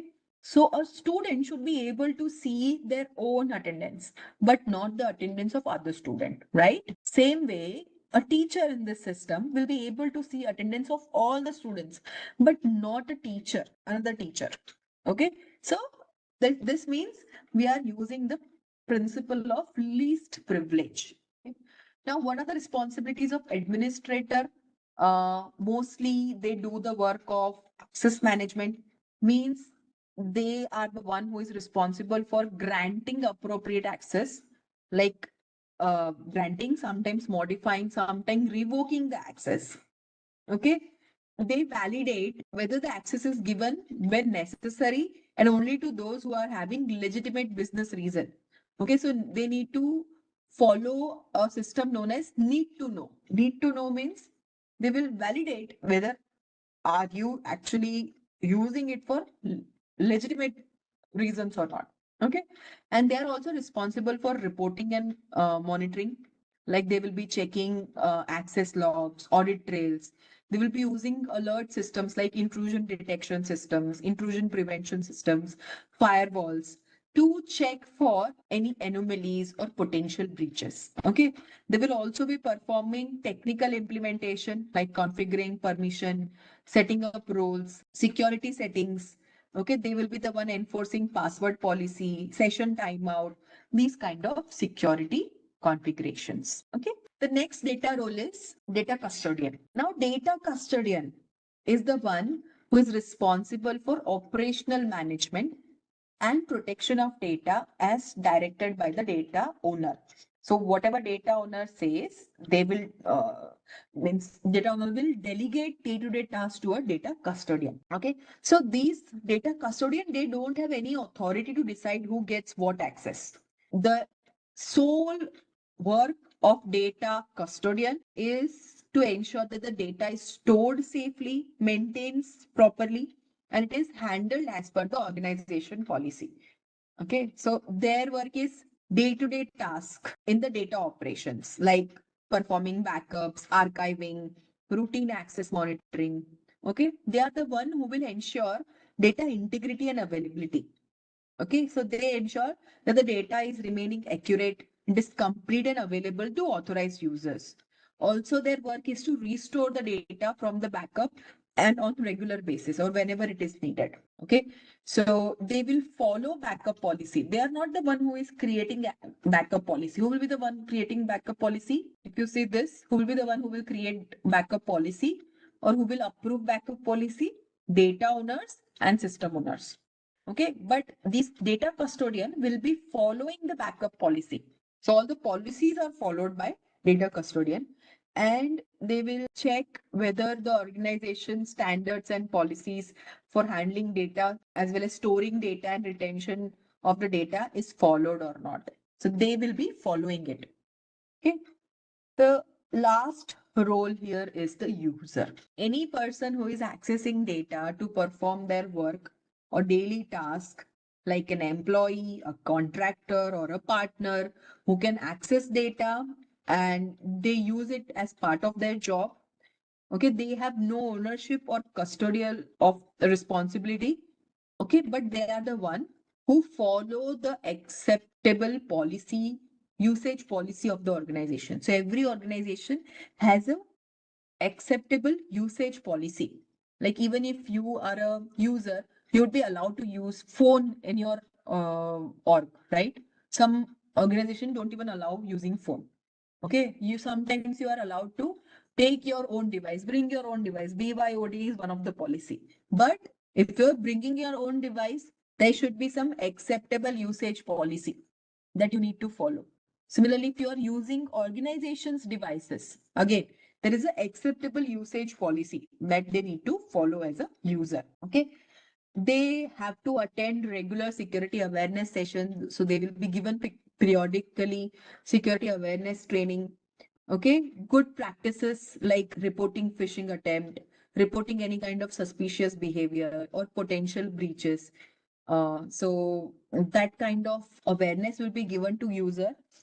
Okay, they will again be given the good practices that needs to be followed, like using strong password, unique password, don't share the credentials, lock your screens when you are away from the computer, report if anything is lost by you, or lost devices, or lost USB drives or disk, something like that. Okay, but many times this user data role is considered as the weakest link in cybersecurity because of their negligent behavior sometimes, and sometimes they are susceptible to any kind of social engineering attacks. So people will just go, attacker can just go talk to the user, know basics about what's happening in your organization, how do you log in, those basic things, and sometimes they speak it out because of the negligent behavior. That's why it is known as weakest link. Okay, before going ahead, let's take up a knowledge check. So staff in an IT department who are delegated responsibility for a day-to-day task, what will be their data role? Will they be business owner, user, data processor, or custodian? Okay, so this is the answer. We talked about data custodian, remember? Okay. Data owners delegate the day-to-day task to the data custodian who is having data with them. So they are the one who ensure the integrity and security of data. Okay. So the answer will be custodian. They are the one who are delegated the role of handling data, not the user. Okay. How they are handling data? By managing and overseeing how the data is handled, stored, and protected. Data processor, they are those systems used to process the data. Business owners are typically project owners or who are the one who is delegating. Okay.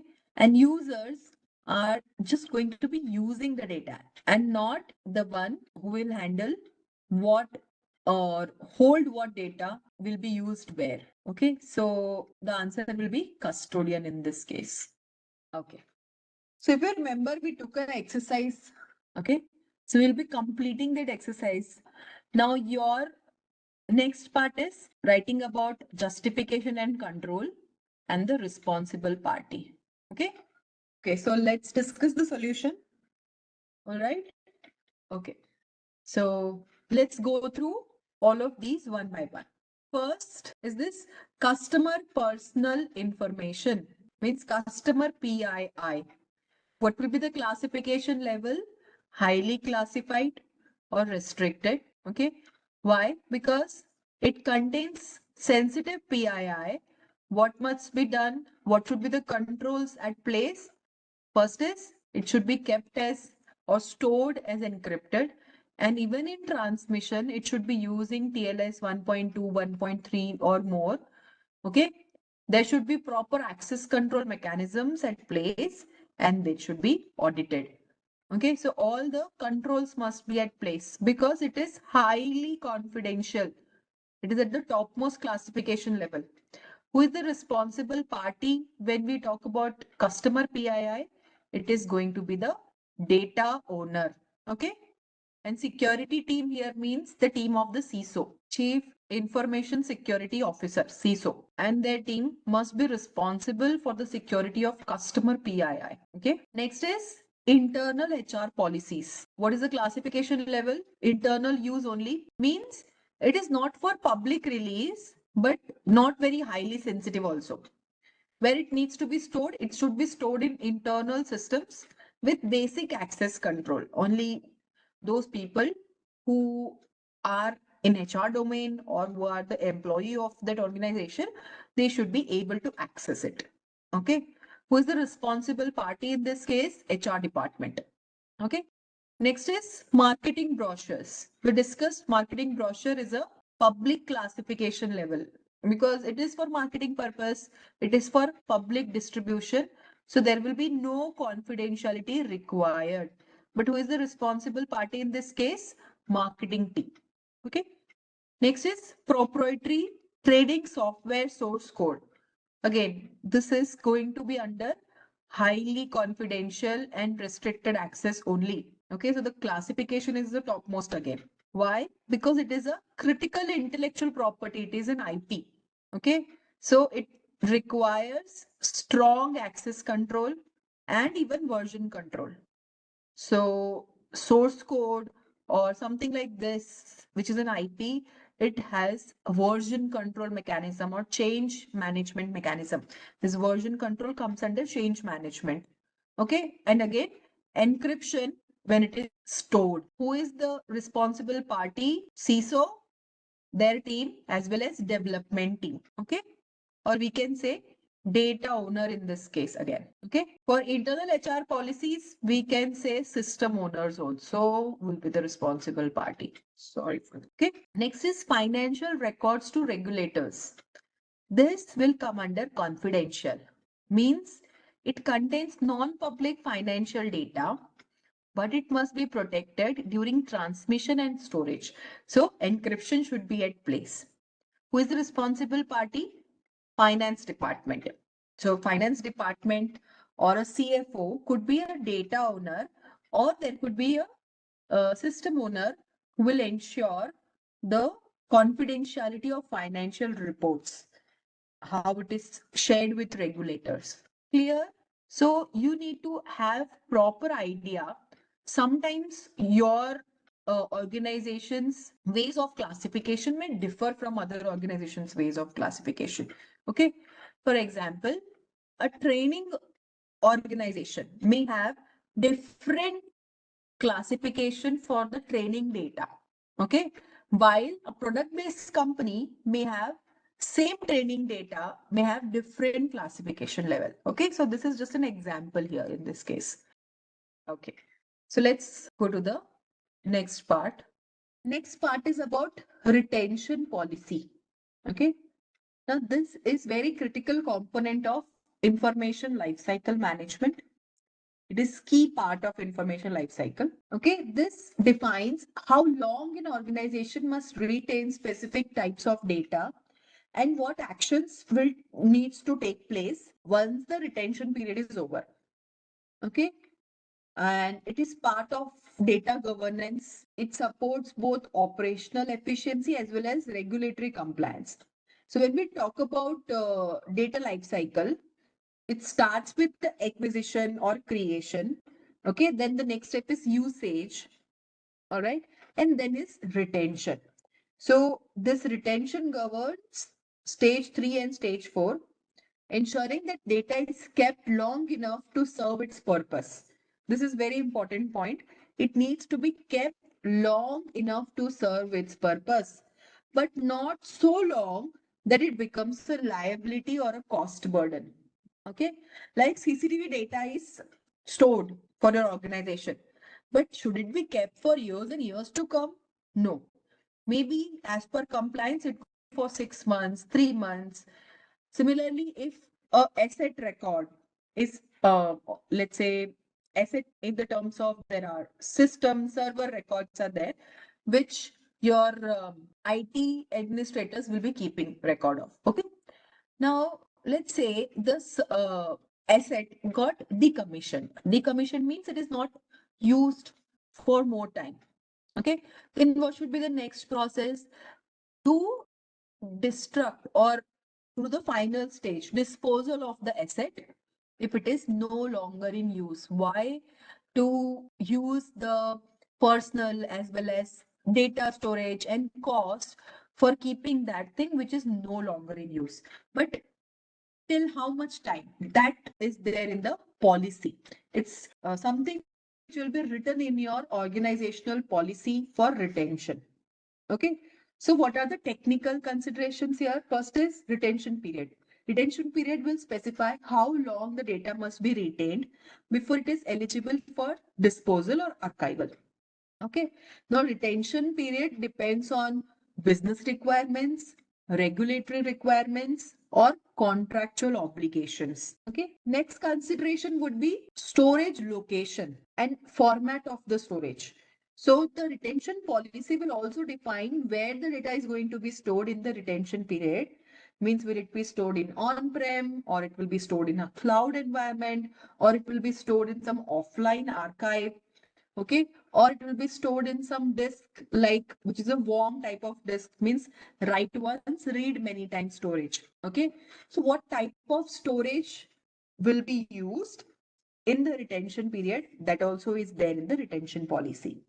So this ensures that the storage solution meets the security as well as compliance standards as per the data classification. Okay, now when the retention period ends, what is next step? If the retention period ends, the policy defines whether the data should be destroyed, means there should be secure deletion, degaussing method, or shredding, or it should be archived for some legal or historical reasons.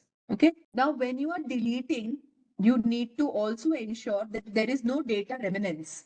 What is data remnants? Data remnants means some part of data is left in the hard disk, even if we have overwritten or deleted from the hard disk or from where it was stored. Okay. So we need to ensure that there is no data remnants in that case. Okay. Now, example here, a company may want to keep data from its R&D division for a much longer period than it will keep the data from its customer service division. Okay. Now, this customer service division is also something that data is also recorded and it is kept for some time, but not forever. But something which is related to research and development, that may be kept for a longer period of time. Okay. And retention policies help you manage the cost. Also, we need to consider industry-wide compliance and regulation. So what are these compliance and regulation?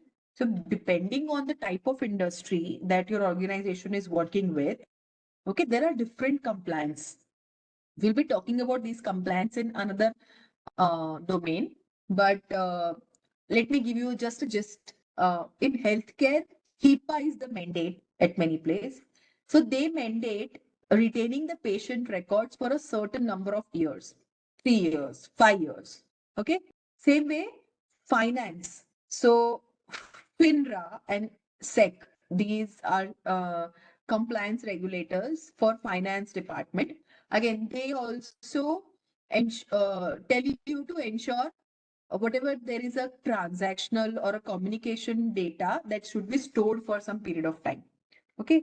And sometimes this retention policies is based on the laws of the country in which your organization is working. Not only that country, but whose data you are processing or whose data you are using or whose data you are data owners to.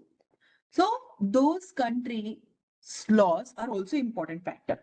Like for example, Europe has GDPR. GDPR says that they have right to forgotten.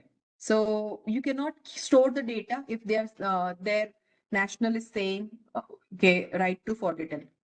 Okay, so retention policies must adhere to local, national, as well as international laws.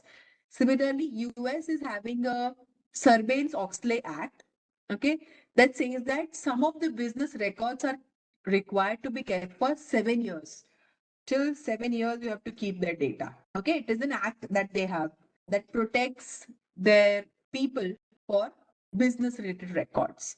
Okay, now whenever you are doing retention, there is a cost associated with it. Okay, so what you need to do next is storage optimizing. So storage optimizing means use, if you're using backup, then what type of backup tape should be required. Okay, so if you remember from your engineering days about RAID, okay, what type of backup is required? Are we going to mirror it, or we are going to just store the parity of the bits? what type of storage we are going to do, so that we ensure that the cost is as minimal as possible, as well as the risk is as per the risk appetite of the organization. Okay.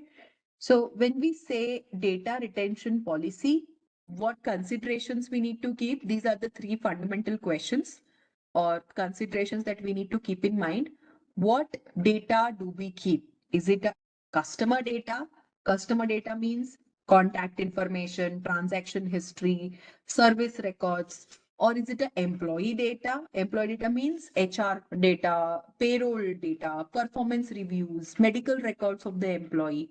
Okay, or is it something R&D related? Is it intellectual property, prototypes, source code? Okay, so what type of data we are keeping? Sometimes it could be financial data also, operational data, or legal data also. Okay. Next is how long we keep this data. So if it is a customer service data, post interaction, it is kept up to 1 to 2 years. Okay. Financial records, as per compliance of SOX, 7 years is required. Medical records, as per HIPAA, 6 to 10 years. Okay, employee data, duration of the employment plus some number of years, X number of years. Okay, so this is the next consideration. How long do we keep data? And then comes how we retain. Like, what are the ways by which we are retaining? What are the storage mechanism? Whether it is on-prem, like whether it is going to be tapes, disks, or whether it is a cold storage or a warm storage site, or you are going to archive it. Okay, when we talk about cloud, it could be public cloud, whether it is private cloud or a hybrid cloud that you will be using. Will you be using object storage like S3 buckets, AWS S3 buckets? Okay, so these three fundamental questions must be answered before we talk about retention policy. Also, security controls, integrity controls must be considered, because when we say how do we retain, so when we are saying cloud, so cloud providers need compliance standards as per ISO 27001 or SOC 2. Okay. Similarly, there are data residency laws like GDPR, where data localization will be required.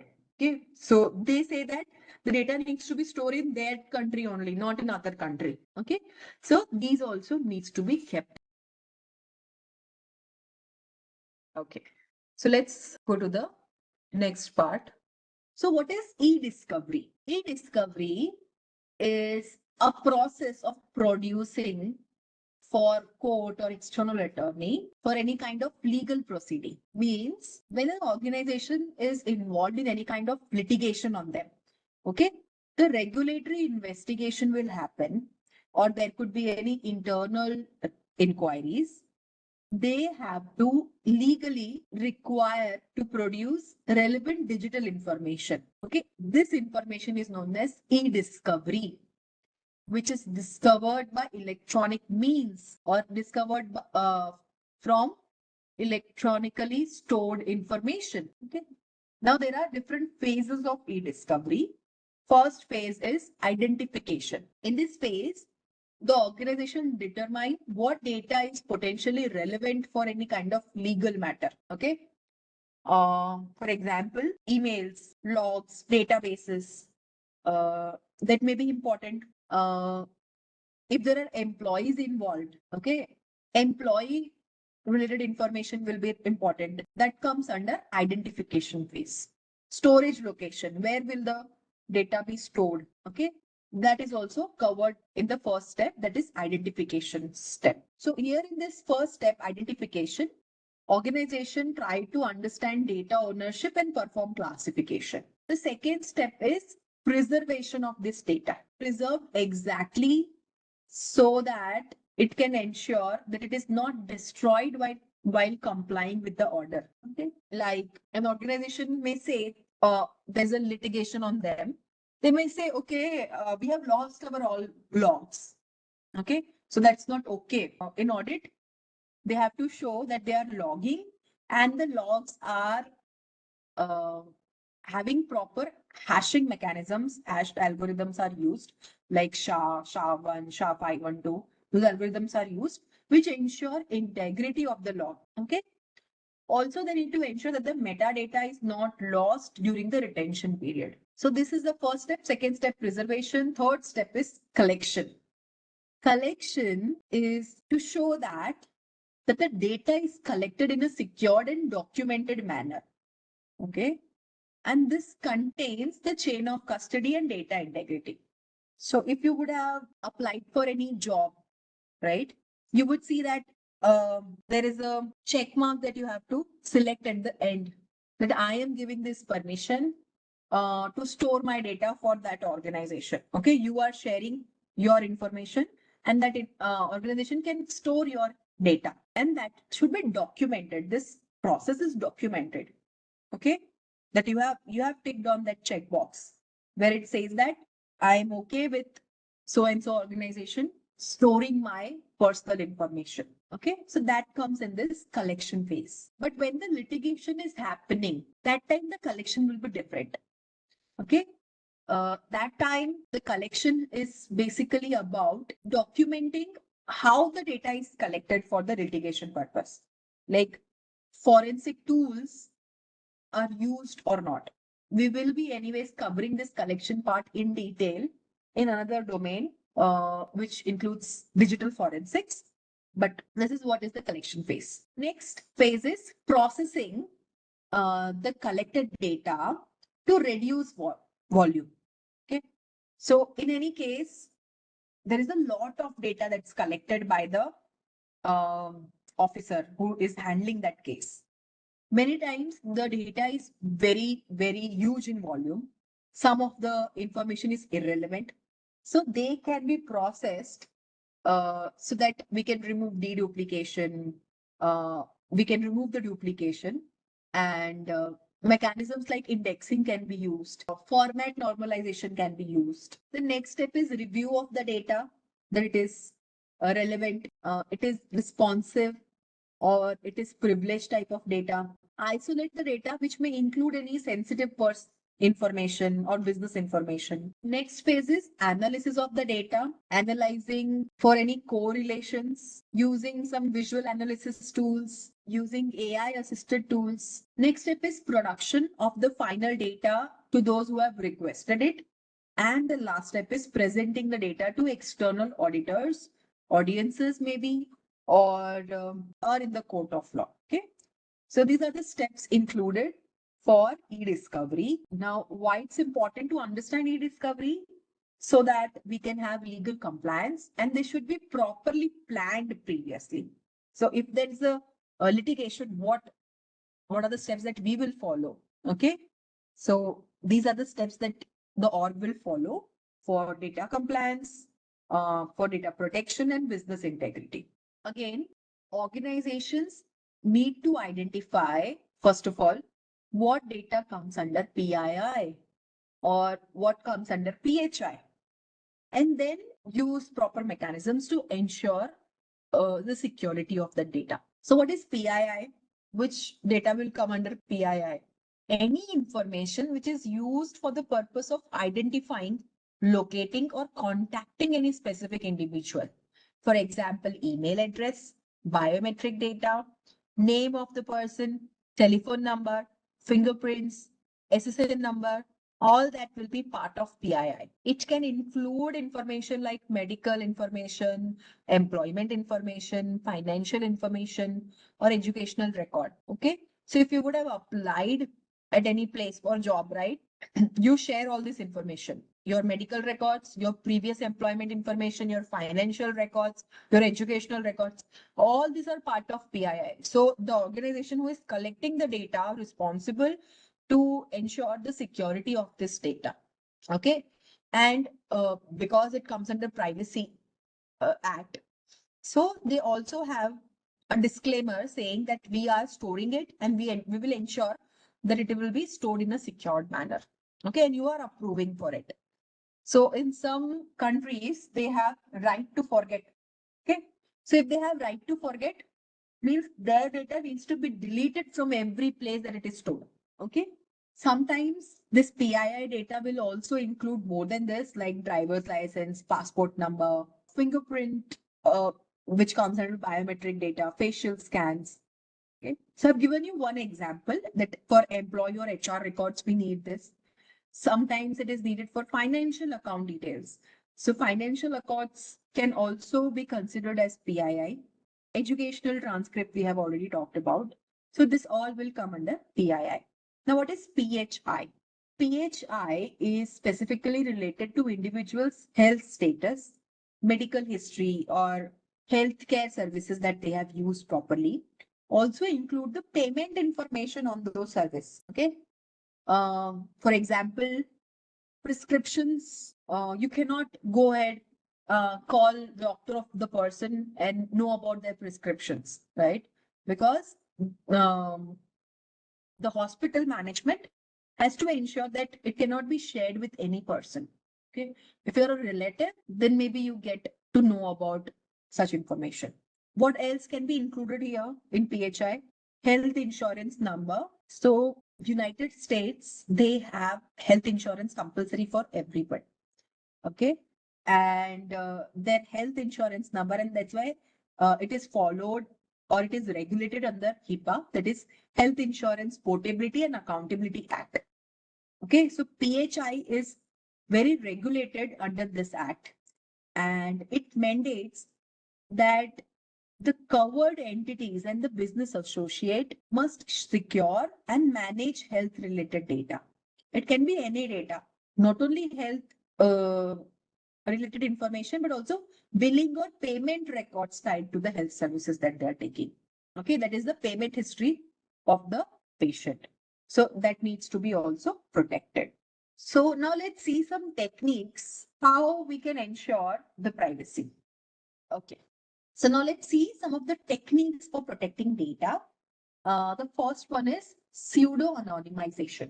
Pseudo-anonymization is a data protection technique which is used to process or use a method known as pseudonymous to represent other data. Okay.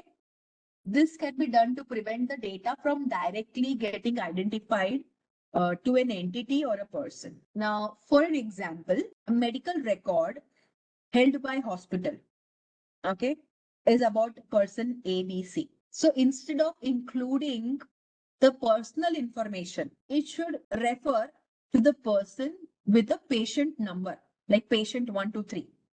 Okay, in the medical record. The hospital will still need the personal information, and that could be put up in another database, which will be linking to the patient's pseudo-anonymous value. Okay. For example, you can see here, the information name is Peter. This is the first name. This is the PII, Annabelle, Mark, Elizabeth. Okay. Then there is Mark, again, Annabelle. So these records are kept. Now, are you seeing this is the pseudo-anonymized tokens here? For Peter, this is the token that's used. Okay? This is exactly not encryption. Don't confuse this with encryption, but we are using any anonymous token or a number, a file number to keep the record. So this PII will be stored in another record. Okay? Yeah, the unique key will be this one, and it will depend on maybe they are using some IDs that are generated, token numbers that they are generated. Unique key can depend on what database they are using, but yes, this will be pseudonymized to this. So if you see here, when Mark is coming again here in another record, it's the same pseudonymized token. So a real name is replaced with the pseudonym.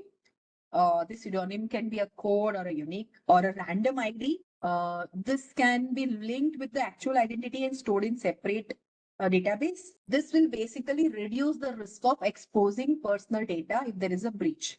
So you would have seen in hospital, they have a file number, okay, instead of patient name everywhere, okay, or case number. That's the way how pseudo-anonymization is done. And when the linking needs to be done, a proper authorization will be required when you want to get the information about that patient number 123. Okay? So this is pseudo-anonymization. Now, next technique is known as anonymization. This is used to, again, transform personal or identifiable data in such a way that the individual can no longer be identified directly or indirectly. So if this is done, It cannot be transformed back to the original person data, even if you are combining it with other sources. Okay. So when I say anonymization, it is irreversible, unlike pseudo-anonymization. Pseudo-anonymization, you can go from A to B and again B to A. But here in this case, when it is, you can anonymize this, but from this anonymized value, you cannot go back to previous information. So it is a one way. Okay. Once the data is anonymized, it will no longer be considered as PII. And typically it will exempt from privacy regulations such as GDPR or HIPAA. So we can say that here it is irreversible, means there is no method or key to restore the original identity.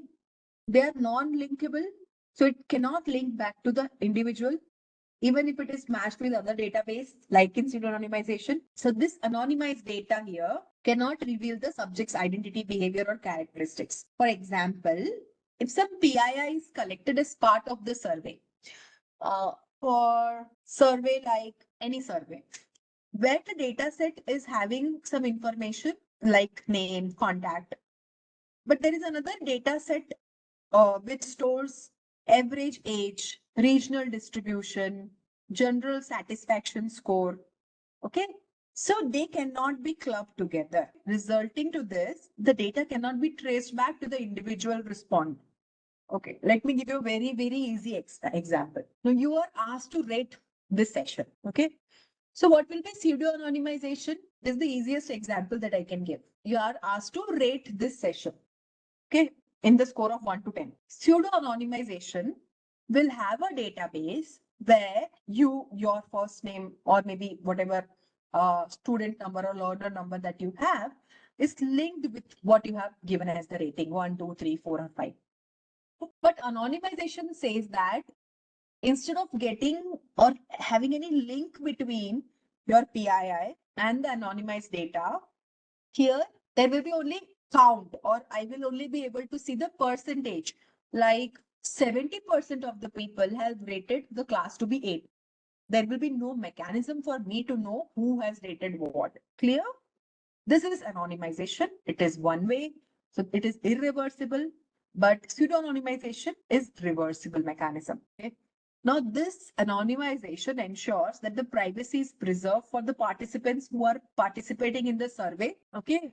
But organization can still derive the value from the survey. Like they will be able to perform reporting or they will be able to do the analytics from the survey. And still the data is compliant for public release or internal use. And there will be no privacy safeguard in this case when we have done anonymization. Okay. So when pseudo-anonymization will be done, when we want privacy enhanced controls like in GDPR, pseudo-anonymization. Anonymization will be done when you want full identity to be protected at all. Okay, like in case of some surveys. So anonymization, again, if we have to compare, is for public data sets to get statistical reporting. But pseudo-anonymization is for data analytics, research, medical records. Clear?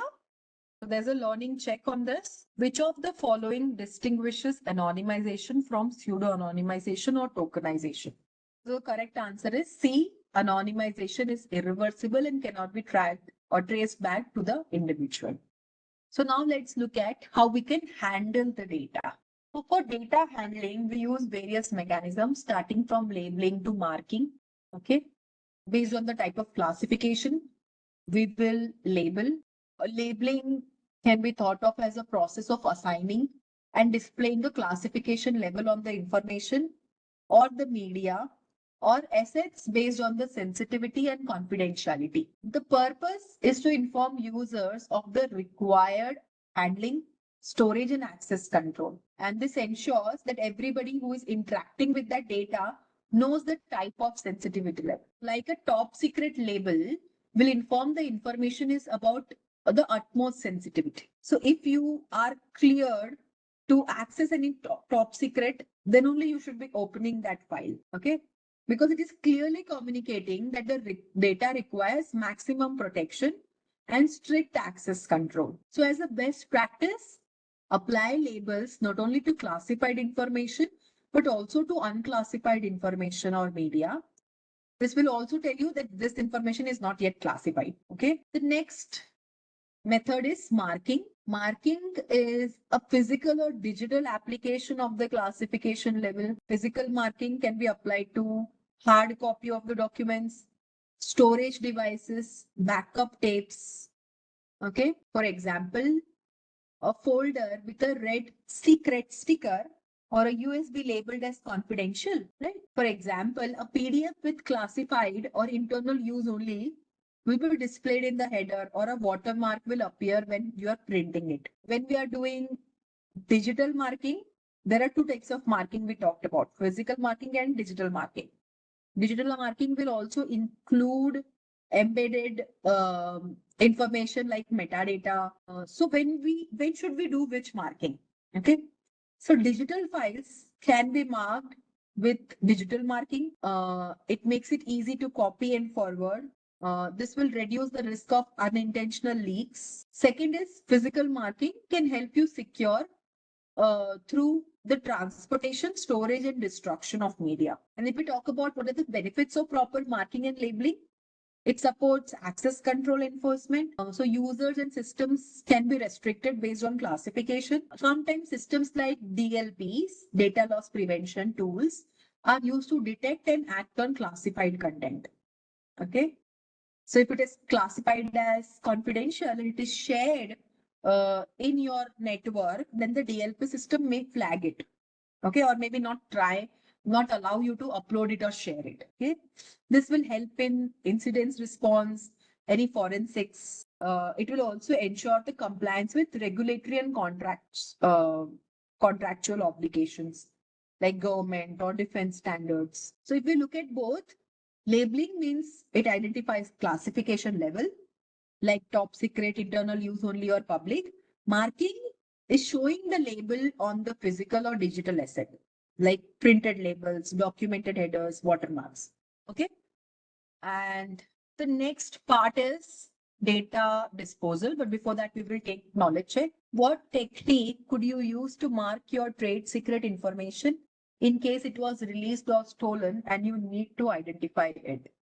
If a trade secret, it is a trade secret. First thing, we shouldn't have kept that open where anybody can access it. So watermarking will not do the work. Metadata, looking at metadata, we will come to know some other information about the data. But first of all, if it is stolen, then first thing you will identify about symmetric encryption. But here, read the full question correctly. Okay. When we say watermark, it could be a digital watermark, okay, which will indicate the ownership. So you want to know that it was your data, okay, and that comes under digital rights management system, which will identify that the data should be protected, like a copyright act is there, okay. Watermark can be removed, but some of the watermark can't be removed, watermark, and you have shared it publicly, and you come to know that some people are using it and even sharing their information, then you can file case against them because this will indicate the ownership of the data. So if the encryption is removed, still watermark is the one which is used to identify that it was your data. Just a quick info, guys. Intellipaat offers cybersecurity course in collaboration with iHub IIT Roorkee and EC Council. Through this course, you will master tools and techniques of cybersecurity such as IAM, network security, cryptography, Linux, SQL injection, SOC, ethical hacking, cloud security, and much more from the top IIT faculty and industry experts. With this course, we have already helped thousands of professionals in successful career transition. You can check out their testimonials on our Achievers channel, whose link is given in the description below. Without a doubt, this course can set your career to new heights. So visit the course page link given below in the description and take the first step towards career growth in the field of cybersecurity. So this is the next phase of the data lifecycle or information lifecycle, that is data disposal. So data disposal is the last and former act as a most ignored phase of information lifecycle. Many times it gets overlooked upon, but when it is critical security control, when we are dealing with sensitive or classified information, if this stage is not handled properly, there could be some residual data which can lead to data breaches or regulatory violations or unauthorized data recovery. You don't want that. So, how do you ensure that? First of all, let's understand what is the meaning of data residual or data remnants. Data remnants means the data which is still on the media as the residual magnetic flux. Even if you have deleted it, still there. Some part of the data is still there. It is a recoverable data. Okay. So when you are using system tools to delete data, like you are simply deleting the data, or you're using some other mechanisms to even format the data, it will leave much of the data remaining on the media, and that can be recovered from some tools. There could be softwares which are allowed or which are used to recover the data, but there are also hardware based mechanisms which can be used to retrieve the data. Every organization should have a strong data disposable property policy, and they need to define in that policy when data should be disposed, means the end of retention period, user departure, like an employee has left the organization, project has been completed. Afterwards, what to do with the data? What policy says? Okay, that should be defined in the policy. The specification of how the data will be destroyed based on data classification level, that is there in the policy. Now, when we talk about the methods for data disposal, these are all the data disposal methods. But before going to methods, let's understand some classification. Let's understand this methods by classification. Okay. So if it is a public data, simple deletion will be what? Like it is okay if you simply delete it. Okay. What is deleting or what is erasing? Simply performing a delete operation against the file or a set of files or the entire media, like formatting the whole media. In most cases, the deletion or removal process removes only the directory or catalog linked to the data. Okay, the actual data is yet on the drive. Next method is clearing. Clearing can be done with the help of overwriting. It is a process of preparing media for reuse. So if, say, you want to reuse the media, okay, you can use this method clearing. This ensures that the clear data cannot be recovered using traditional recovery tools. The software cannot recover what was there, even if they want to, because the data is overwritten by some other data. Okay, the media is cleared and unclassified data is written all over addressable locations on the media. So if the data classification is of the level of internal usage only, overwriting or clearing is a better way to handle that data or that media. Okay. Next is degaussing. What is degaussing? It is a method, or degaussers are there, which create strong magnetic field that will erase data on the medium. And this method is known as degaussing, mostly used to remove data from magnetic tapes so that the magnetic tape can be used again. So it acts as a fresh new magnetic tape. So the goal is to return the tape to its original state. So if your data is, say, of the data classification level confidential, okay, that time secure wiping or degaussing, multiple overriding can be used. Next method is encryption. Encryption means the data stored on the medium is encrypted using a strong key, and to render the data is unrecoverable, the system simply needs to securely delete the encryption key. So encryption key, once deleted, nobody can decrypt the data because they are not having that encrypted key or the encryption key. This is very fast mechanism than actually deleting the encrypted data. Also, when we want to recover the data, it typically is impossible or infeasible computationally. So whenever it is a highly confidential type of data classification level, so cryptographic erasure, that is using encryption, is used many times. Many times physical destruction is done or degaussing mechanisms are used for highly confidential data. The next method is known as purging. Basically, it is a very intense form of clearing. which will prepare the media for reuse in less secure environment. Means this process will repeat the clearing process multiple times, and it may combine it with another methods like degaussing to completely remove the data. So it is more intense form of clearing the data. Next method is sanitization. Again, this includes combination of processes which will remove the data from the system or media. It will ensure that the data cannot be recovered by any means. When a computer is disposed of, sanitization will include that all the non-volatile memory has been removed or destroyed. And the next is destruction. So whenever the data or the media is in the final stage of life cycle, this is the best method, destruction. Okay. So whenever you are doing the destruction, it is important to ensure that the media cannot be reused or repaired, or no form of extraction can be done from the destroyed media. So there are various mechanisms for doing that, like shredding, incineration, destruction as per the regulatory standards is done. And it depends on the type of media that is used. Is it a hard drive or a paper or any other method? So whenever it is a top secret or type of classification or regulated type of classification, destruction is the best method for actually destroying the data. Means it will have no chance of any kind of retrieval of the data. There will be no remnants. Okay? There's a learning check. Let's take up that. Megan wants to prepare media to allow for its reuse in an environment operating at the same sensitivity level. Which of the following is the best option to meet her needs? So it was public, then she wants to use it again for public. If it was internal use only, she wants to use it for internal use only for the same sensitivity level. Like same people may have now same access control mechanisms for the data. What will be the answer here? The answer is going to be A.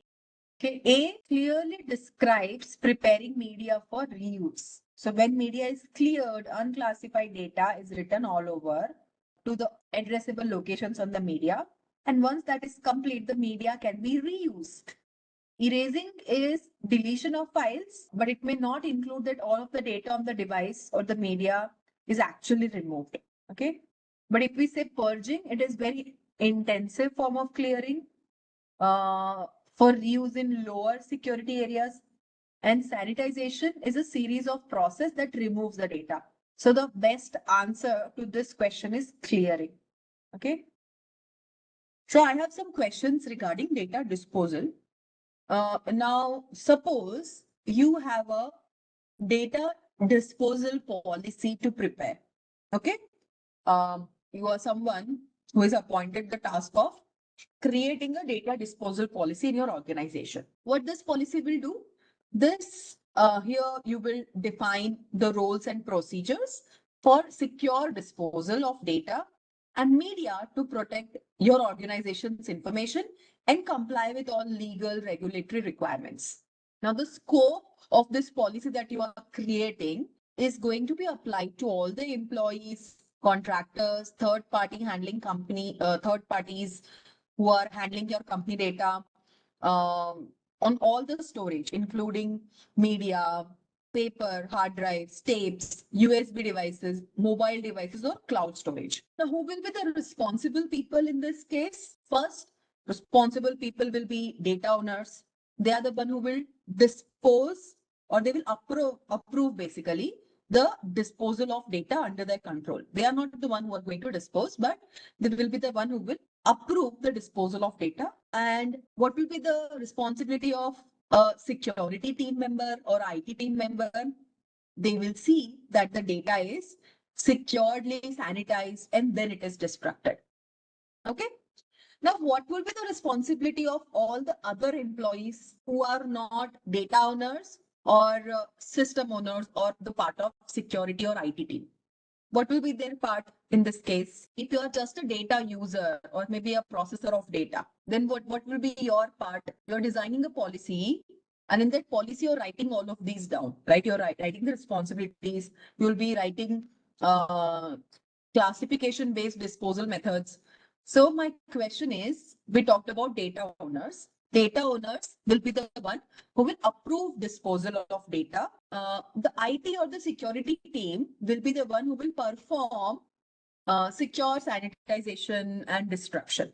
So what will be the task of the data users or data processors? Specifically, I want to know for other employees who are just data users, what is their task? What they should do? Okay. So user, they don't need to inform about this, but they may need to report when the devices or the media are ready for disposal. So yes, they are the one who are telling that, okay, now this device or this media can no longer be used. It is ready for disposal. Or if there is a theft, that they are the one who will be informing the organization that there is a theft, or maybe after theft, they are again getting the data. Okay. Yes, they will be the one who will follow the policy, whatever is written in the policy. Okay. Now let's discuss upon classification based disposal methods. So let's say if the classification level is public, what will be the disposal method? We talked about these disposal methods: erasing, clearing, degaussing, encryption, and purging, as well as sanitization and destruction. So for a public classification level, how are you going to dispose the media? Clearing or simply erasing or deleting will do the job, right? Just erasing will do the job, erasing or deleting. All right. Now, when I say the classification level is internal, what will be the method that will be used for disposal? Internal usage only. We can say clearing. That is, we will be overwriting with approved wiping software. Okay. And that way we can reuse the media. So now for classification, public and internal, we have already discussed. Next is for the classification level confidential. What are we supposed to do? If it is confidential, then what will be the answer? The answer is on this screen. Yes, you can encrypt. Degaussing would be a better option. Okay. Or maybe a physical destruction. Now for highly confidential type of data, what will be the methods that should be used for a highly confidential classification level? What will be used? Encrypt can definitely be used here in this case, but the steps will be sanitization and then followed by physical destruction. Now, this physical destruction can include shredding, crushing it. Okay, if it is a hard drive, they can be crushed, or incineration. Okay, makes sense? So in the policy, you will write these methods for based on the classification level. Incineration means the material will be burned at very high temperature, okay, so that they become ashes. That's the last step of destruction. Okay, that will be used for highly confidential classification level. Now, how will you ensure that there is no data remnants? Data remnants means even after deleting, there is some data left. Okay. So whenever you are simply performing deletion or you will be just formatting the drives, it is not sufficient for sensitive type of data. When you are actually deleting something from a, let's say, a pen drive, okay, just the fact table removes the entry of the data, but the zeros and ones which are there on the drive, they won't get deleted. That's the way how you are recovering using a recovery software. Okay. So that data which is there, but it cannot be directly accessed because the table which has the entry of the data, maybe the table is deleted when we do the formatting, or when we are deleting, the entry is deleted. Okay. So because of that, you're not able to, your software operating system is not able to fetch that information. But if you are using a recovery tool, recovery software, it will get that information for you. Sometimes some of the information may be lost. So when you're doing simple deletion or formatting, it is not sufficient for sensitive kind of data. Okay. So what you need to do, you need to use some approved tools and methods to ensure that the data cannot be recovered. Okay. Now, when we are doing data disposal, so what can be the methods based on the type of media that also we will write in this policy? Okay. So now tell me, for paper, which method will you use for destruction or disposal, shredding or pulping? Okay. Both methods can be used and the paper can be reused afterwards. Okay. Another type of paper can be created out of it. Okay. Now, if the media is a hard drive or an SSD, what is the type of disposal method that we will use? We will be using degaussing. Okay. Now, for mobile device, what will be the way of destructing or disposing the data? Many of you would have sold your old mobile device, right? How do you ensure that the data is wiped out? The deletion won't work. Okay, so how you ensure that the data is wiped out before somebody else is using it? The formatting, but in terms of mobile, it is known as factory reset. Okay, but along with factory reset, there will be still data remnants on that phone. So you will use some ways of wiping the information. And if the information which is stored on that media is of higher classification level, it will be better to destroy the mobile phone. Okay. To ensure that there is no data remnants. If there is some very confidential or data, maybe just confidential or highly confidential, but still you will ensure that it is destroyed. Okay. Now, what will you do in case of cloud data? If you are storing information on say any cloud, it could be Google Cloud, it could be Azure, it could be AWS. What mechanism will you use to ensure data disposal on that? So in case of cloud data, you will ensure that the cloud provider deletes the data securely using all the ways as per the SLA. So whenever you are using any cloud provider for storing your information, okay, so everything is written in service level agreements, SLAs, okay, and SLAs need to be followed even for data disposal.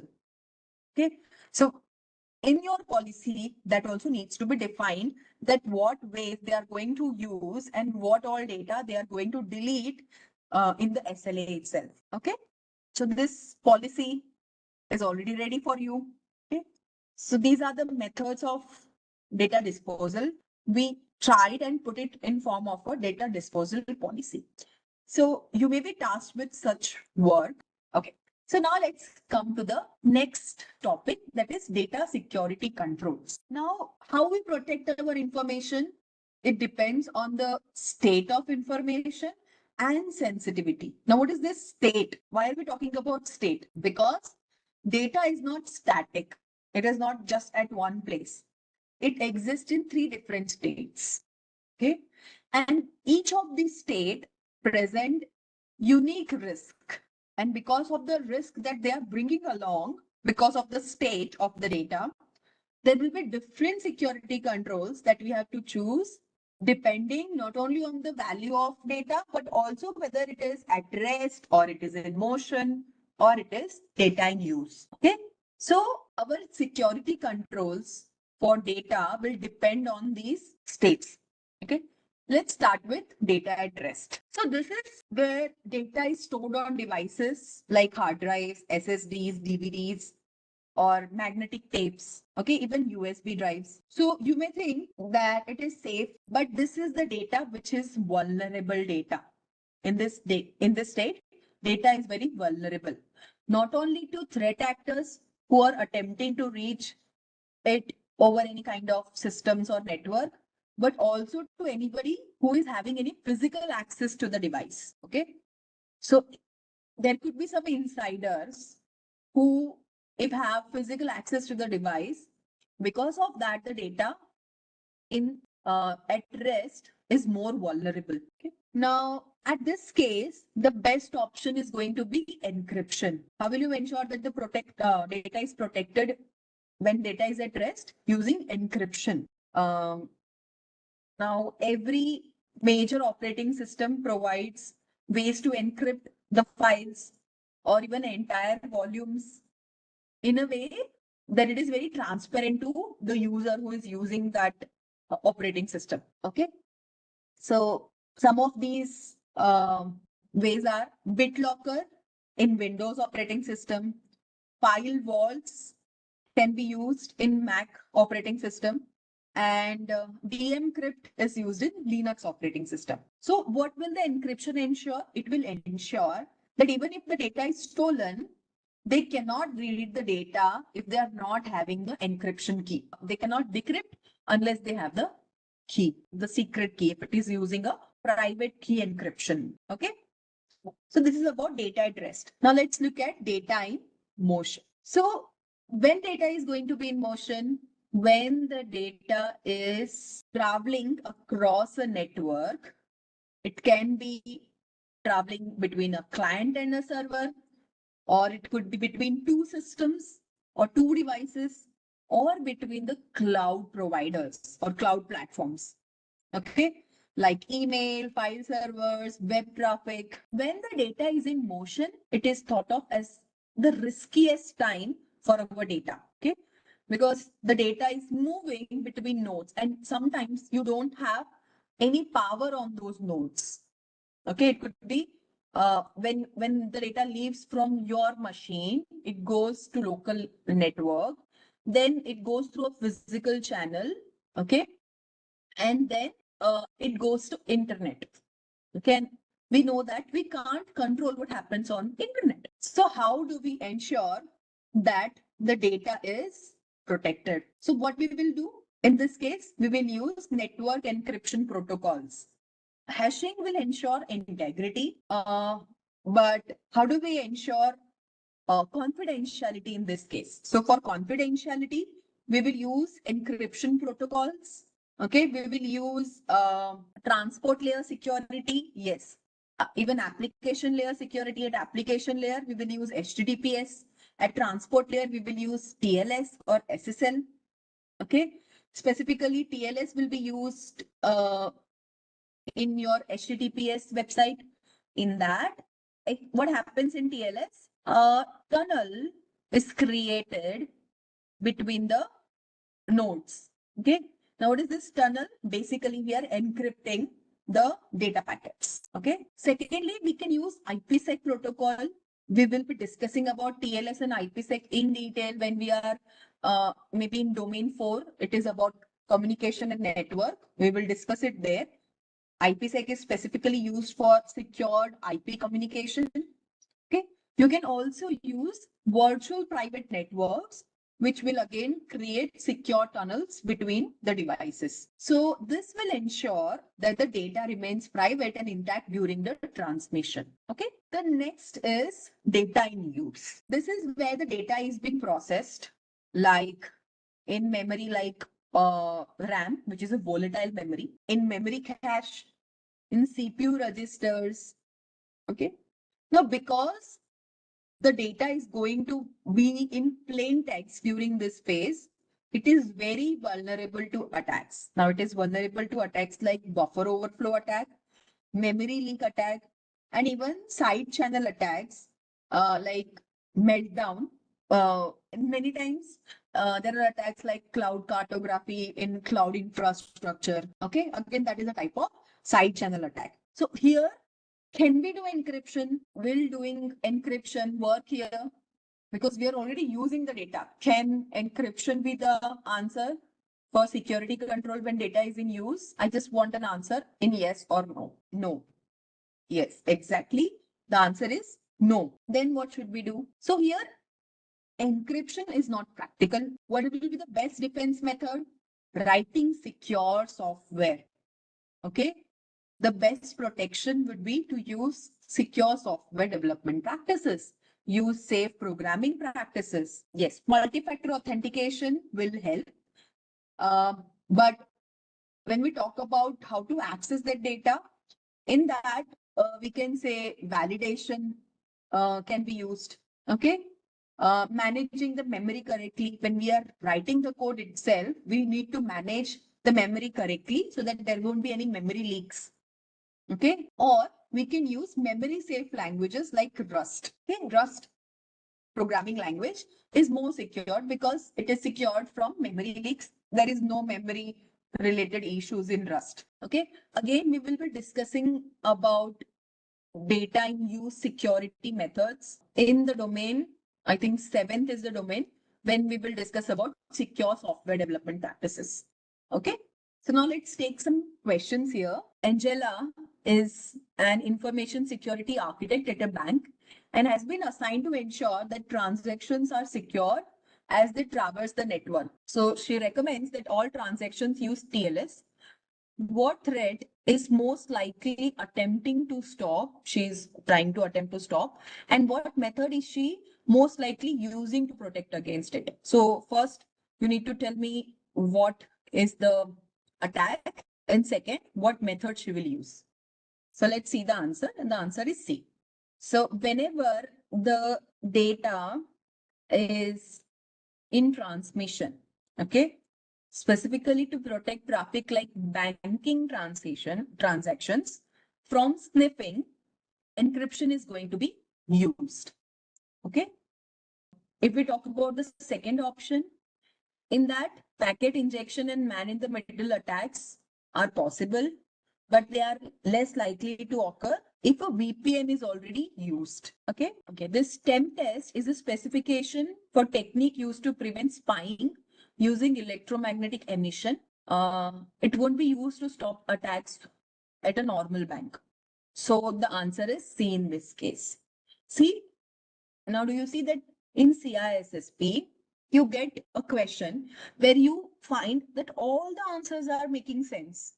Okay, but what matches to the exact question here will be very subjective sometimes, depending on what example they have taken. Okay, and this will come to you once you start preparing not only the basis, but also go through many questions. Okay, so if you are doing that, if you remember, I said that for each and every domain, I had practiced around 700 to 1000 questions. Okay. And then I was able to appear for the exam and pass it in my first attempt. Because and at start, I was, if there are, and then there were 100 questions, I was only getting 40 or 50% correct, but that was not sufficient. We have to get 70% correct, right? We require 700 out of 1000. So that's why I've added as many questions, as many knowledge checks as possible. And many times these knowledge checks are a little difficult on the side. I've taken this question from third edition CISSP book. So you can start preparing from that book. There are around, for every topic, there are around 20 to 30 questions, which you can refer to along with the topic details. Okay. All right. So now let's come to the next topic, that is security baselining. So baselining is said to be something which can provide starting point and ensure the minimum security standard. Okay. It means it is a set of minimum standardized security configuration and controls which can act as the starting point for you to secure systems, applications, operating systems. Okay. Now, what does this baseline do? They will ensure that at least you have minimum consistency across the systems. You are meeting all the compliance requirements. This baselining can serve as a reference for auditing and monitoring, and you can customize based on your specific business requirements. Now, there are different ways of doing this. First is imaging. Imaging is a practical method to implement baseline. It can be used as to configure a single system with desired settings, capture its image, and then deploy the image to other systems. Okay. And now once you have done the deployment to other systems in the secured state, you can next perform auditing process to periodically check the systems to ensure that they remain in secured state. Okay. Now let me give an example here. What you can do for all those new joinees in your organization, or maybe if you're starting a new organization, you will configure one Windows 11 laptop. You are saying that you are going to give Windows 11 laptop to all the employees. Okay. So you will configure it with basic security mechanisms like BitLocker encryption enabled, Windows firewall activated, auto updates configured, only approved software installation can be done on that. Admin account is secured. So all these settings you are doing on that one Windows 11 machine. Once the setup is complete, you capture this configuration as a system image, okay? And then the same image will be used to deploy all the company laptops. So this will ensure that there is a uniform security setting. Later on, you can use auditing tools like Microsoft Defender or for endpoints, or you can also use Qualys to periodically scan the machines and ensure that they remain compliant with the baseline. Okay, Qualys is another type of endpoint or a DLP type of system. They have many other systems as well. The next method is scoping. So in scoping, what we do is we review the baseline controls and apply only what is relevant to the system or the environment. So this can include security controls like database encryption, multi-factor authentication. Okay. Now for some examples like cloud-based application, physical controls may not apply. But during scoping, the team who is performing this activity will exclude those irrelevant controls and focus on cloud relevant like identity management, virtual network security, and logging. So in a cloud-based application, physical controls will not be used. Okay, that's how the scope will be decided. Okay, next is tailoring. So in tailoring, we modify the baseline to suit our organization's requirement based on the risk appetite of the organization and regulatory requirements of the organization. Because some organization may be compliant to PCI DSS, some may be the one who are getting compliant to HIPAA. There could be another who have to comply to GDPR. So it depends, right? The regulatory requirements of the organization depends. Also, the risk acceptance of every organization is different. Risk tolerance is different. So in this tailoring, we modify the baseline, okay, because baseline is the one which provides a starting point. So we will modify the list of security controls within the baseline so that they align with the mission of the organization. Okay. To give an example to this, let me say that a healthcare company which is working with patient data, okay, and you have started with a baseline of NIST. So how will you tailor the security controls? By adding HIPAA specific controls. Okay, HIPAA is for healthcare data. By adding more auditing or logging, sometimes data retention, increasing password complexity beyond the original baseline. So for your Google accounts, what is the baseline to create a Gmail account? What is the baseline of the password? Minimum settings for creating your password is you can write alphanumeric values, caps, numbers, special characters. All special characters can be included. Yes. So this is baseline. Okay. Minimum 8 characters should be there or minimum 12 characters. But depending on the type of industry, you may find that the password settings are different. Okay. For our organization where I'm currently working, we have to set up minimum 14 characters of password. It can be alphanumeric. Some of the special characters are allowed, but not all. Okay. And we have to update the password every 3 months. Okay. So what has been done is there has been tailoring done to the list of security controls within the baseline itself, because the organization that I'm working in is a security organization. All right.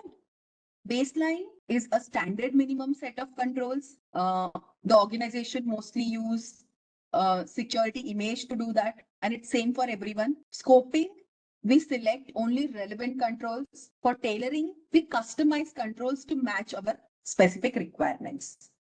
Okay. Now next is data loss prevention. Data loss prevention basically consists of all the actions that an organization will take to prevent any unauthorized external parties from gaining access to sensitive data. There are softwares for data loss prevention, but the challenge of data loss prevention is that you need to have a holistic view of the organization. Okay. and it must include all the people, all the processes, all information, and then we can implement data loss prevention. Now, DLP technology is available with many vendors. Some vendors will be used in your organization also for DLP, but the features will include sensitive data awareness. So, as a user, you need to know what data comes under sensitive and how to ensure its security. So, if some data is sensitive data, you will encrypt it with one of the ways available on your operating system. Okay. And then it follows a policy engine. So for a DLP, there is a policy that is written organization wide. And based on the policy, it will find and say that this data cannot be shared. Okay. This document cannot be shared. Also, accuracy is very important feature because many times the data may not be sensitive, but because of this, some keywords which may be there on that doc or on that presentation or on that Excel sheet, which is flagging the policy engine. Okay. So this is something about DLP. Now let's see some DLP types. There are network DLPs which are applied for data in motion. Normally, they are implemented as dedicated appliances at the perimeter. It will not protect the data on device, okay, which are not part of your network, but it is very costly at many times. And sometimes it may choke the network points because it will check each and every traffic which is going through the network. Another DLPs are endpoint DLPs. They are used for data in use and data in rest. For that, daemon or an agent is installed on the end system. Sometimes they're very complex. And depending on the type of DLP that you have taken, they may have agent management or you have to manage it as an administrator. Okay. But endpoint DLPs, they won't know anything about data in motion. They won't be able to detect for any protection, any violations that is happening in the data in motion. Then there are advanced hybrid DLPs, which deploy both endpoint DLP and network DLP, but they're very costly and they have many complex approach. Also, it is important that you write the set of controls, and to write the set of controls, it's very difficult because you have to think about all the people, all the processes that is happening in your organization and what all information is stored. Okay. This was about DLP systems. Now let's take up some questions. As I said, just going through the theory may not help you with CISSP exam if you are appearing for exam. It's not compulsory that you take exam. It is very costly exam as such. If you are at the start of your career, you may not go with this exam, but go for other exams. That's my recommendation, which are easier, which are more on the practical part. Okay. Now this CISSP is something which you can know about through this modules that we'll be covering. You will know about each and everything about what is covered in CISSP. We will also be taking up some MCQs. If you want to appear, then look at as it an investment. DLP, again, this exam is many times a theoretical exam. And if you have an experience of somewhere few years, minimum 5 years is recommended. But even if you don't have experience and you give CISSP and you pass, you will get an associate certificate. You require 2 years of experience for that, but 5 years for becoming actually CISSP professional. Okay. Let's take up some knowledge check now. What term best describes data that is resident in system memory, which is stored in system memory, right? Data can be at rest when it is on drive or other storage mediums. Okay, when we are saying system memory, so it can be RAM. Okay, let's take up another question. I've added some question from all the parts of our domain 2. We have completed domain 2. Which of the following is an example of physical control? C is the correct answer. Security guard is an example of physical control. Okay. Let's take another question. Which method is more secure for disposing of highly sensitive data? Out of the list, the correct answer is C. Let's take another question. Which of the following best describes PII? I have added some questions. C is the correct answer. Personally identifiable information. What will PII include? It will include names, SSN number, address that can identify an individual. It is critical in privacy and compliance laws like GDPR. Okay. Let's take up next question. Who is primarily responsible for determining the classification level of data? Data owner. Data owner is always the topmost person. Okay, like a CTO, CIO, CISO level person, CEO even. They are the one who are responsible for determining the classification level of data. They won't be actually doing it, but they will be looking at it. Okay, is it done correctly or not? And they would be the one who will also pass all the finances, and they are utmost responsible for the data security. Okay, let's take up another question. Which classification level is typically the highest in government data? Yes. So I think now all of these questions are CISSP asked questions, previous questions. Okay. The correct answer is C, top secret. So this module 1, forms the backbone of information security. And if you understand it well, it will help you to look at other domains as well. Now, what does it cover? We are going to cover CIA triad. I know that most of you will be aware of CIA triad, but we will be discussing a lot of details of CIA, principles of CIA. CIA means confidentiality, integrity, and availability. That is considered as primary goals of security. Followed by that, we will be discussing about security controls, security frameworks.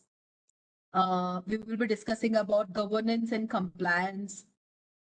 We will also discuss about security policies, standards, procedures. We will discuss how threat modeling is done, how risk management is performed. Risk management is part of GRC, that is governance, risk and compliance, GRC. So we will look at governance, we will also look at risk, we will also be looking at the compliance part. Okay. Ethics is something we already covered when we started the session. We started with the ethics which you should follow as a CISSP professional. We will also be discussing about some basics of business continuity and planning and intellectual property. So as a CISSP professional, ISC Square has given 4 code of ethics that every professional needs to follow. And if a CISSP intentionally or knowingly violates the code of ethics, they may be subject to peer review, which will decide whether the certification will be revoked. Okay. I mean, if you're working in any organization, you follow their rules. Okay. You follow the code of ethics as an employee. Same way, you have to follow the code of ethics if you are a CISSP certified professional. And it has 2 preamble. We didn't discuss about the preambles. Okay. So the first preamble, not 2 preamble, basically it is the preamble says that the safety and welfare of society and the common good, duty to our principles and to each other, requires that we adhere and be seen to adhere to the highest ethical standards of behavior. This is what we will follow, and we will also ensure that other CISSP professionals or the professionals in cybersecurity domain follow the principles and you behave at highest ethical standards and put it in your behavior. Therefore, you have to strictly adhere to the code. That is the condition of getting the certification. That's also written when you get the certification. Once you have passed the exam, then you have to say that, yes, I will follow this code of ethics. Okay, these were the 4 code of ethics. Now we can call them code of ethics canons. We have discussed about them. I will not be elaborating them again in detail, but let me just go through all of them.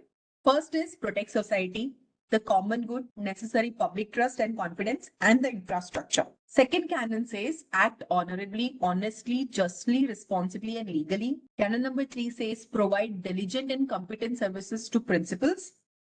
And canon 4 says advance and protect the profession. And I guarantee at least one question you will get from code of ethics. So you need to keep it by heart. Sometimes the question is not exactly, not something which you have to remember.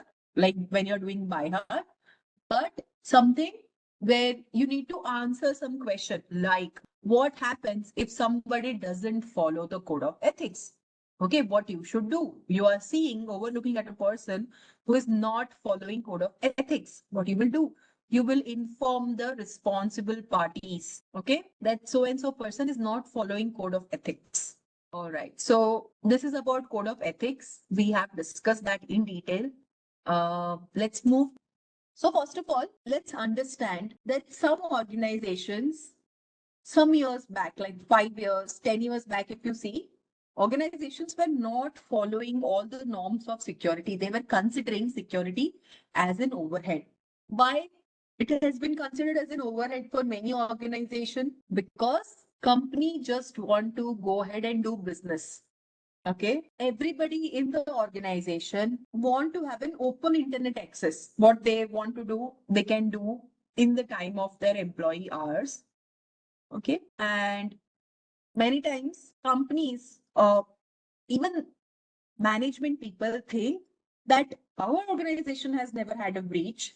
So why take the overhead of security? Why spend lot of money on installing firewalls, proxies, antivirus systems, web application firewalls? Why to invest money on these?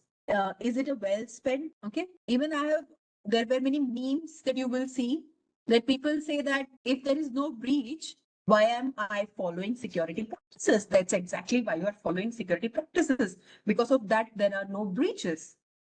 Okay. And many times people think that their IT is the one who will be taking care of the company security, but that's not the case. The truth is that the absence of evidence is not the evidence of absence. Okay. Just because you haven't seen an attack doesn't mean that your organization is not getting attacked or not being attacked. Okay, if you look at some of the repos, like have I been pawned, you will go there, you will put your email ID or put your phone number, and you will find that, oh, my email ID, my password is out there. The information is out there. Many times your password is also there. Okay, sometimes PII is also shared on dark web. And credit card information, there have been breaches uh, on some websites where people have stored their credit card information or other account related information, their financial information. And because of that breach, their information is sold at less cost, like $1 per account details on dark web. Okay. And as and when we are implementing new security mechanisms, there are new methods that attackers are finding to perform breaches. Okay. And when we say security is simple, it is not simple anymore.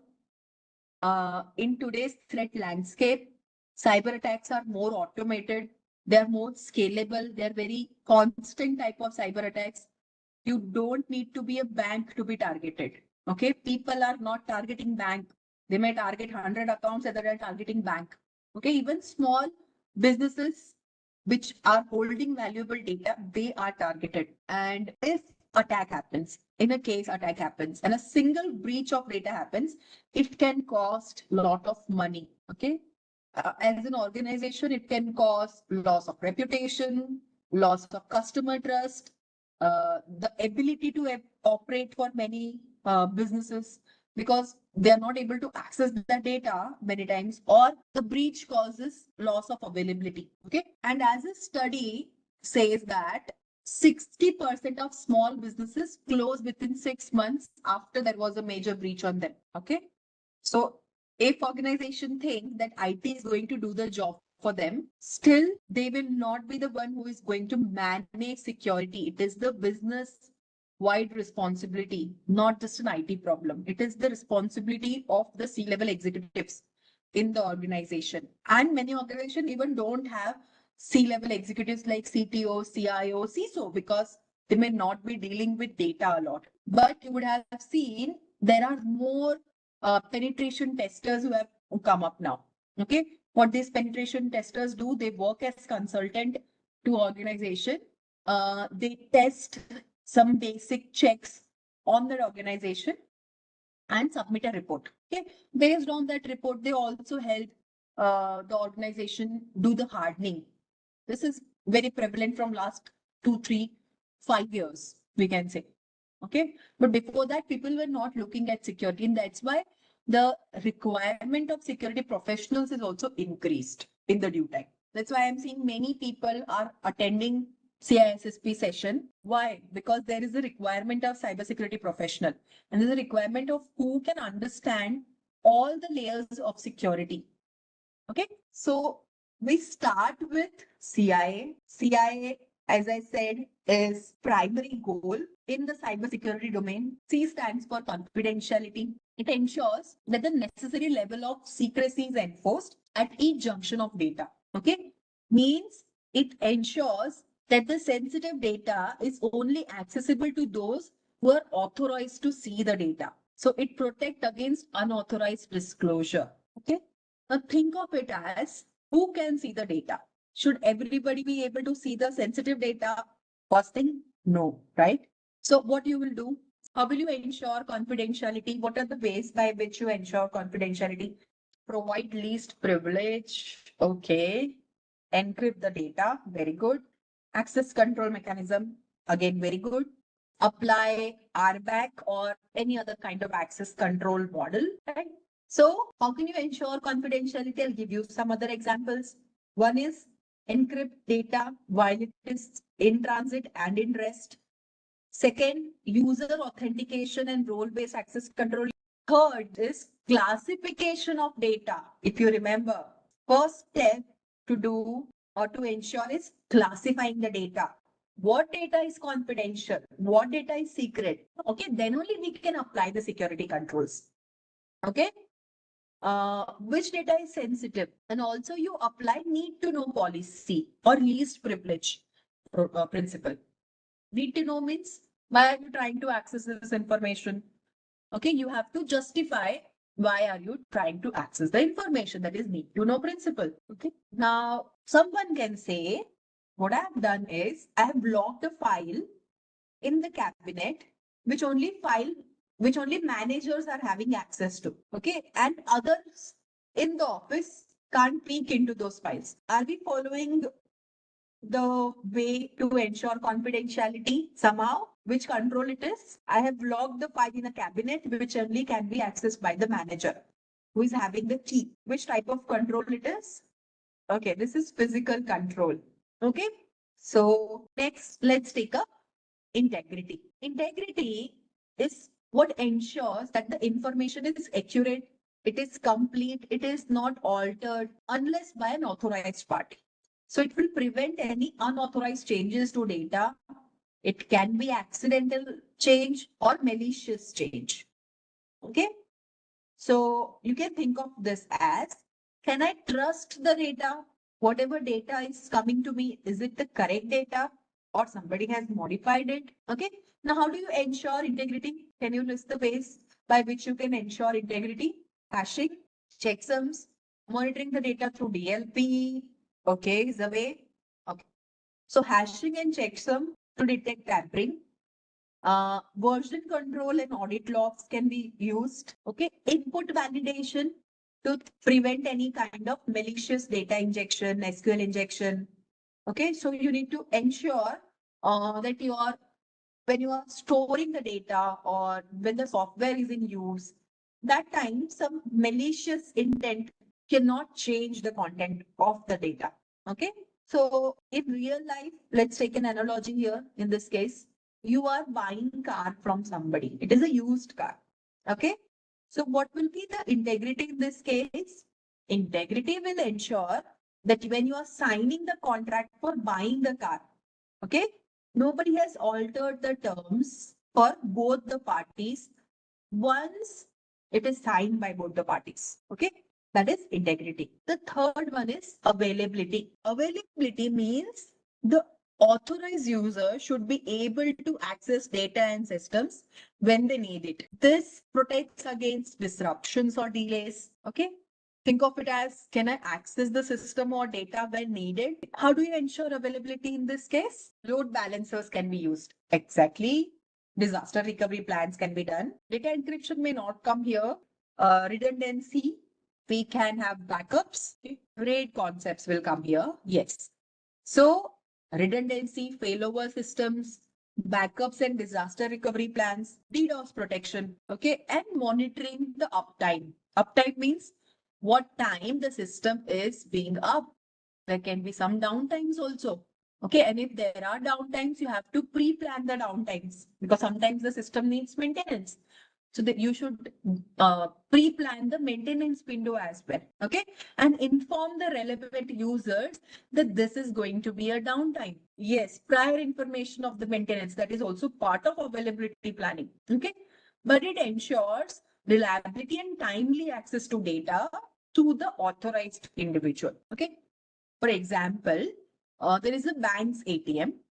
It should be available 24/7. Okay, if the server goes down, the customer will lose trust and the bank will lose business. It doesn't happen with our SBI bank though, because whenever I go to SBI bank, this server is down and it takes a lot of time to do anything. Okay. So yeah, but when bank is saying that we are available 24/7, it should be actually available 24/7. Okay, let me give you another example. All of you might be knowing about IRCTC site. They have a downtime of daily downtime of around 11:50 or 11:45 to 12:05, 15 to 20 minutes of downtime. Okay, what is this? This is what they have written on their website. Okay, this is the maintenance window because they have many servers, a lot of data to process. They have maintenance window for daily. Okay, in that they may be also doing backups. Okay, so this is example of availability. But there are some other security controls that are also important, or other principles of security which are also required, security goals. Okay, non-repudiation. Okay, what is non-repudiation or repudiation basically is another security goal. What is repudiation? Once you have done a transaction, you cannot or you shouldn't be able to deny that I have not done the transaction.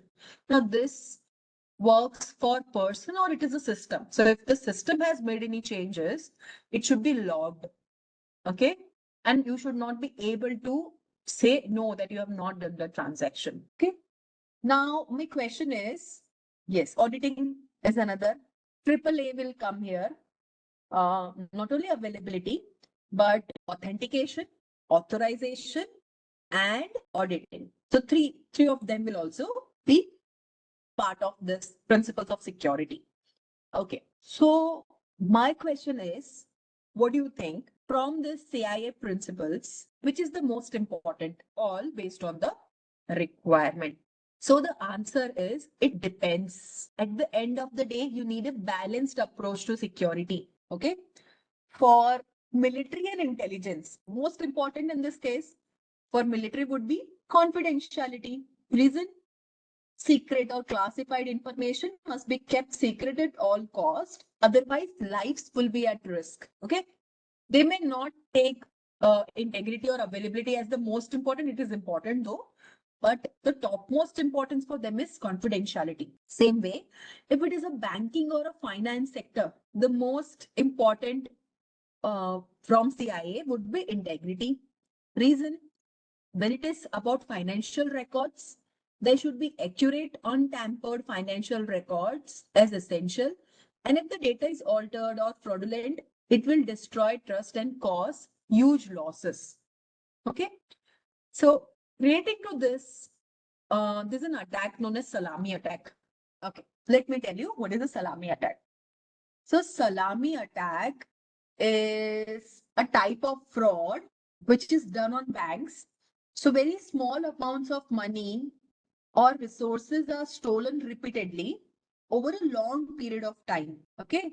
So very small amount, if it is deducted from your account, you are not aware of it. Like 50 paisa, 1 rupee, 2 rupee, 10 rupee maximum. Okay. It's deducted from your account for a very long time. Every month this is done.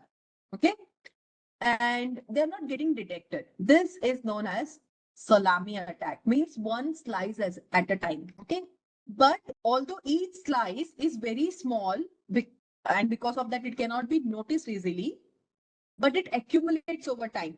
Now think that bank ABC is having 1 lakh accounts, and from 1 lakh accounts, the attacker is getting only 10 rupees every month. Now you tell me how much they are getting every month. Okay, with just 1 lakh account. There are more accounts in any bank. And there have been many cases of these salami attacks on bank.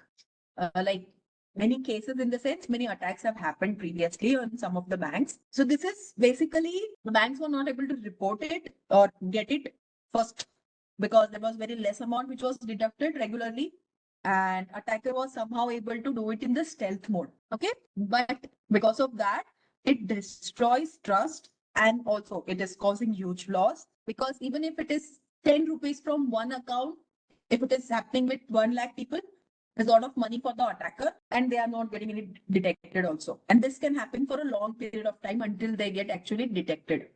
Okay. The next example, let's take for availability. For digital entertainment and streaming services, what is important? Availability. Okay. Why? Because users are expecting seamless access time. Yes, just like Netflix. So if the downtime is happening, means they are going to lose the subscribers as well as revenue. Okay. Now, integrity. Let me give you an example. Okay. This is A and there is a user B. Now they are communicating over a insecure channel. Okay. There could be a user C who is an attacker in this case. What they are doing is they are performing a modification of the message. Okay. So whenever, or they are working as a man in the middle. So whenever A is sending any message to B, it passes through C. What C does is C changes the content of the message. Okay. This type of attack is known as modification attack. Okay. And it is done on integrity. So what is integrity? Integrity says that whatever the message is, okay, it should be the same that B is getting. It should not be modified or altered by anyone. Now there is another type of attack that can happen here. Okay. What C is doing, C is just capturing the packet that was sent to B by A previously. Okay. And replaying the packet or sending the packet again to B. Okay. This is known as a replay attack. Again, that is an attack on integrity because A never sent that message. A sent only first packet, only first message, not the second one. Understood what is integrity? Now, how do you ensure integrity? By using checksum or hashing mechanism. So what is hashing? We will be discussing in detail about types of hashing algorithms and about checksum. But what A is going to do? A is going to, suppose he's sending a data of 4 bits. Okay. So along with this 3 bits as part of the data, he will be sending a checksum, say 0. Okay.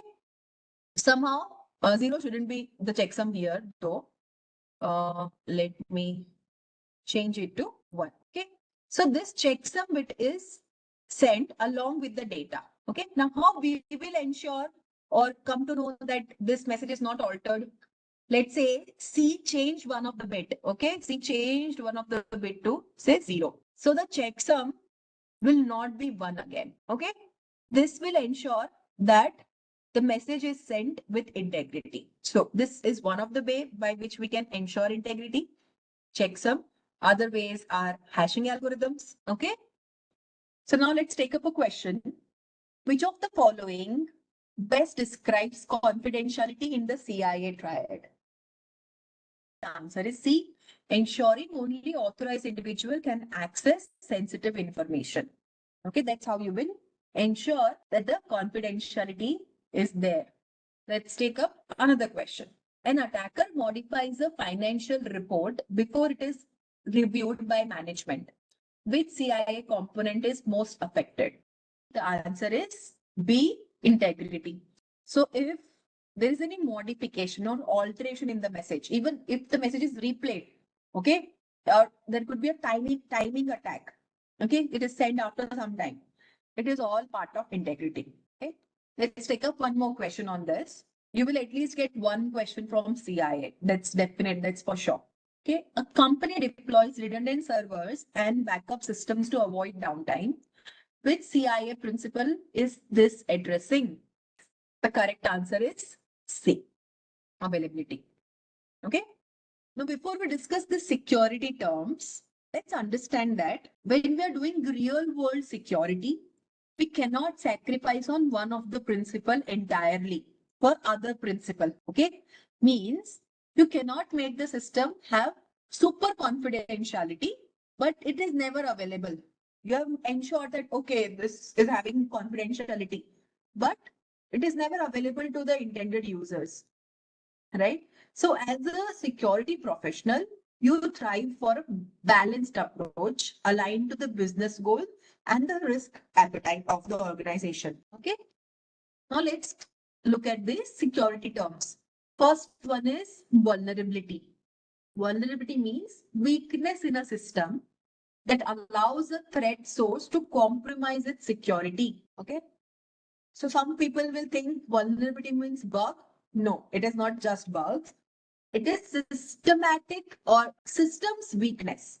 It can be technical, it can be process based, it can be human centric also. Okay. And vulnerability can exist at multiple layers. It can exist at operating system, at the application layer, network layer. There could be a simple configuration which can lead to vulnerability or flaw. Okay. Or there could be a vulnerability in the policy itself. Okay. And somebody can use that vulnerability as a attacker's tool. Okay. Let me give you some examples of vulnerability. A buffer overflow is a type of vulnerability. Okay. And many vulnerabilities, system vulnerabilities, they have CVE number. Okay. This CVE number is given by NVDs. NVD is a national vulnerability database which gives CVEs to the vulnerability. Okay. And they also have CVSS score, which says that what type of vulnerability it is. The score ranges from 0 to 10, and 10 is the maximum, 0 is the minimum.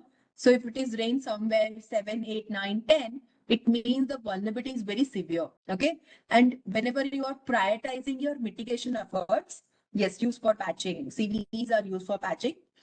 So whenever you are planning your mitigation efforts, you will prioritize those vulnerability which are having higher CVSS score. Okay. So that's something about vulnerability. Similarly, another example could be for a vulnerability could be an open S3 bucket in AWS. Okay. And it is having public read or write access. So anybody can read or write in that S3 bucket. So it is again a vulnerability. Another example for a configuration related vulnerability can be default credential. Okay. Like for many Linux operating system, it is root or root tour. Okay. Or admin. This is the default setting for the credential for logging in for admin. Okay. If you haven't changed it, same way for a router, it could be admin. So this default credentials can also lead to vulnerability. It is just a configuration mistake, but it is a vulnerability in itself. Similarly, lack of input validation in any API. Okay. It can lead to SQL injection because the input validation is not done. Attacker can write a sequence of input which can show you the actual SQL query, which leads to SQL injection, right? So that is again a vulnerability. Clear about vulnerability? Next is threat. Threat means any potential danger that is associated with the exploitation of vulnerability. Threat is not the actor, but it means the possibility or danger which is posed by something which who can be capable of exploiting the vulnerability. Okay. So that is threat. Okay. Threat agent can be an attacker, the one who is taking the advantage of vulnerability. Okay. The threat agent is the attacker or the malicious person. Okay. Now, when we see threat of ransomware, that is a type of threat. Okay. Ransomware, which exploits the vulnerability because of poor endpoint hardening and ransomware attack is done. Or zero-day threats, those exploits which are unknown, you're not knowing, or a patch doesn't exist for those vulnerabilities. Okay. Zero-day threats can be there. So these are threats, means any potential danger that is associated with the exploitation of vulnerability. Okay. Now, when I say threat agent, they are the one who take advantage of vulnerability, also known as bad actor. They can be person, also they can be any tool who is performing the exploitation. Okay, it can be tool, it can be script, it can be a environment force also. Okay, so don't confuse between threat and threat agent. Both are different. Okay, so let me give you some examples of threat agent. A botnet, which can exploit and create a DDoS network attack. Okay, that is a threat agent. Sorry, not a threat agent, botnet.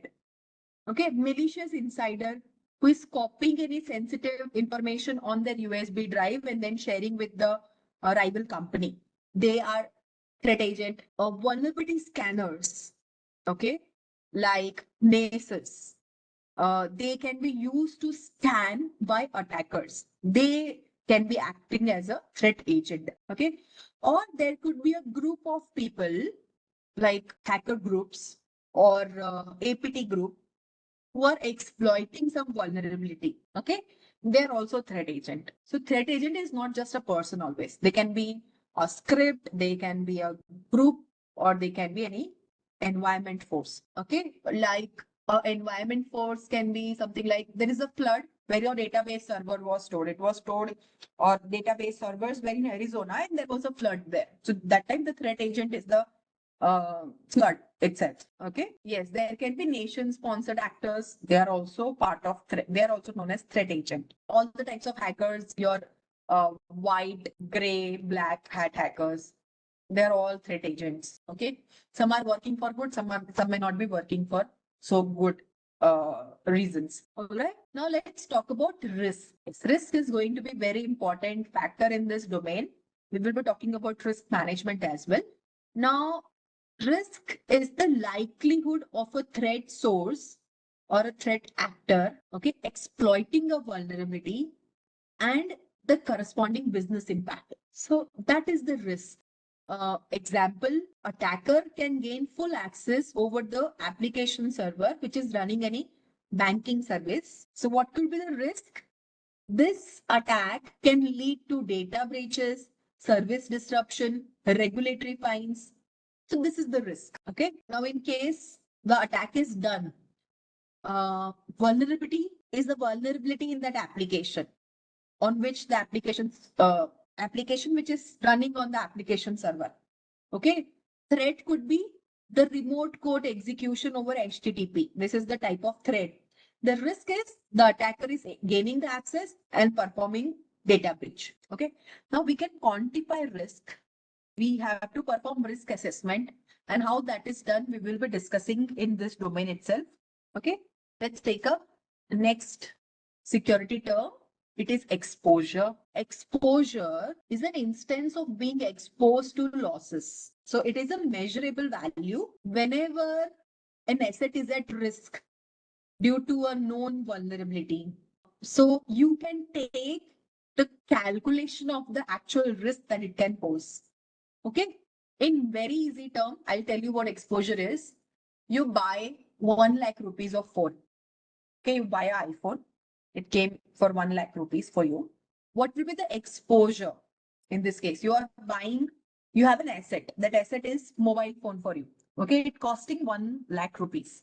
The exposure is the instance of being exposed to losses. What happens if it falls down? What will happen? It fell somewhere. The screen can be damaged. Yes, it can be stolen. It can break. That is the exposure. Okay. And you can calculate the exposure. It is a measurable state. Another example, let me give a technical one. There is a web server, and you were aware there is a vulnerability on that web server and there is no web application firewall. Okay. Is it an exposure? Yes. It is an exposure until there is a patch for that known vulnerability. Clear? This is exposure. Yes. Control is a mechanism to put in place or perform mitigation to reduce the risk. Okay. So controls can be technical controls like firewall, encryption. They can be administrative controls like policies, training, and more. Like there can be physical controls. Okay. For your mobile phone, what is the physical control? How will you ensure even if it fell, It doesn't break the screen by putting up the screen guard, right? So that is a way of control or safeguard mechanism. Okay. So that's about control. Okay. So I've thought about some simple examples to explain you all these terms. Okay. Let's take a very, very simple example of a house without a lock. Okay. Now you tell me what is asset in this case. Your house is not having lock. The house is the asset. Exactly. What is the vulnerability here? Vulnerability means there is no lock, without lock. The lock is not present on the door. What is the threat here? What is threat in this case? A house without a lock. Anybody can enter into the house. Theft. Theft is a threat.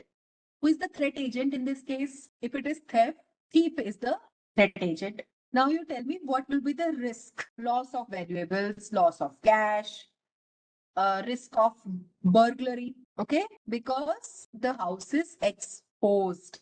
So what is the exposure here in this case? Now tell me. Exposure is not without lock. Basically, the exposure is the fact that your house is unlocked, means it is exposed to theft. Okay. More open your house will be, it will be easier for somebody to rob you.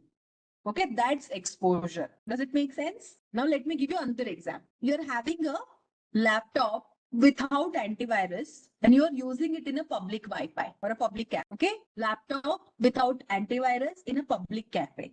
So what is the asset in this case? Laptop, exactly. What is the vulnerability? Antivirus is not installed. Yes. What is the threat? Threat is, in this case, the threat is easily hackable because it is public Wi-Fi. Who will be the threat actor? Hackers. Okay. What is the exposure in this case? What is exposure in this case? Being hacked. Yes. You are using an unprotected device in a risky environment. This is the exposure. Okay. Now the risks, there is a moderate to high risk that malware can be installed on your system because you are using a public Wi-Fi. Okay. Is it clear now all these security terms? Let me give you one more example. Third example will help you know everything, all these security terms now properly. Okay. An employee is clicking a suspicious link. Employee is clicking a suspicious link. Now you tell me what will be the asset, what is going to be vulnerability, what is the threat, what is the exposure, and what is the risk in this case? Everything. Let's start with asset. What is the asset? Credential won't be the asset. The data stored on that system, company system, yes, the laptop, but data stored on that system is basically the asset. What is the vulnerability in this case? Now see, this vulnerability is a different type of vulnerability. Clicking link is a vulnerability. Unknown link is the vulnerability. No. Awareness is the vulnerability. Means the human who is the weakest link in security, they are lacking awareness or training. That's the vulnerability here. Okay. Threat will be, what is the threat in this case? Phishing email. Okay. Exposure is that employees many times receive such email and they open those emails or click on that link. That is the exposure. Now, is it clear? And yes, if they click on the link, they can be installing any malware on their systems, keyloggers, or some Trojan can be installed. Okay, if they are downloading any file, it may be hazardous for the system. So I hope now you understood all the security terms. Okay, let's discuss about security control types. So in CISSP, security controls are classified by how they are implemented. First classification type is known as administrative. Administrative controls, also known as managerial controls. These are often policy level controls put in place by the management. They will guide how security is practiced across the organization. Okay. Some examples of administrative control is security documentation like acceptable usage policy, incident response playbook, cloud security guidelines. Okay. Security documentation will be these examples. Risk management. So organization should follow formal risk assessment and use frameworks like ISO, IEC 27005, or some methods like FAIR, Octave. We will be discussing about those risk management frameworks.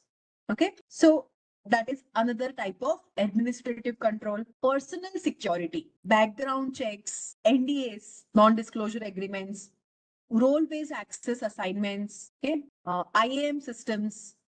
You may be having Okta or Workday in your organization. Those IAM systems are integrated with the HR. Okay, that is part of personal security and it is a type of administrative control. Next comes training, phishing simulation campaign, SOC analyst onboarding.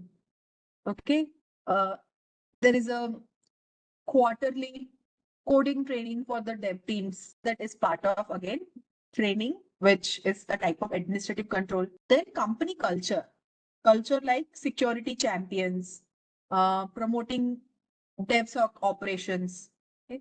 Or shifting left when we are performing testing, shift towards left. Even when we are developing, shift left. Okay, that is, we start with security in mind when we are developing the system or the product or any code. Okay, that is the company culture. So all this comes under administrative control. Okay, next is technical or logical controls. These are implemented through technology like software, hardware, firmware. They are your first line of defense in cyber environments. Okay, some examples are firewalls like Palo Alto, Fortinet.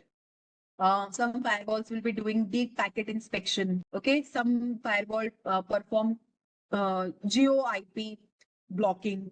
So those firewall will come under technical controls. Same way usage of intrusion detection systems, IDS. Okay, there could be network based IDS like Snort, Suricata. That's the name. Or host based IPS like OSEC, WASR. Okay, they are tuned for specific threat signature or behavior anomalies. Okay, and they are generating alerts, right? So they are again type of technical controls. Then using encryption at different layers like TLS 1.3 for HTTPS traffic, using AES 256. AES is Advanced Encryption Standard. 256 is the bit key size for database security. Okay, BitLocker. So all these encryption techniques come under technical controls. Same way, using proper authentication mechanisms like Kerberos, SAML for SSO, biometric MFA, okay, and ensuring zero trust architecture. That the organization is using zero trust architecture, that comes as a technical control. Input validation, which can be implemented in API gateways, firewall applications, web application firewalls, I mean here.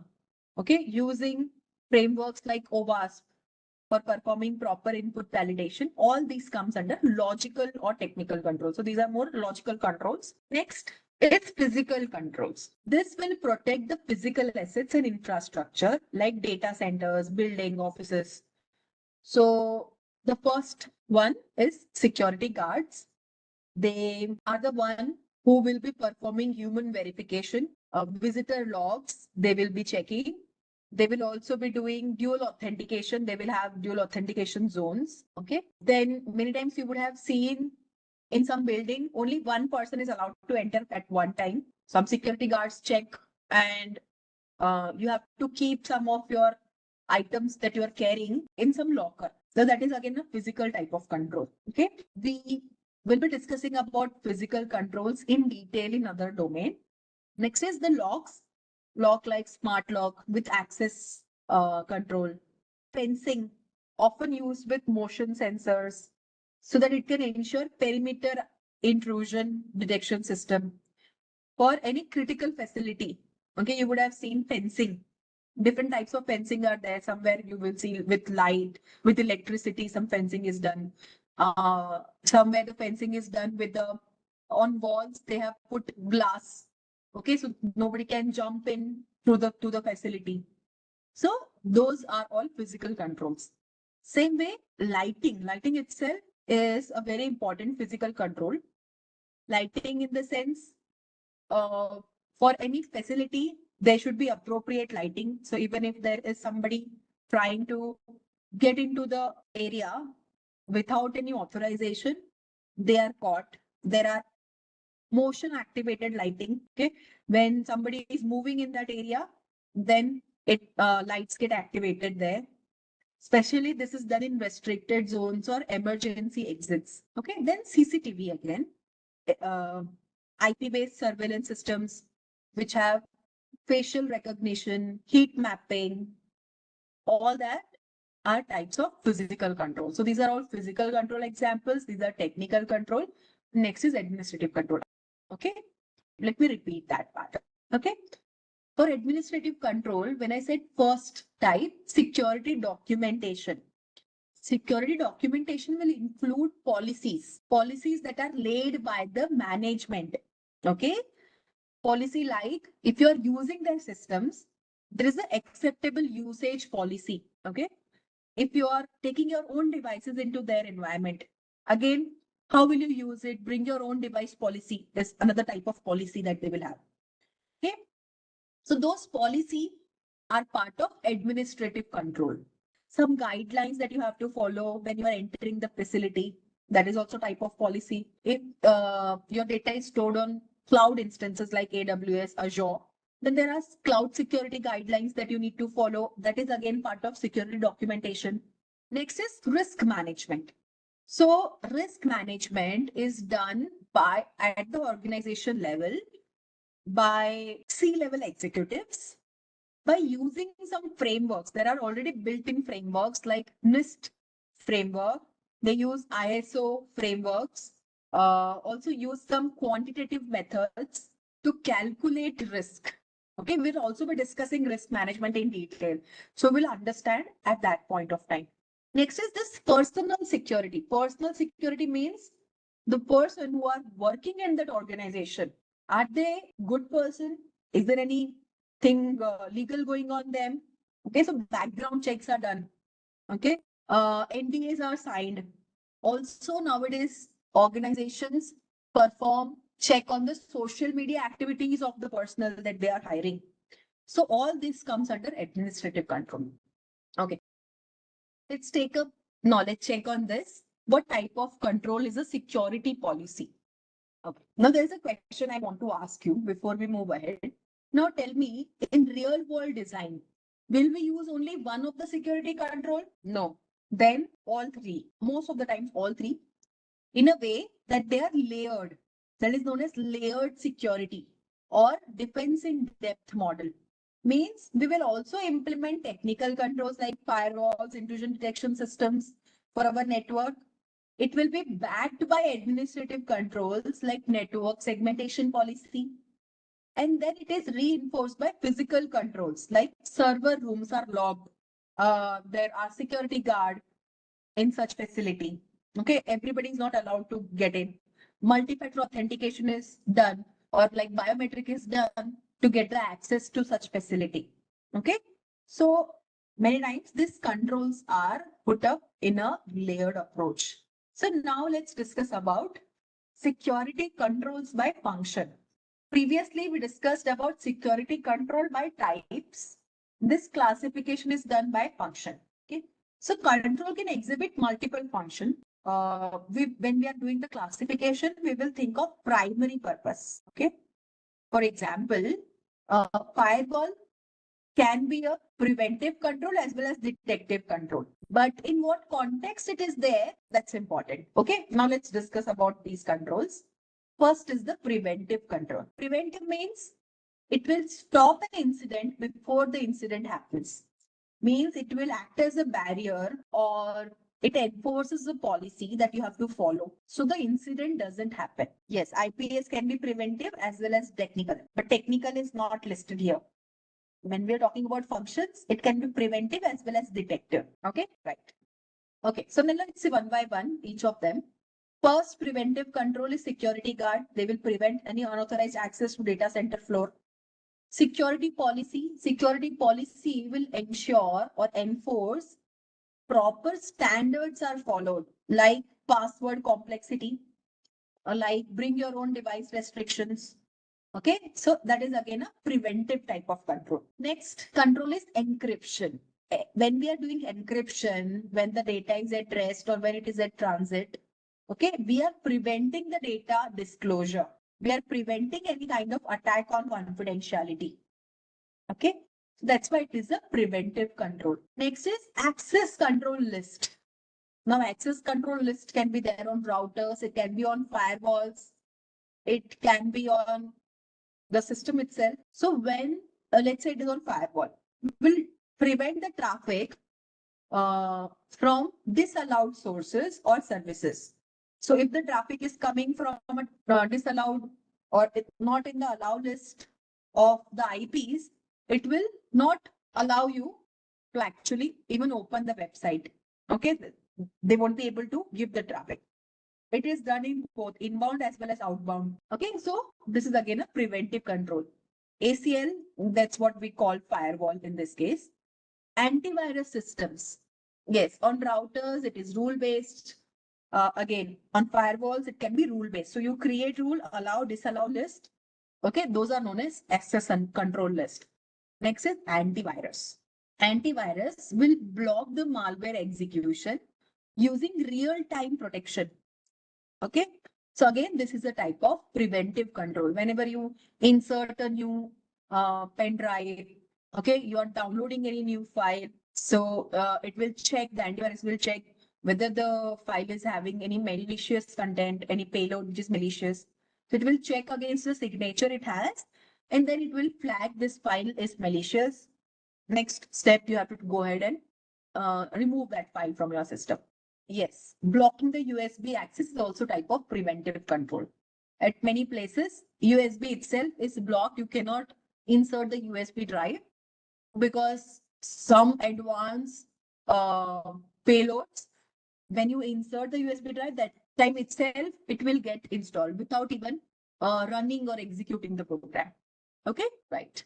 The next one are detective controls. These are usually used to identify or detect that an incident has happened. Okay. The controls include monitoring like SIEM solution, security incident and event management. Tools like Splunk, QRadar, they will detect unusual login patterns or privilege escalation. Okay, so it is a type of detective control. The organization have SOC centers. They are again detective control. Sentinel, QRadar, yeah. CCTV. It will identify physical presence or suspicious movements. So it is a type of detective control. Also, CCTV recordings can be later viewed when there is an incident that has happened. Okay. Job rotation. With this job rotation, how can this be a detective control? Can anybody tell me? Job rotation. How can this be a detective control? 24/7 monitoring. Okay. To particular user or particular project. Yes. Let me give you an example here. A bank manager is there who is approving everything. Okay. So after some time, there will be another bank manager who will be assigned for the same task. This will help the organization detect fraud or anomalies when the responsibilities shift. This will break any kind of a cycle which that single person, or because they have that power to pass the project or maybe pass the bills. When there is a job rotation, there will be somebody else who is in that power. Okay, so this will be able to detect fraud. So many companies have some number of days that they have to take on leave, compulsory leave. Okay, and during their leave, there will be somebody else who will be assigned their work. It is a type of job rotation and it is a detective control. All right. Next is audit logs. They can be used to track login attempts, file access, admin controls. So if an incident happens, audit log will help you know that who was accessing the system. Yes, sign in activity, all that will be part of audit logs. Okay. And then there are intrusion detection systems. By the name itself, it says that it is going to perform a detection. It's a detective activity. Okay. Like Snort will flag suspicious traffic, or if there is a known exploit, it will flag. So, or generate an alert. So they are detective controls again. Okay. Now let's take a next type of security control, that is corrective control. Corrective control are used to fix the issues after an incident has happened so that you can restore or reduce the impact of the incidents. Okay. Example, server images. Server images, like gold image is created and it will be redeployed to replace compromised system. Okay. Many times this is done in an automated way. There are Terraform scripts which are written for cloud. Okay. And if something there's a damage, then the same script can be run to put it back to the same image. It will replace the compromised system. Next is patching, closing any exploited vulnerabilities, using various patching tools or proper patch management is a type of corrective control. Okay. You are performing remediation or mitigation action. Now let's talk about deterrent controls. Deterrent means this will discourage the attacker from attempting any breach.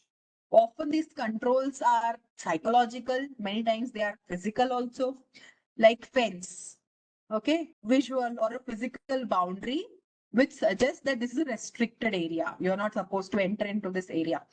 Like on our floors, we have restricted area where the servers are kept. Okay, on the door itself, it is written restricted area only for personal who are having access, they can get into. Okay, like SOC centers, they will be restricted area. Even if you are working in that organization as an employee, you may not be allowed to enter a SOC center. Okay, so that is a deterrent control. Proper lighting is again deterrent control. Dogs in highly secure military zone or government facility, they are way of physical deterrent control. Again, CCTV saying that this area is monitored is a type of deterrent control. Right now, these roles can also be filled. Some organizations, depending on their business use case, they have more type of corrective controls or recovery or other type of controls, right? Next, let's talk about recovery controls. Recovery means after the system failed, okay?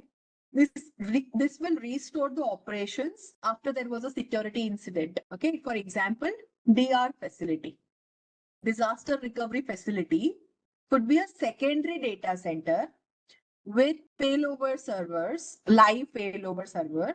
Okay. So if there is a failure at one of the region, this can be turned on quickly. Okay. And because you are taking regular backup, very less data is lost. And in some time itself, the availability is again gained. Okay. Next is backups. You require to keep backup in some government facilities. They have air gap network. Air gap networks means they're not allowed to access internet. Okay. Some of the systems are encrypted. These backups are also encrypted and they are regularly tested. Okay. For some critical infrastructure. These are again recovery type of control. High availability means you use mechanisms like clustering, load balancing to ensure that there is not a single point of failure. So even if one of the server is down because you have done load balancing, the facility shifted to that another set of clusters. Okay. And then there is compensatory control. These are substitute or support when the primary control is not available. Okay. These are very scenario based. For example, if multi-factor authentication is not feasible, like you are having some legacy systems, then what will you do? You will use some tighter network segmentation and you will perform proper user monitoring and compensatory controls. Okay. So these are all the types of security controls. Now, same control can exhibit multiple functions. When you are classifying, think of the primary purpose of the control. Okay. So whenever you're choosing a control, ask some questions. Is it meant to stop something? Then it is a preventive control. Is it spotting something? Then it is a detective control. Okay. Is it fixing something? Then it is a corrective control. Is it scaring off the threat actors? Then it is a deterrent control. Is it recovering from the damage? Then recovery control. And is it making up for some problem, some gap? Then it is a compensating control. Okay, so for compensating control, let me give you another example. For a vulnerability management tool, okay, there is a vulnerability that you have found on a critical server.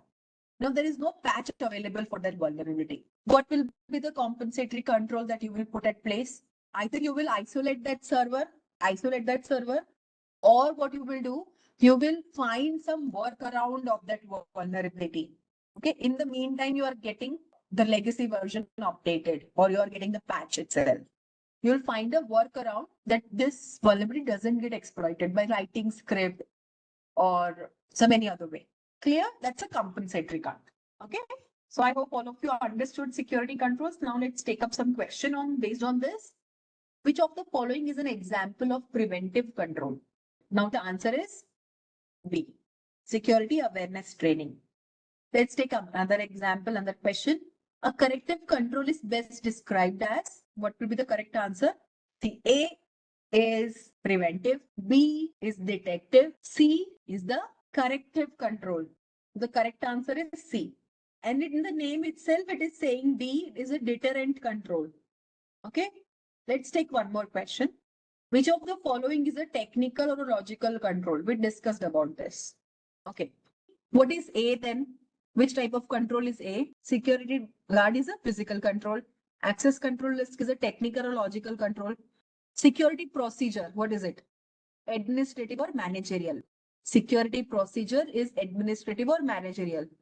Clean desk policy, again, what type of control it is? Administrative control, right?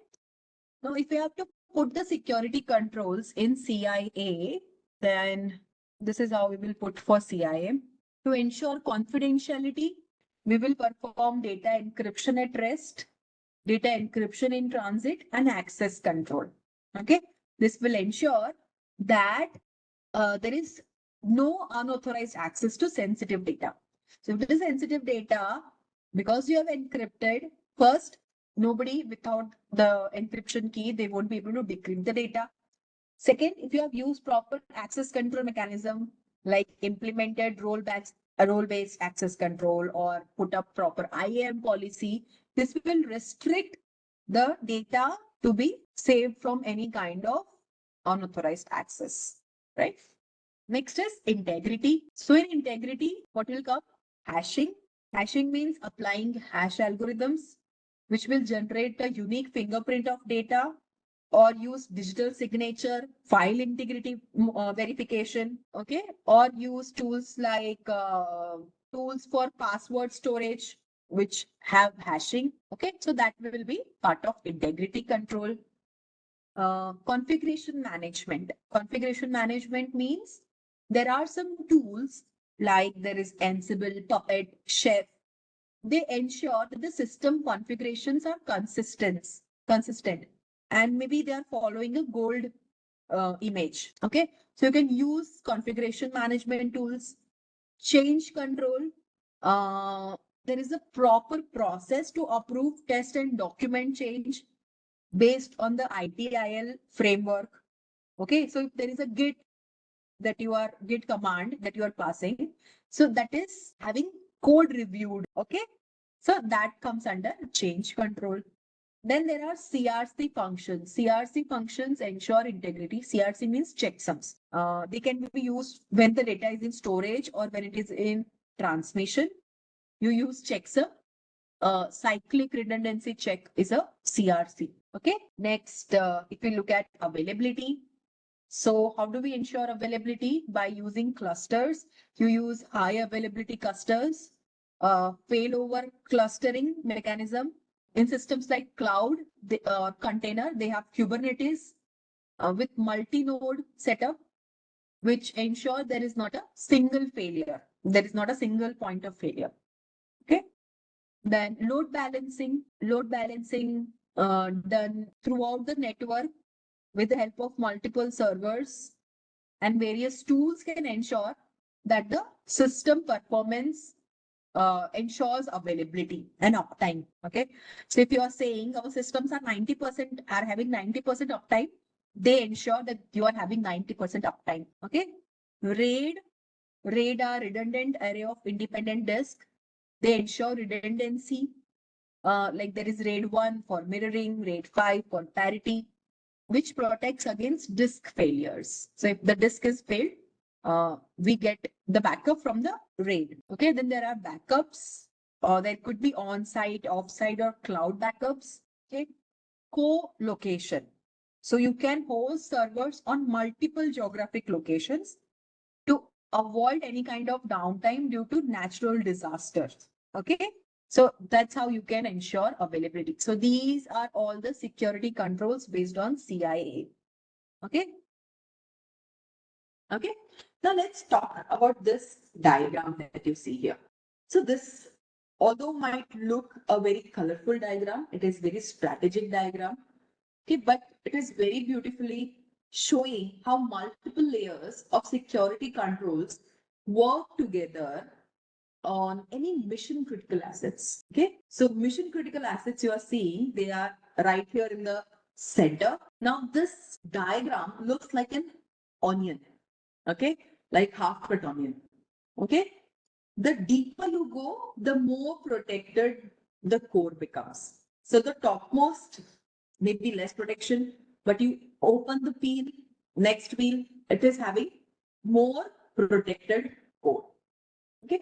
So if you look at the topmost layer, the most outside layer, that is layer 1, that is perimeter security. Okay.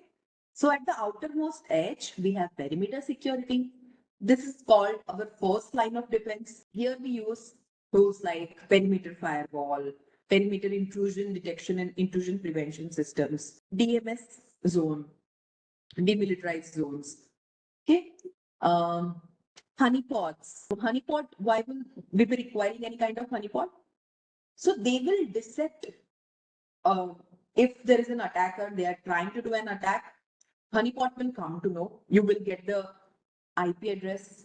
Okay. So the goal is we will be able to stop the bad actors before they even get in to the next layers. Okay. DLP systems. The next layer is network security. So once the attacker is inside the perimeter, let's say somebody who is maybe a third party who is having access to the network layer, or maybe a rogue insider. Okay. Again, they may have access to network layer. So once inside the perimeter, attacker can try to move laterally. This is where our network security comes in, and it will ensure or enforce more rules in the network. Okay, like web proxy content filtering, inline patching, VoIP protection, enterprise level intrusion detection systems and intrusion prevention systems, data center firewalls like Enclave, okay, network access control mechanisms, enterprise message security, wireless security, remote security, DLP systems again. So they will work at network layer. Okay. This will limit how an attacker will move forward and where it will be able to move, how they will be able to move. Okay. The next comes endpoint security. So when we talk about endpoint security, it means the laptops, desktops, mobile devices. So that's why here we talk about desktop firewall, host-based intrusion detection systems and prevention systems, content security like antiviruses, anti-malware, endpoint security tools, okay, compliance tools, patch management, endpoint detection and response, EDR tools also. Why do we require this? Because often it may happen that the endpoint itself is the weakest link. There could be an attack like phishing, malware, or poor user behavior, because of which endpoint security is at stake. The next is application security layer. So even if the network and endpoint, they both are secured, but because the application itself is vulnerable, the exploit can take place.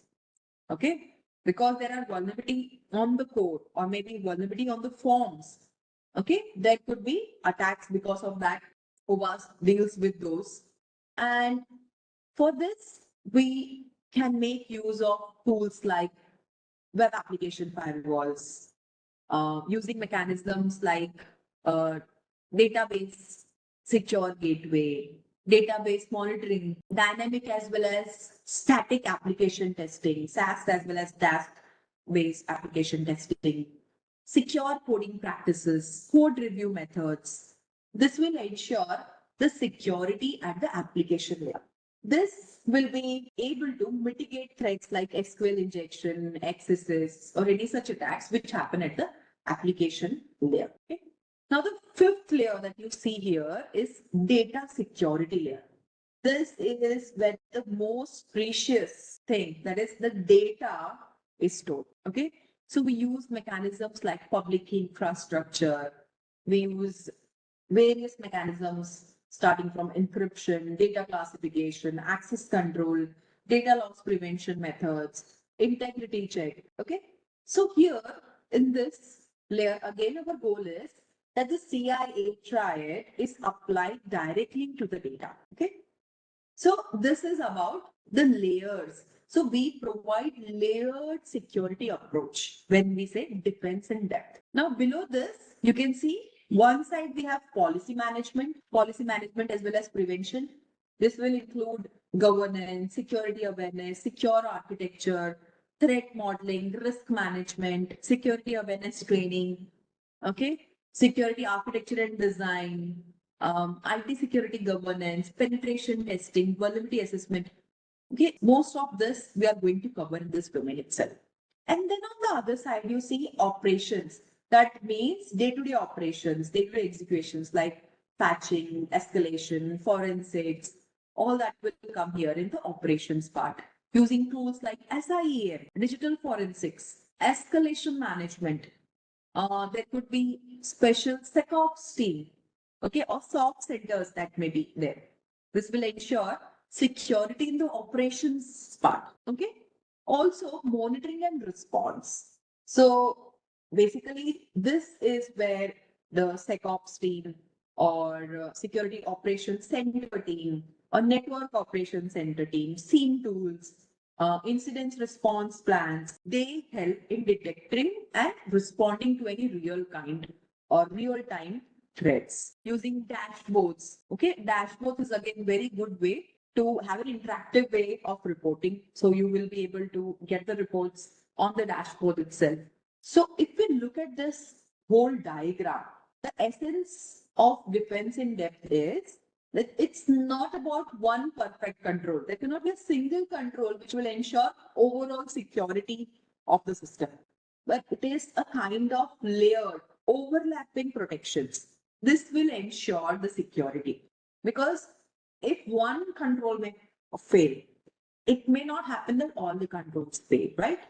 So when there are mission critical assets, we have these multi-layer defense or called as defense in depth type of mechanism to ensure you get outside in protection as well as inside out protection.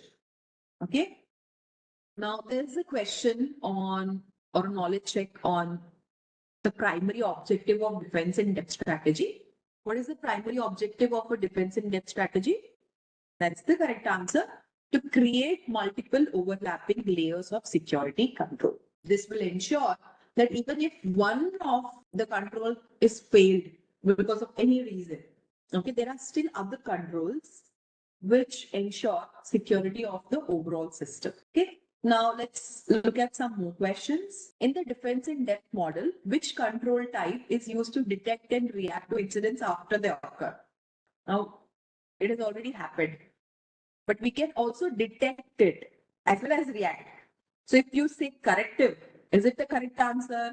So deterrent is a way by which you can ensure that attackers don't actually do an attack. Okay. So it is again a way to scare. B cannot be correct answer because we are saying here that this is used to detect as well as react to incidents after they occur. Corrective happens after they occur, that is fine, but it will not be able to detect. Corrective will be able to just correct the incident or put any kind of corrective measures. Okay, but it cannot detect. That's why the correct answer is detective. Okay. Take a moment to look at this case study. Okay. So you can now look at this case study. So there is this company, Mersenne Financial Corporation.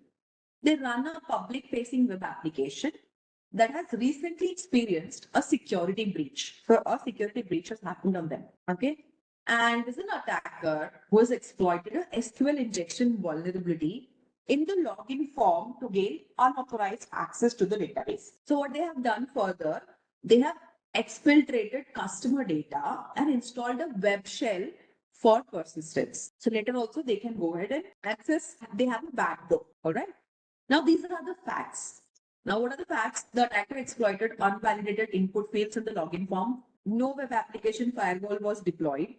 The intrusion detection system flagged suspicious database queries 48 hours after the incident. Okay. Instead of real time, the flagging was done after 48 hours of the incident happened. Okay. The incident's response team restored the server using the latest hardened VM image. CCTV log shows an unauthorized person accessing the server room the night before the breach. Okay. Now you are seeing some of the controls are here as there was no MFA implemented. Attackers logged in using compromised admin credentials. Okay. If there was an MFA, attackers wouldn't be able to use just compromised credential, but they should have used other way of authentication as well. Okay. But they were able to do it because there was no MFA implemented. Then the organization deployed a new web application firewall and implemented input validation once the incident happened. So now they have done this step. Okay. And the firm maintained encrypted daily backups of the server. So you can see somewhere this is related to fact number 4. Okay. Now we will be looking at these controls and we will be discussing what fact set in which control type. Okay. So this is the question now. Now what you need to do is you need to identify and classify at least one control under each of the following categories: preventive, detective, corrective, deterrent, recovery, and compensating. So these are all the categories based on the control function. Okay. Now we have to give the answer here, control example from the case and the justification. We'll not be looking at the justification in detail, but yes, we will be looking at the control examples from the case. Okay. You need to justify your classification briefly, identify any missing controls that could have prevented the breach, and discuss how controls can work in layers to provide defense in depth. Okay. For the first one, which one of this will come for preventive? So I'm going to write here as P for now. Okay, 7. All right. So yes, this 7th is for the preventive part. So if the organization would have deployed the firewall, the application firewall, and implemented input validation beforehand, okay, so that was a preventive control. So this 7th one is a preventive control. So this is how they have now ensured that next time if such an attack happens, input validation and multi-factor authentication ensures preventive control. Input validation will prevent SQLI injection, and multi-factor authentication will block any kind of unauthorized logins, even if the credentials are stolen. Okay. Now let's come to the next one, detective control. Now tell me what will be part of detective control.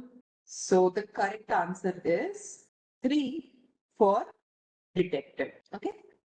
Now if we talk about corrective control. Okay. But before that, let's understand why 3 is the correct answer. Okay.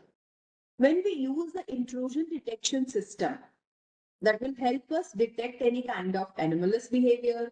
It will alert on any kind of activity, or it will flag any suspicious entry or queries in the database. Okay, that's why it is a detective control. Now let's look at the next one, that is corrective control. So tell me which one will come as the corrective control in this case. So here in this case, 4 is the correct answer. That is, the incident response team restored the server using the latest hardened VM image. Okay. So that is the correct corrective control. Okay. Now let's look at why. First of all, restoring to clean hardened image. This will remove any kind of backdoors. Okay. You can see this step here. What they have done, the attacker have created some backdoor.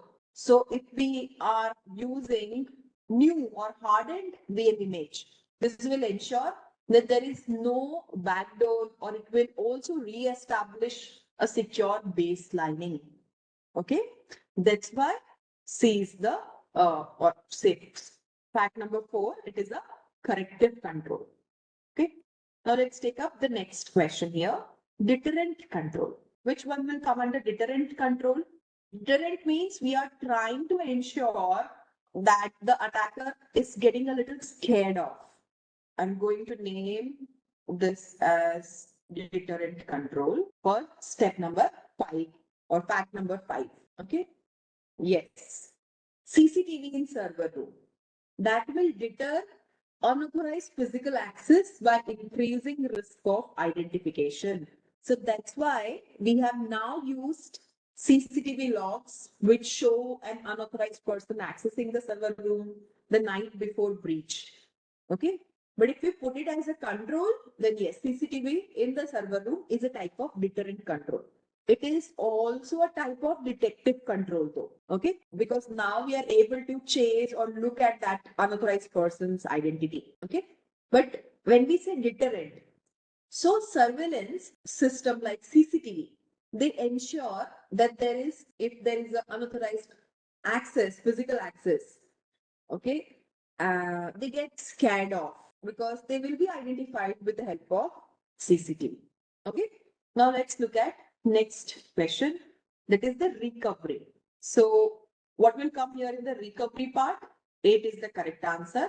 So encrypting or using encrypted daily backups is a way of recovery control. Backups allow recovery of lost or compromised data, which will minimize downtime. Okay. Now, if we look at the next question, compensatory control. So which one will be a compensatory control in this case? See, this is not a control because we are saying no web application firewall was detected or was deployed.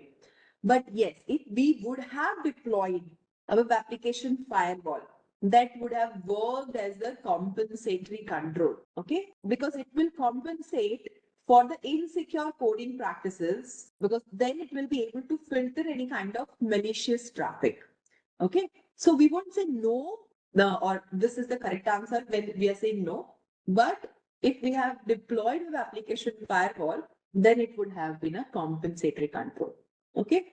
So let's look at the answers. As you can see, these are all the correct answers. Okay. Now here, let me put up some points, or let's discuss about the missing controls that would have prevented the breach. Okay. So if we look at this and we look at the controls. So first of all, if we would have used a web application firewall, that could have blocked malicious SQL injection attempt. So this will ensure that the breach could be prevented. Input validation, secure coding practices that should be able to sanitize all the inputs. Okay, and if proper input validation is done or proper secure coding practices are used when writing the code itself, okay, that will ensure that this kind of breach can be prevented. Multi-factor authentication would have again prevented login using compromised credential. Okay. Physical access controls, like if there were any biometric access, there would have been alarms or other ways to ensure stronger server room security. Or even if there was a security guard outside server room who knows the people who can be allowed to enter, or they would be the one who will be checking the credentials in form of iCard or anything. Okay, then again that would have prevented the breach if there was a centralized logging and real-time monitoring. Because there was no real-time monitoring, we got the information from IDS after 48 hours. So if the intrusion detection system was a real-time intrusion detection system, it would have created a flag or an alarm. Okay, and that way it would have generated fast detection of intrusion pattern. This would have ensured that the compromise wouldn't have happened on the web application server. Okay. So if we talk about defense in depth means we would have implemented layered controls which will provide redundancy and improve resilience. For example, using input validation. It is a preventive step. It can stop injection at the source itself or the application layer security. Okay.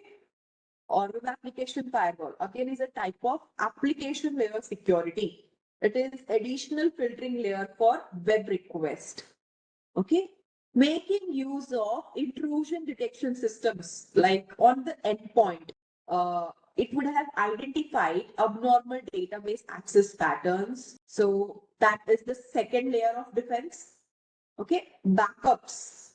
They ensure systems can be restored quickly. Okay. So that is another layer of security, data security layer.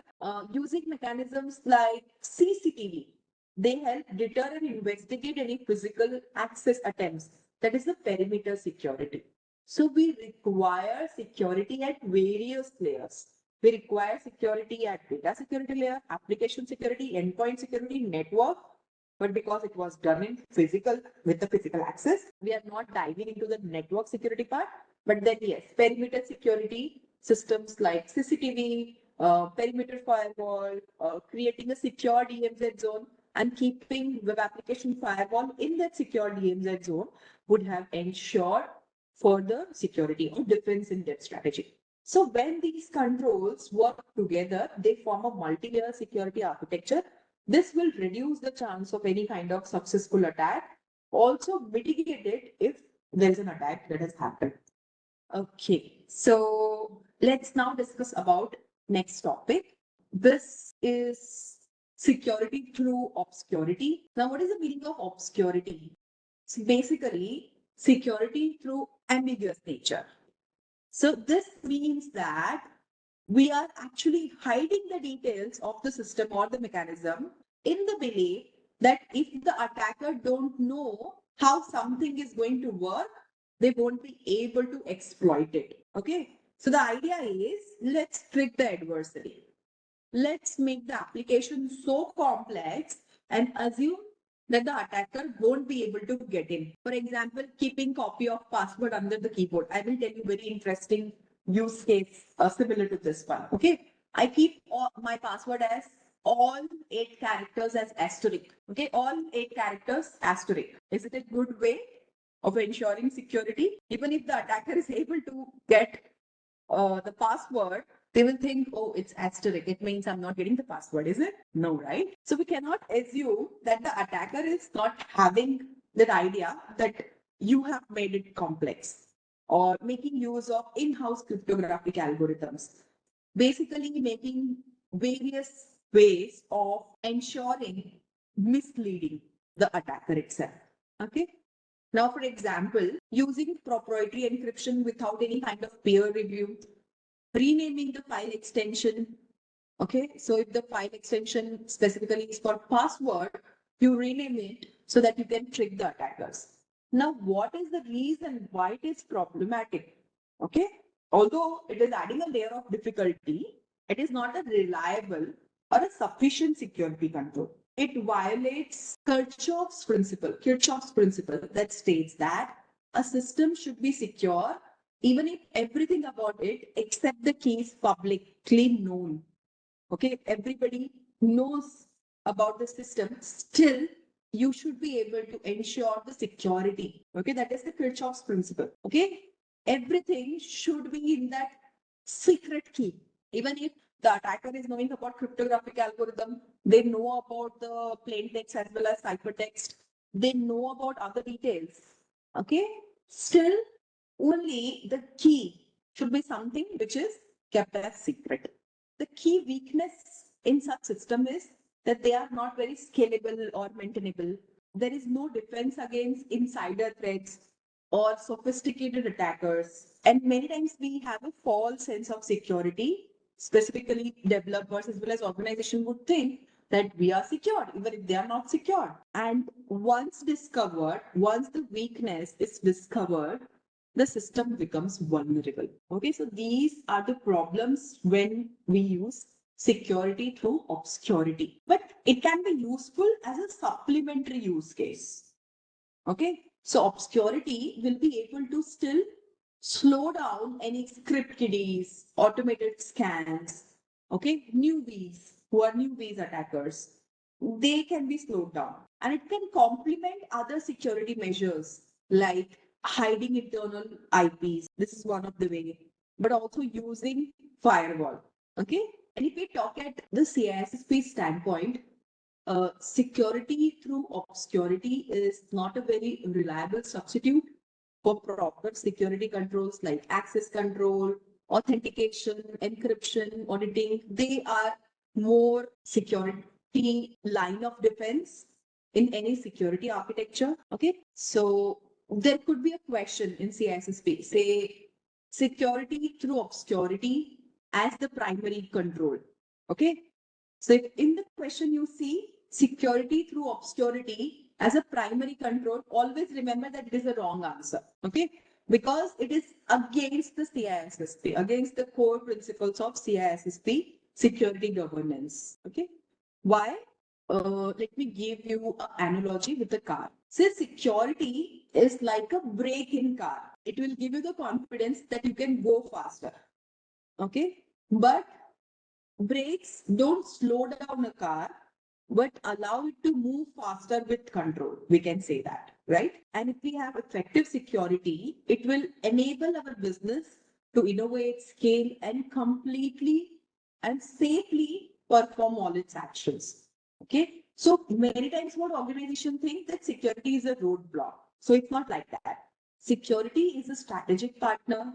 So you need to ensure that security and your security controls, they align with the organization's mission, vision, control, strategy, as well as objectives. It projects things like business criticality, trust systems. Okay, it ensures that you take risk-informed decisions. Okay, not just for compliance.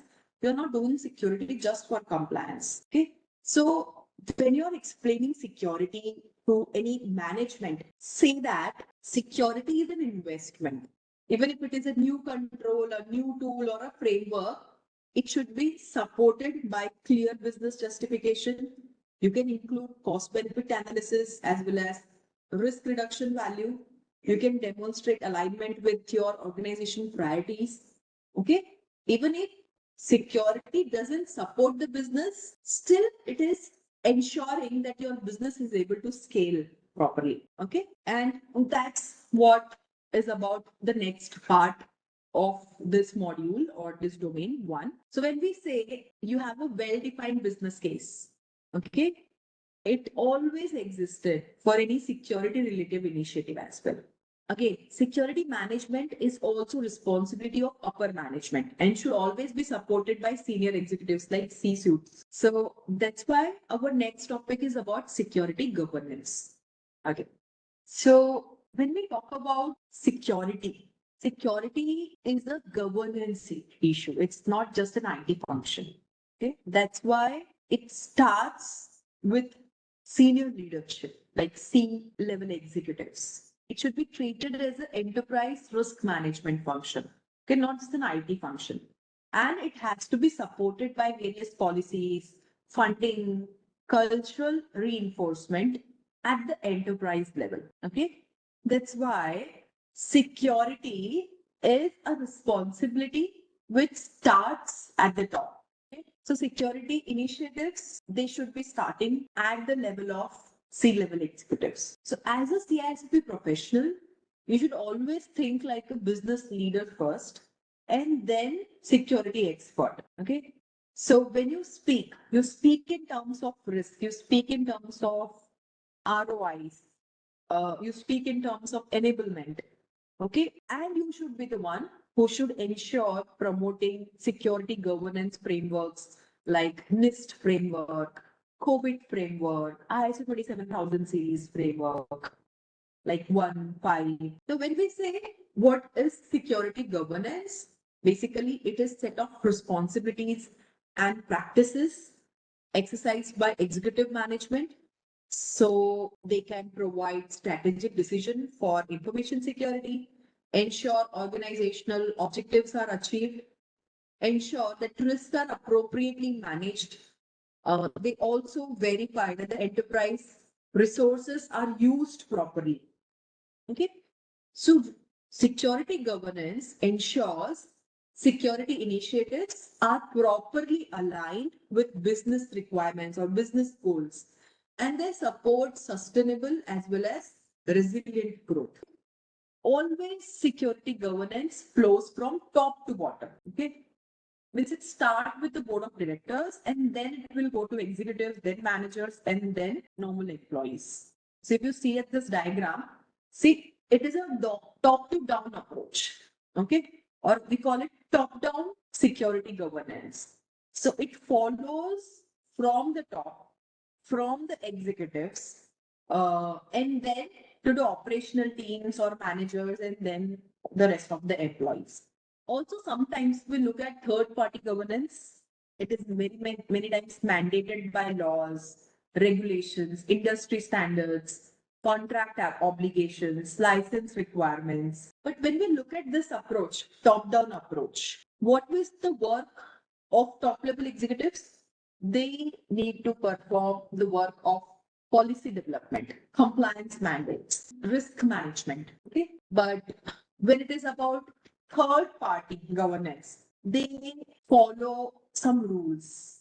When we say laws like GDPR, HIPAA, if your organization is working as a third party, okay, or if not working as a third party, there is a third party involved, okay, so they may have to follow GDPR and HIPAA or regulations like PCI DSS, Surveys Oxley Act, okay, or industry standards like NIST framework, ISO 27001. Contractual obligation means SLAs, service level agreements, NDAs, okay, non-disclosure agreements, licensing or auditing agreements or requirements.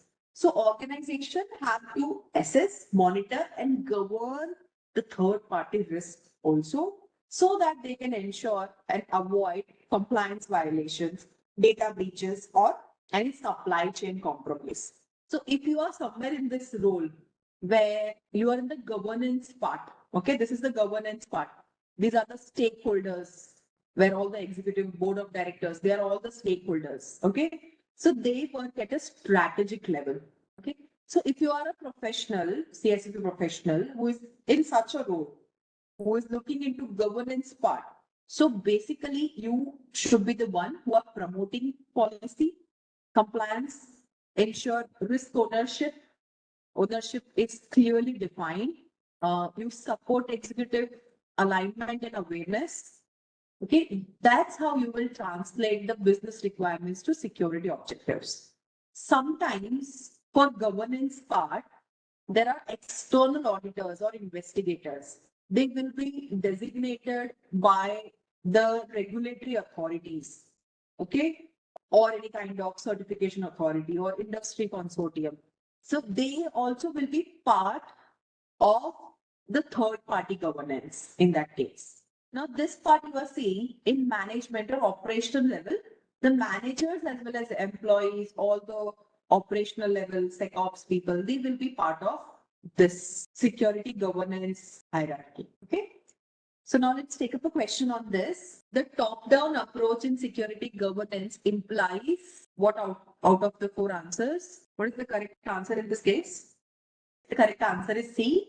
Senior management is the one who are initiating security and they are supporting security decisions. That is the top-down approach in security governance.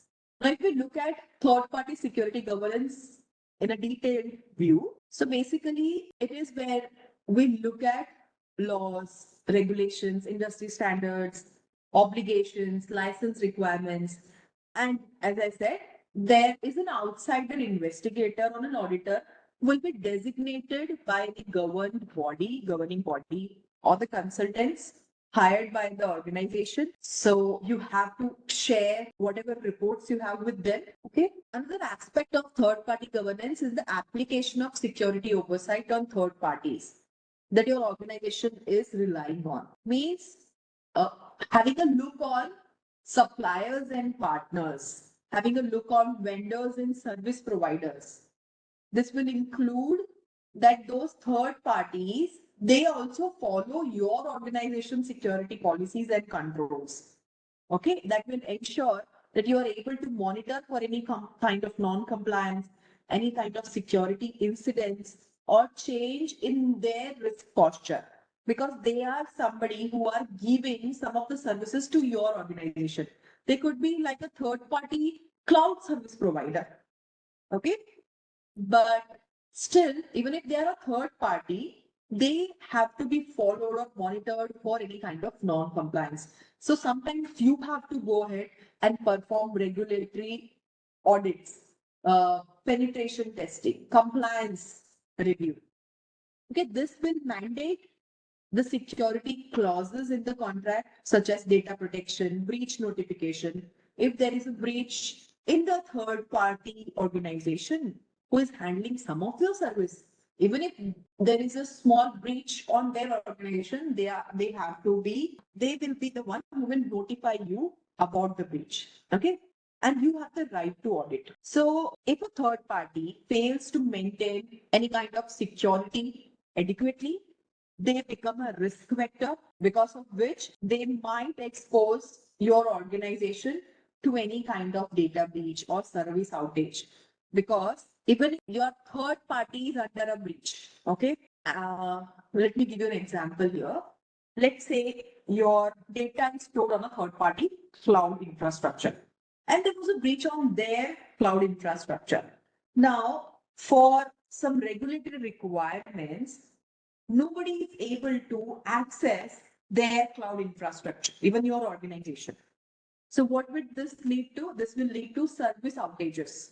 Okay. And you may also have to face financial losses because of the breach on the third party. Okay. This can also include regulatory penalties, reputation damage. So as a CISSP professional, you're expected to identify third-party risk. You recommend governance framework. You draft and review the vendor agreements for security clauses, and you ensure continuous monitoring and accountability mechanisms are in place. Okay, and whatever MOUs you have signed or you have exchanged the documents, if it is sufficient and meets expectation, then you perform on-site reviews as well. So the process of reading the exchange material, verifying them against standards and expectation is known as a documentation review. Once the documentation review is done, then the on-site review will be done. That will be used to focus on compliance with the stated documentation. If the documentation is incomplete, inaccurate, or if it is insufficient, the on-site review is postponed until the documentation can be updated and corrected. So this is the first step for any third party audits. Okay. All right. So let's take an example here, or let's take a question here rather. An organization applies patches regularly. Okay. Enforces strong password policy and train their employees on secure practices. So this is an example of what? Strategic planning, due diligence, due care, business continuity. I know we have not yet discussed about due diligence and due care. We will be discussing it now. And the correct answer is due care. Okay, so here what I've done is I've kept this question intentionally before we discuss about due diligence and due care. Okay, so now let's go ahead and discuss about them. A is not the correct answer in this case. Okay, so now let's understand how strategic planning or security management planning is done. So first step in security management planning is strategic planning. It is a long-term plan which is supposed to be stable. It defines the organization's security purpose and it aligns that purpose to goals, mission, and objectives of the organization. So we can say it is a very long-term plan, first thing. Second, you are seeing in this diagram, the top one is strategic plan. Here, it is the strategic plan. See, the range Or why I'm saying it is a long plan, you can see it is going from 0 years to 5 years. So it can go up to 5 years, 3 to 5 years typically. Okay. This is where we have to focus, or it defines basically the whole enterprise. Okay. It is not just one operations team, but the whole enterprise. So it is enterprise one. It defines the security vision. It aligns the security with organization's mission, goals, objective. It is relatively stable, so there will not be very frequently updated strategic plans. Okay, for example, what will come here in strategic plan? Now let's discuss that part. Adopting a risk management framework like ISO 27001, NIST framework. This is an example of strategic planning. Similarly, using or investing in cloud security or zero trust architecture. That is again a part of strategic planning. Commitment to becoming compliant with the regulatory standard. So if your organization has to adhere to GDPR or HIPAA, you are putting up in the policy or the mission statement itself that you will be committing that you are compliant with the regulatory standard. Okay. So whenever we say strategic plan, it is why behind security program, why we are doing this. So that why is answered in strategic planning. Okay. The next one, here you see this diagram, is tactical planning. This is a midterm plan. It is developed to provide more details on how you are going to accomplish the goals that you are setting up in the strategic plan. Okay, so sometimes it can be crafted on ad hoc basis if there is any unpredicted events. Typically, 1 year, maximum it can go to 3 years, tactical plan, but mostly covered in 1 year. Okay, the scope is only to the specific department or specific domain. Okay, it will not cover whole enterprise. And this plan basically describes how and what to achieve in the strategic objectives. So, in your strategic objectives, many things are listed. So, out of that, what is going to be done? How you are going to do it? That part is coming in the tactical plan. It is a little flexible, unlike strategic plan. You can adjust and accommodate any emergency event or any kind of threat, which is a recent threat. Okay. Now, examples will be using multi-factor authentication across departments. You are rolling out this new scheme. Multi-factor authentication, if you want to go to other department, like you want to go to a stock center, you can anyways access with your iCard your uh, floor, okay, the floor on which you are working. But you cannot go to a stock center. Why?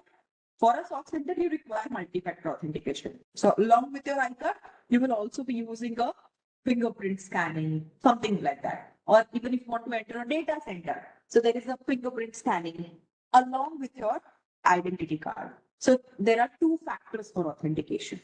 Okay, so rolling out such practices is part of tactical plan.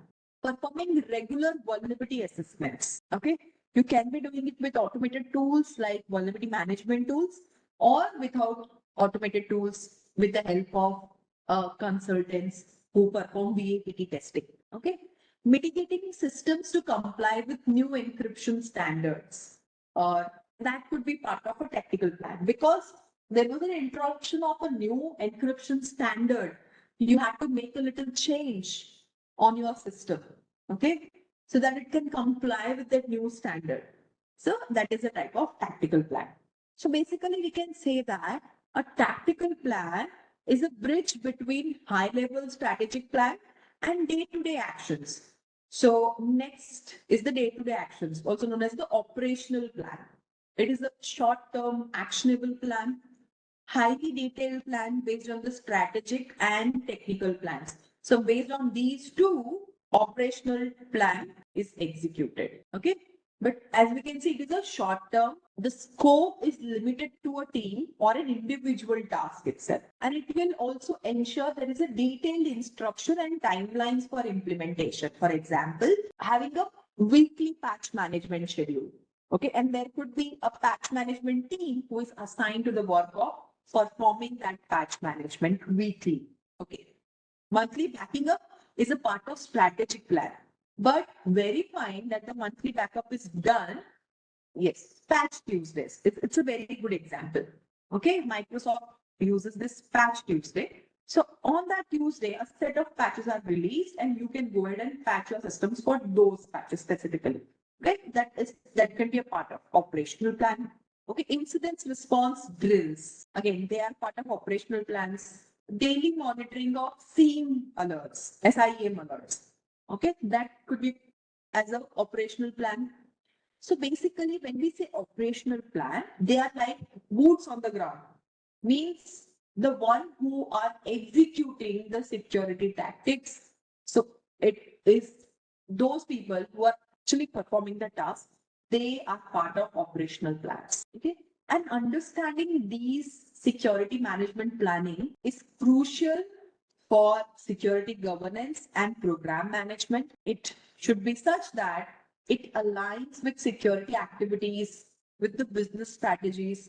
And when we say operational plan, these planning ensures clear goals, along with goals, who are the one who will be accountable for performing what tasks. Okay. And resource allocation. So all that will be part of security management planning. Now, to give you some examples, when I say strategic planning, it is time framed as 3 to 5 years, means long-term vision is required.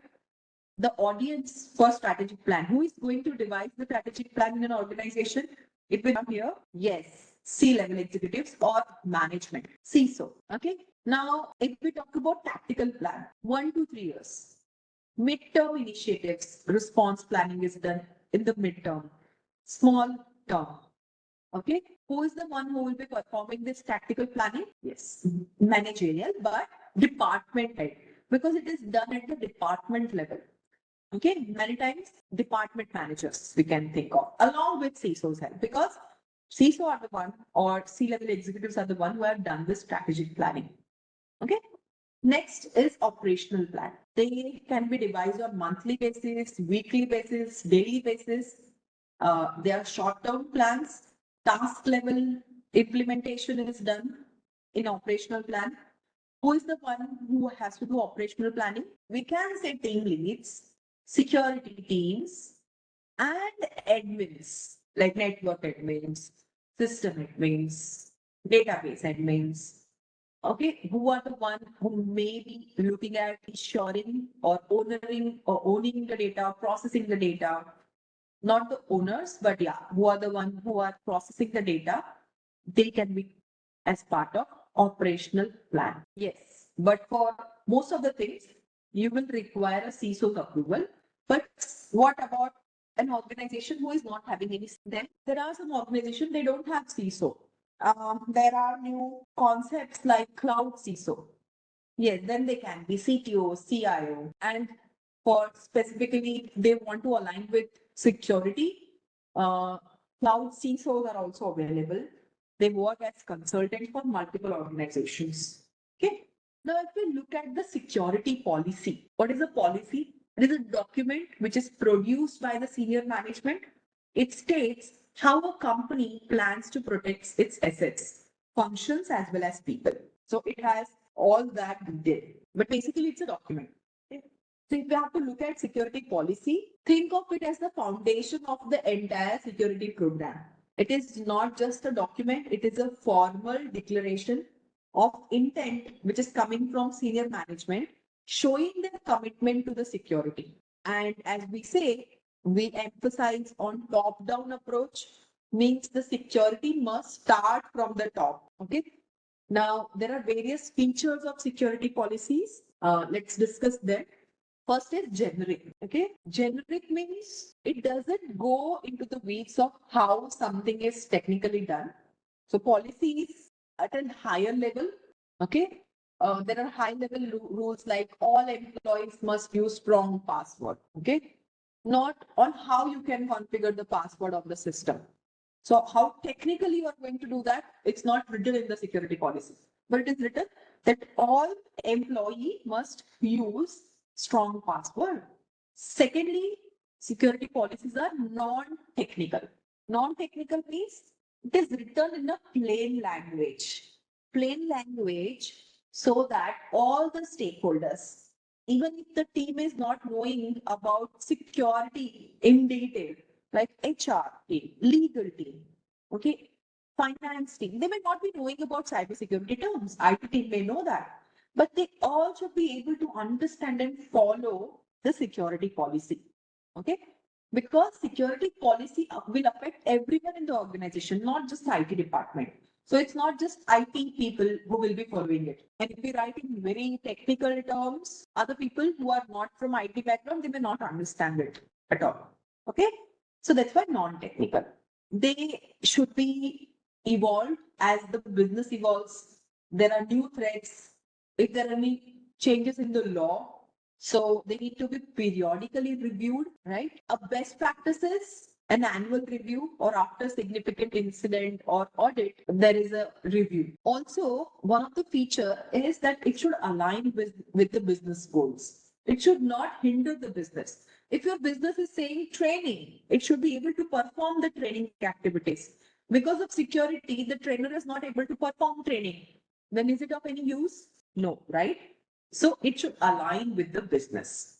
Like if the business goal is saying cloud adoption, but the policy is saying that cloud cannot be used because of so and so reason. So it should not be contradictory, first of all. Okay. So policy is the what, why, and not on how. It is not about how you are going to do it. It's about what is going to be done and why it is going to be done.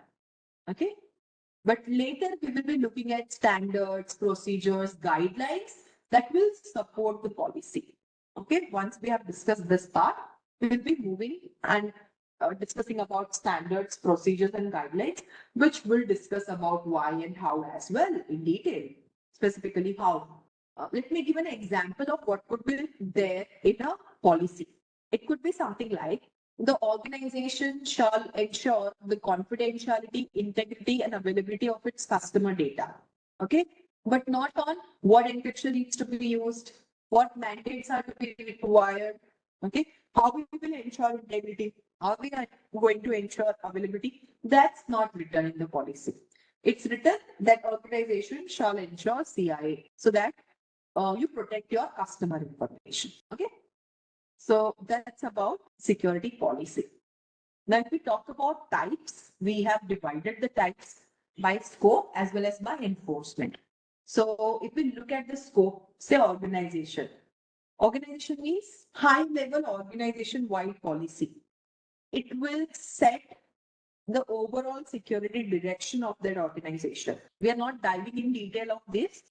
We'll be discussing about some of the policies in detail in other domains as well. Okay. Next is system specific. System specific, like for a particular system or a type of system, there could be a policy like firewall policy. Okay. IDS policy. Then there could be issue specific. Issue means it is addressing specific issue like email usage, bring your own device, Wi-Fi, secure Wi-Fi policy. Okay. So they can be divided by scope. Now, if we talk about enforcement, okay, so there could be security policies for regulation mandated by law or regulation. Regulation comes from the country level. Okay, so that's why country is going to be the one who will give a regulatory policy. It is mandated by law, like HIPAA, GDPR, PCI DSS. For India, it is DPDP Act. Okay. And if the compliance is not done by the organization, it can have a legal consequences. Okay. Then there are advisory policy. Advisory policy means they are recommended policy. They are not mandatory though. But if there is a non-compliance, it will lead to internal penalties within the organization. Okay. Then there is informative policy, specifically for awareness and education. It is not directly connected with enforcing, but it will promote about good practices. Okay. So when we look at this, regulatory, they are non-negotiable. Means if there is a violation, it will result in fine or legal actions. Okay. But if you look at advisory policies are done internally within an organization. So the enforcement is within the organization. For example, using the recommended password practice. Okay, 12-digit alphanumeric character. Don't use any password which has been breached previously. That's a kind of advisory policy. Informative policy, they are specifically for educating. So it will be more like awareness type, like putting up security awareness bulletins, posters, having regular phishing email sent to you. Like sometimes some of the organization, they create phishing link and you have to flag them. If you don't flag them, and if you rather go and click on the link, they give you a mandate to complete some security awareness training again if you have not done them earlier. Okay, and even if you have done them, if you are still not able to follow, that policy would state that you have to redo or go through the phishing email training. Okay, so these are some of the types of security policies. Now, as a CISSP standpoint, you must understand which policies are legally binding and which are internally imposed. Okay, now let me give you some example. All employee must protect customer data confidentiality. Tell me what type it will be when we are selecting from this type by scope. When I say all employee must protect customer data confidentiality. So what type it will be out of these three? Organizational policy, because it is organization wide. All the employees are part of it. Okay. Now, let me give you another question here. Email must not be used to transmit customer PII without encryption. Which one of this is it going to be? It is the issue specific, because it is a special issue related. Okay, so the scope is only when you are having customer PII information. Okay, now let me give you another example. You have to tell me from any of these policies, okay, here or here. PCI DSS must be followed for credit card processing system. What type of policy is this? Regulatory, because it comes from the regulatory requirements. Okay, so these were some of the examples of security policy. These are some more common security policies used within an organization. Access control policy, it will define how users are granted or denied access to system and data, includes roles, permissions, and authorization models. Okay, computer security policy. This will cover security expectation for endpoint devices, patching, antivirus, configuring. Okay, when we talk about environmental design policy, this specifically addresses about physical and environment factors like fire, suppression, HVAC systems, power backup. Okay, data protection policy. This ensures proper classification of data, encryption, storage, disposal, sensitive data, how to deal with sensitive data. All that is part of data protection policy. Okay.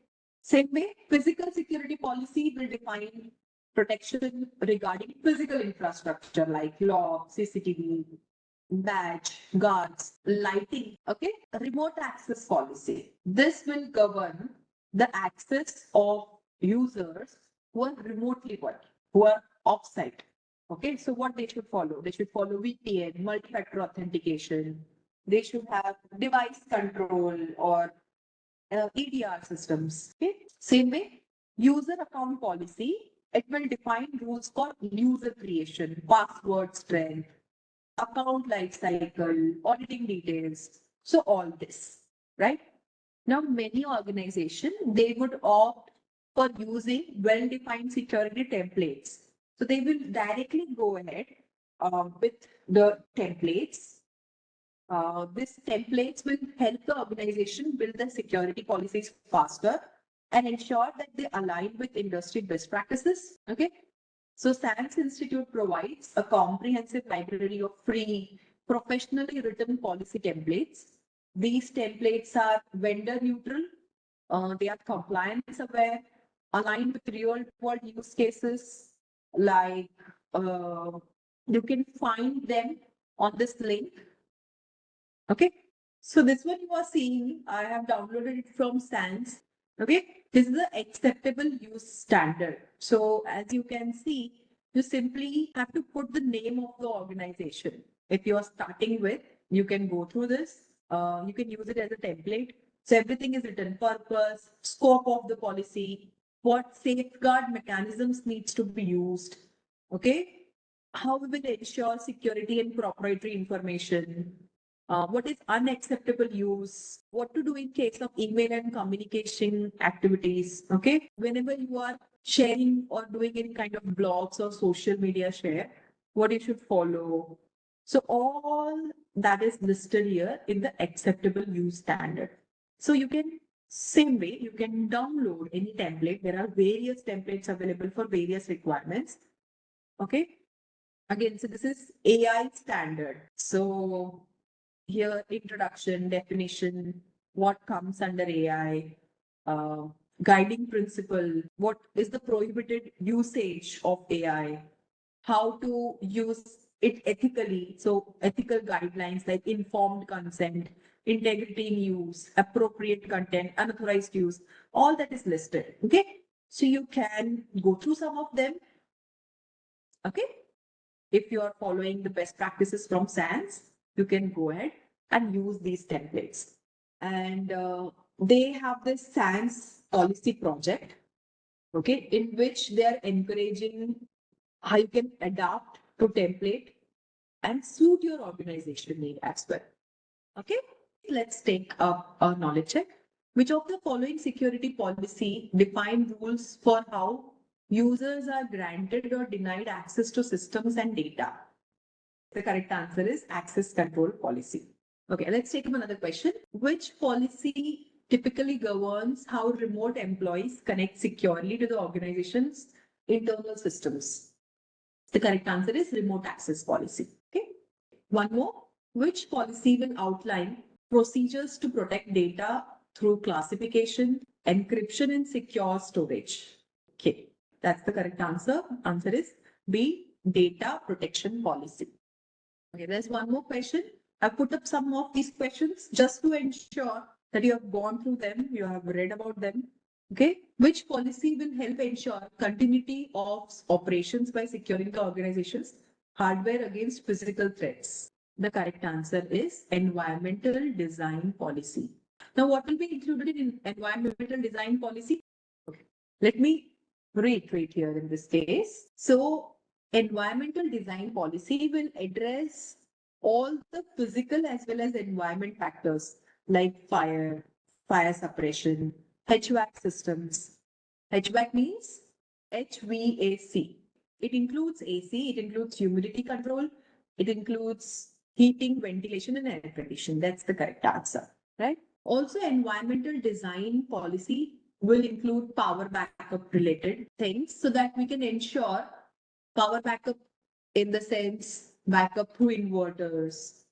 Okay, so this will ensure the hardware security in the organization for any kind of physical threats to them. Let's take up the next topic.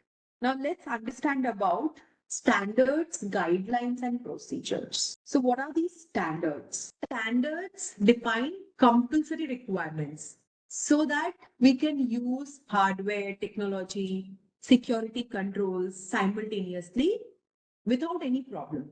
They work as a tactical document which will define all the steps that will be involved to accomplish all the goals which are defined in the security policy. Okay. Mostly we can say that standard is what must be used. So many times they are mandatory. The purpose is to ensure consistency and interoperability. They are very tactical in nature. So they are the documents, or standards are the documents used to implement policy requirement. For example, all laptops must run Windows 11 Enterprise with BitLocker enabled. So this is a standard that the organization-wide systems will follow. Okay. Now let's talk about baselines. Baselines is what is the minimum level of security that every system will have, that is baselining. So baseline basically establish a common secure state on which all the additional security measures will be built. So it will ensure common secure starting point for all the configurations. It is often used in hardening the systems, and it will follow baselines like CIS benchmark. So CIS benchmark is a type of baseline. On top of it, you can have your own other policies as well as regulatory requirements. Now, let me give you an example of a baseline. Say for a server, any kind of guest accounts should be disabled, and for passwords for the server could be minimum 12 character password. Unlike other passwords which are of 8, okay, because it is a server, we are giving a minimum baseline of 12 characters. Okay, on top of it, you can have your organizational policy, which says that those 12 character password can be alphanumeric. Okay, it can include some of the symbols will not be allowed. Further, every 2 months or every 3 months, you have to renew the password. So that is a top up, which we are doing on the baseline, but the baseline is saying minimum 12 character password. The next is guidelines. Guidelines will provide best practice recommendations to help implement the standards and baselines. So basically, it is the recommendation on how the standards and baselines are implemented. And you can customize, they are not mandatory. Okay. They are useful when flexibility is required because of some different use cases. Okay. For example, you can say that in the guideline, it is recommended to use passphrase instead of simple password. This will improve memorability and complexity. Okay. Because sometimes, like Google passwords, they can generate password. But when you're using any password generation tool, it is a very difficult to remember alphanumeric character set. Okay. So if you are using a passphrase instead of password, it is rather simple. So this could be an example of a guideline. Now, when I say procedure, it is a detailed step-by-step document which describes about how to do this. Okay. It describes the exact actions which will be used to implement the security or the control or the solution. So it has to be followed exactly how it is written in the document. Usually it is written for operators, technicians, system administrators. Okay, it is something like this. Step number 1, open group policy editor. Step number 2, go to so and so account policies. In that, go to password policy. Step number 4, set minimum password length to 12 characters.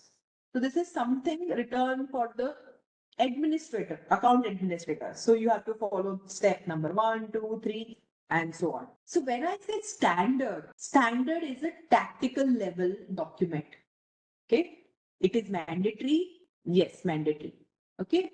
Who are the audience who will define standards? System architects. They are the one who will define, not we can say define, but who will be the one using the standards, say system architects, IPT. Okay. Baseline. They define minimum security configuration. Are they mandatory? Yes, they are mandatory. At what level? They are technical level. Who are the audience for baseline? Auditors, system admins. They are they are the audience for baselines. Okay. Same way, if I say guideline, tell me, is it mandatory? No. So it is not mandatory, first thing. So it is at level advisory type of policy. Okay. But it will recommend the best practices. Okay. And the audience could be anyone and everyone. Okay. Next, if we talk about procedure, it is a step-by-step instruction. Is it mandatory to follow? Yes, it is mandatory to follow. Okay. If we don't follow step by step, we miss out some step, it may not be able to perform as it should perform. And it is at operational level, it is for technicians or operators. So when we say policy is what and why, it is strategic level, standards and baseline in this case. Okay, these standards and baselines, this is what and how much. They are tactical level. Okay, guidelines, again, it is a type of how, but it is flexible. procedure, it is how, but it should be done step by step. So it is mandatory. It is not flexible like guidelines. Okay. So next part is threat modeling. So threat modeling basically is a process in security where we can identify potential threats, categorize them, and analyze them on any application or a system. So this is a step which can be done as a proactive measure, okay, at the stage of design or the development phase itself. Okay. Also, it can be done reactive, like as a reactive measure, once the product has been deployed. Okay. For any new or emerging threat, it will be done in reactive way. But for known threats, you are already knowing that these threats exist. You will be doing the threat modeling in a proactive way. Now, why we require to perform threat modeling, first of all? First reason is to understand the attack surface. Second, we can prioritize threats based on the risk and impact of the threat. And we can design mitigation before the threat is actually performing an attack or the threat actor is actually performing an attack. Also, it supports security by design principle. Okay, because when we are performing proactively, we are doing it at the design phase. Okay? Now we can do or identify threats based on focused on assets. So if the approach is say focused on assets, it means we will identify threats based on valuable assets and what could compromise them. So first thing that you have to do when you are doing focus on asset, you have to identify asset classification or perform asset classification. Then we will be able to value the assets. Okay, so we are trying to identify threats to the valuable assets in this way. Second is focus on attackers. So when we are identifying threats based on attackers, here we are considering known threat actors and their TTPs. TTPs means tactics, techniques, and procedures. You can find the details of various attack TTPs in MITRE framework. Basically, it lists all the TTPs related to various attacks. Okay. And many times penetration testers use MITRE framework to put the attack that they have done in terms of TTP, okay, along with solution, and they give it to the organization who is asking the penetration tester to complete the task of performing VAPT testing. Okay, it can be white box testing or black box testing. It's not compulsory that it has to be white box or black box. But basically, here we are focusing on the attacker. Okay. So what you are doing, you are having the threat intel or you are profiling the data. Based on that, you are identifying threats. Okay. Now the third approach is software focused. Means you look at the software application, features of the application, APIs, okay, inputs that you can put into the APIs or the application and how it can be abused. Okay, so that's where you are doing focused on software. So it is software centric. It can consider any kind of potential threats against specific features or input mechanisms. Like if it is following SQL, so we'll look at SQL injection, how SQL injection can be done, and then we ensure how we can use all the ways that SQL injection cannot be done. See, these are three approaches that you are seeing, which are used to identify threats. We are trying to get the knowledge about the attack surface. Okay, we are doing threat modeling. Now, this can be done in proactive or in reactive way. Okay. Now, if you're doing it proactive way, or maybe reactive, but it can be done in these three ways. One is focused on assets, means we look for the riskiest assets like server systems in the production environment. Okay. And then we attempt to identify threats on those valuable assets. Got my point there now? Secondly, when we say focus on attackers, so we are knowing the TTPs. We are now knowing or we have done the profiling of data. Okay, we are knowing what could be the potential attacker and threats they are posing. Based on that, we are performing threat modeling. Okay. Focused on software means we are looking at the application, looking at the API, looking at the input that we can add into the API. For example, when you are developing a software or you are auditing a software, at that stage, you will use this way. You will do the threat modeling focused on software. Clear?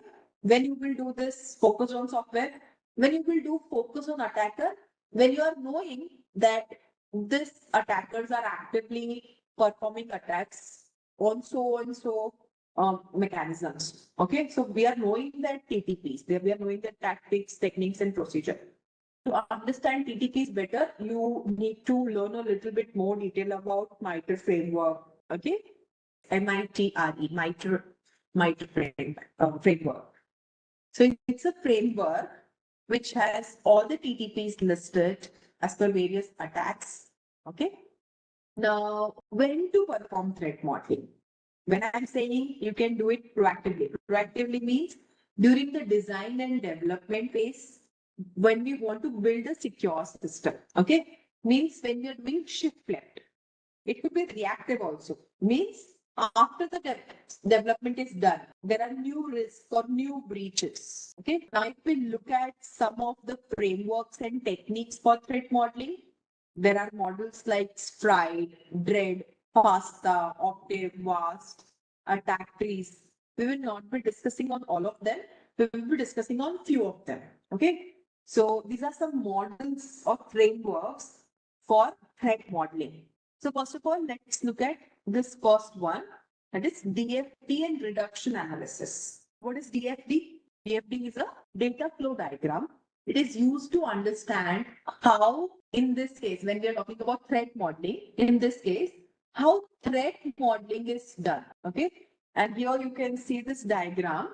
This represents a college library database. Let me zoom in a little bit. Okay. So you are seeing this diagram. This is a DFD. I'm not into coding or I'm not into software development. So I may not be able to tell you this DFD is 2.2 or 3.2. But let me explain this in terms of threat modeling. Okay. So here you can see this college library database. And this is the college library database. And this whole diagram is for logging in to this college library system. Okay. So this is showing how users will interact with the web application, okay, which is connected to this backend database here. Okay. So first of all, let's break down the system. First is users. Users potentially they are untrusted. They can be external users. Okay. Web servlet. This as well as this login process. This is the application logic. Okay. College library database here. It is where the data is going to be stored. Database files is where the raw files will be stored. Okay. Now here we will be dividing it in such a way or decomposing it in such a way that we can understand where the vulnerabilities might exist. Okay. So let's read this diagram now. Okay. From user, we can do a login request. Okay. So how we will be able to do a login request to a web server? Okay. Now from a web server, the request or the trust is done to the database. Okay. And you are seeing these red lines. These red dashed lines, they are representing shift in the trust level. Okay. So when I'm saying user to web server, there is a shift. Okay, this is the external user. So the trust to an external user and to a web server for the application will be different. Okay, so here you are seeing the shift. Again, when the web server is interacting with the database, again you are seeing this red line. Okay, this red line is again representing the trust is changing. So every time the data is crossing one of these boundaries, one of these red lines, okay, it is potentially the attack point. This is where input validation, encryption, okay, access control will become critical. Okay, you're seeing all the arrows here. These are the data flow. And each one is a risk surface. Okay. So like login request, login response, authenticate user function is called. Authenticate user result is coming. So at every this flow or this arrow is where the attack or the risk surface is. Okay. So when I say login request is done from the user, it may contain any kind of malicious input. Okay, like an SQL injection. SQL queries to the database can be injected with malicious code if it is not handled securely. Responses to the user must not leak any kind of sensitive information. Okay, so these are all our attack surface or the risk surface where all the interactions are done. Okay, and here is when we will apply the CIA principles. Like when we are storing, when the data is at rest, like in this case, database files, what we will apply, what principles we will apply, how we will ensure CIA, okay, with the help of encryption. When the data is in transit, how we will ensure security, how we will ensure CIA with the help of TLS, SSL, okay. In the case of when you are setting a login request, okay, where the user can enter the data like login form, search queries, any user form. So at that time, we will be using proper input validation mechanisms or secure coding practices, input sanitization. Okay. When you're sending the request, when you're authenticating users, or when this step, login process to back to server, and from server back to the user, this information is coming. Here, you can perform whitelisting. Okay. So this is what the threat modeling is. So basically, we need to understand trust boundaries. We need to understand data flow paths. We need to understand input points, any kind of privilege operations that's happening here. Okay. Privilege operations means authentication decision. So authentication can be done with some other ways like SAML or OAuth. Okay. In that case, it is called a privilege operation. Accessing or modifying the database, reading or writing onto the files. Okay, all these operations, they will require access control, role separation, and least privilege principle to be followed. Understood? Now, here you are seeing one of the way of threat modeling is known as triad threat model. This triad threat model was developed by Microsoft for identifying and categorizing threats. Okay. And the threats are written like this. You are seeing spoofing. Spoofing means when can a spoofing be done in previous application? In this application, what can be spoofed? Login credentials can be spoofed. Okay. What if we talk about the previous example? Manipulation of SQL queries, repudiation. If we are not performing logging of whosoever user is logging into, okay, we are not doing any logs or generating any logs, then that comes under repudiation. Any kind of information disclosure, which can be because of leakage from the database itself. Okay, the database was stored in a plain text file, and it is now open for anybody to look at. Okay, same way denial of service. Like login flooding request can lead to denial of service attack. Elevation of privilege, like gaining access to the database, maybe vertical privilege escalation is done. In that case, there will be elevation of privilege. Okay. So when we look at the threats, what are the threats? Spoofing, tampering, repudiation, information disclosure, denial of service, and elevation of privilege. What is the desired property here?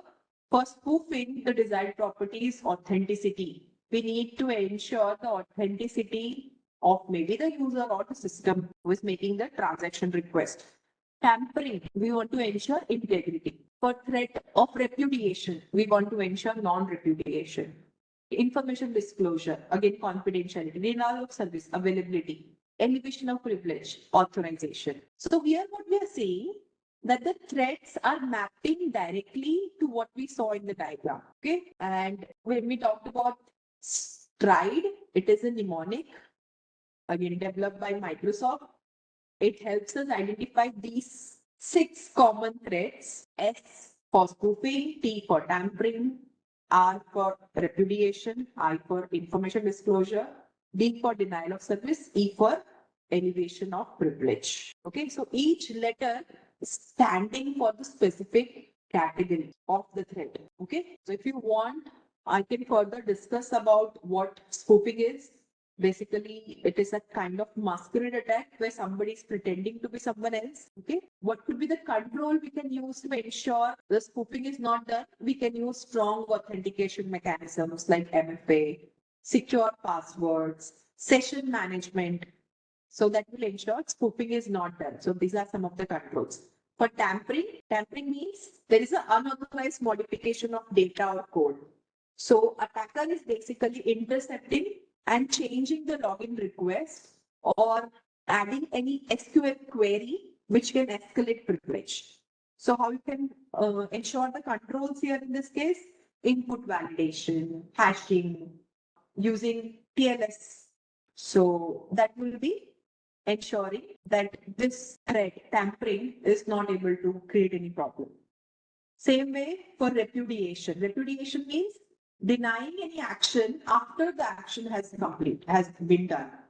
Okay, it means a user is performing any malicious action like deleting something and then later denying it. I have not deleted. So how we can ensure repudiation? With the help of logging, digital signatures, uh, audit trails. When we talk about information disclosure, it means unauthorized access to confidential data. For example, when you are doing a SQL injection, okay, there is an error message which will reveal the database structure or any kind of sensitive information. So what is the control? Using encryption, access control, least privilege, data masking, input validation. For denial of service attack, we make service unavailable to legitimate user, sending thousands of login requests that can be done to crash the server, like the example I've given. What you can do, how you can control denial of service with the help of web application firewall, rate limiting, input throttling, some ways like this. And for elevation of privilege, you can use controls like role-based access control, input validation again, secure coding, patching. Okay, so stride basically helps you assess each component of your DFD diagram. Okay, prioritize the mitigation based on the severity and impact, and you can integrate it very easily with security architecture, especially when you are defining secure software development lifecycle. Again, it is a mechanism for defense in depth because we are identifying multiple layers where threats can be mitigated. Okay, so this is about the stride threat modeling. Okay, let's take up a question. In the stride model, the letter S stands for, okay, spoofing. Okay, let's take up another question. What is the benefit of decomposing an application during threat modeling? Let me take you back here. So what we do in threat modeling, one of the mechanism is reduction analysis. So we decompose the application like we are doing here. It could be the application, the system itself, or the environment, so that we understand the logic of the product and its interaction with the external elements. This will break down the system into smaller parts so that it will make it easy for us to identify each component and identify any vulnerability or any point of attack. Okay, so now that's the correct answer, to identify detailed components and data flow for potential vulnerabilities. That's why we will decompose a larger application in the threat model. Okay. Now another model of threat is dread model. It is used to prioritize security risk based on 5 key risk aspects. Okay. Commonly it is used for security assessments. Specifically, it is designed to provide prioritization solution based on the answer to these 5 questions. What are these questions? First, damage potential. D for damage potential. How bad would an attack be? Okay, or how severe the consequences will be if the attack happened. Like Can the data be wiped or stolen? The attack happens. The second in this dread model is reproducibility. Means how easily the attack can be reproduced or it can be repeated with different attack vectors. Can the attack be executed with minimal changes? Okay. So we look at reproducibility of the attack. Next risk aspect is exploitability. Means how easy it is to carry out the attack. Like what are the skills required to carry out the attack? What are the tools required to carry out the attack? Okay. Can a simple script kiddie do the attack?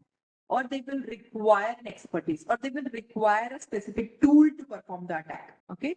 Like you would have gone through few of the tools. You would have used some tools for performing exploits like Metasploit.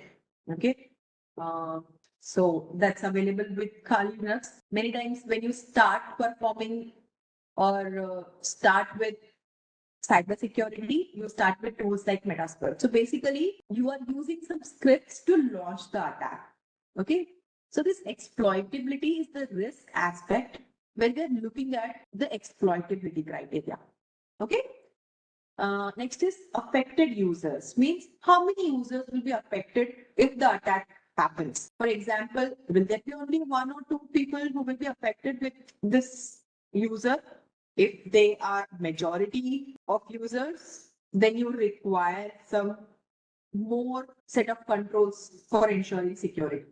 Okay, discoverability means how easy it is to find the vulnerability. Is it publicly documented or is it buried somewhere deep?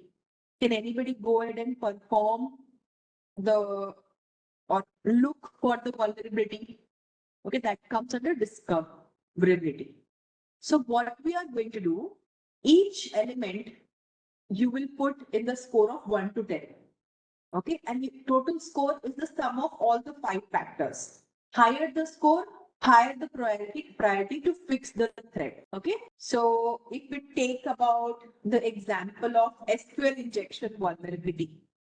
Okay, so now let's put SQL injection here. So what could be the damage potential if I have to rate it between 1 to 10? What is the damage potential for a SQL injection in the range of 1 to 10? 10 is the higher end, 1 is the lower end. Okay, then we will sum up all of this.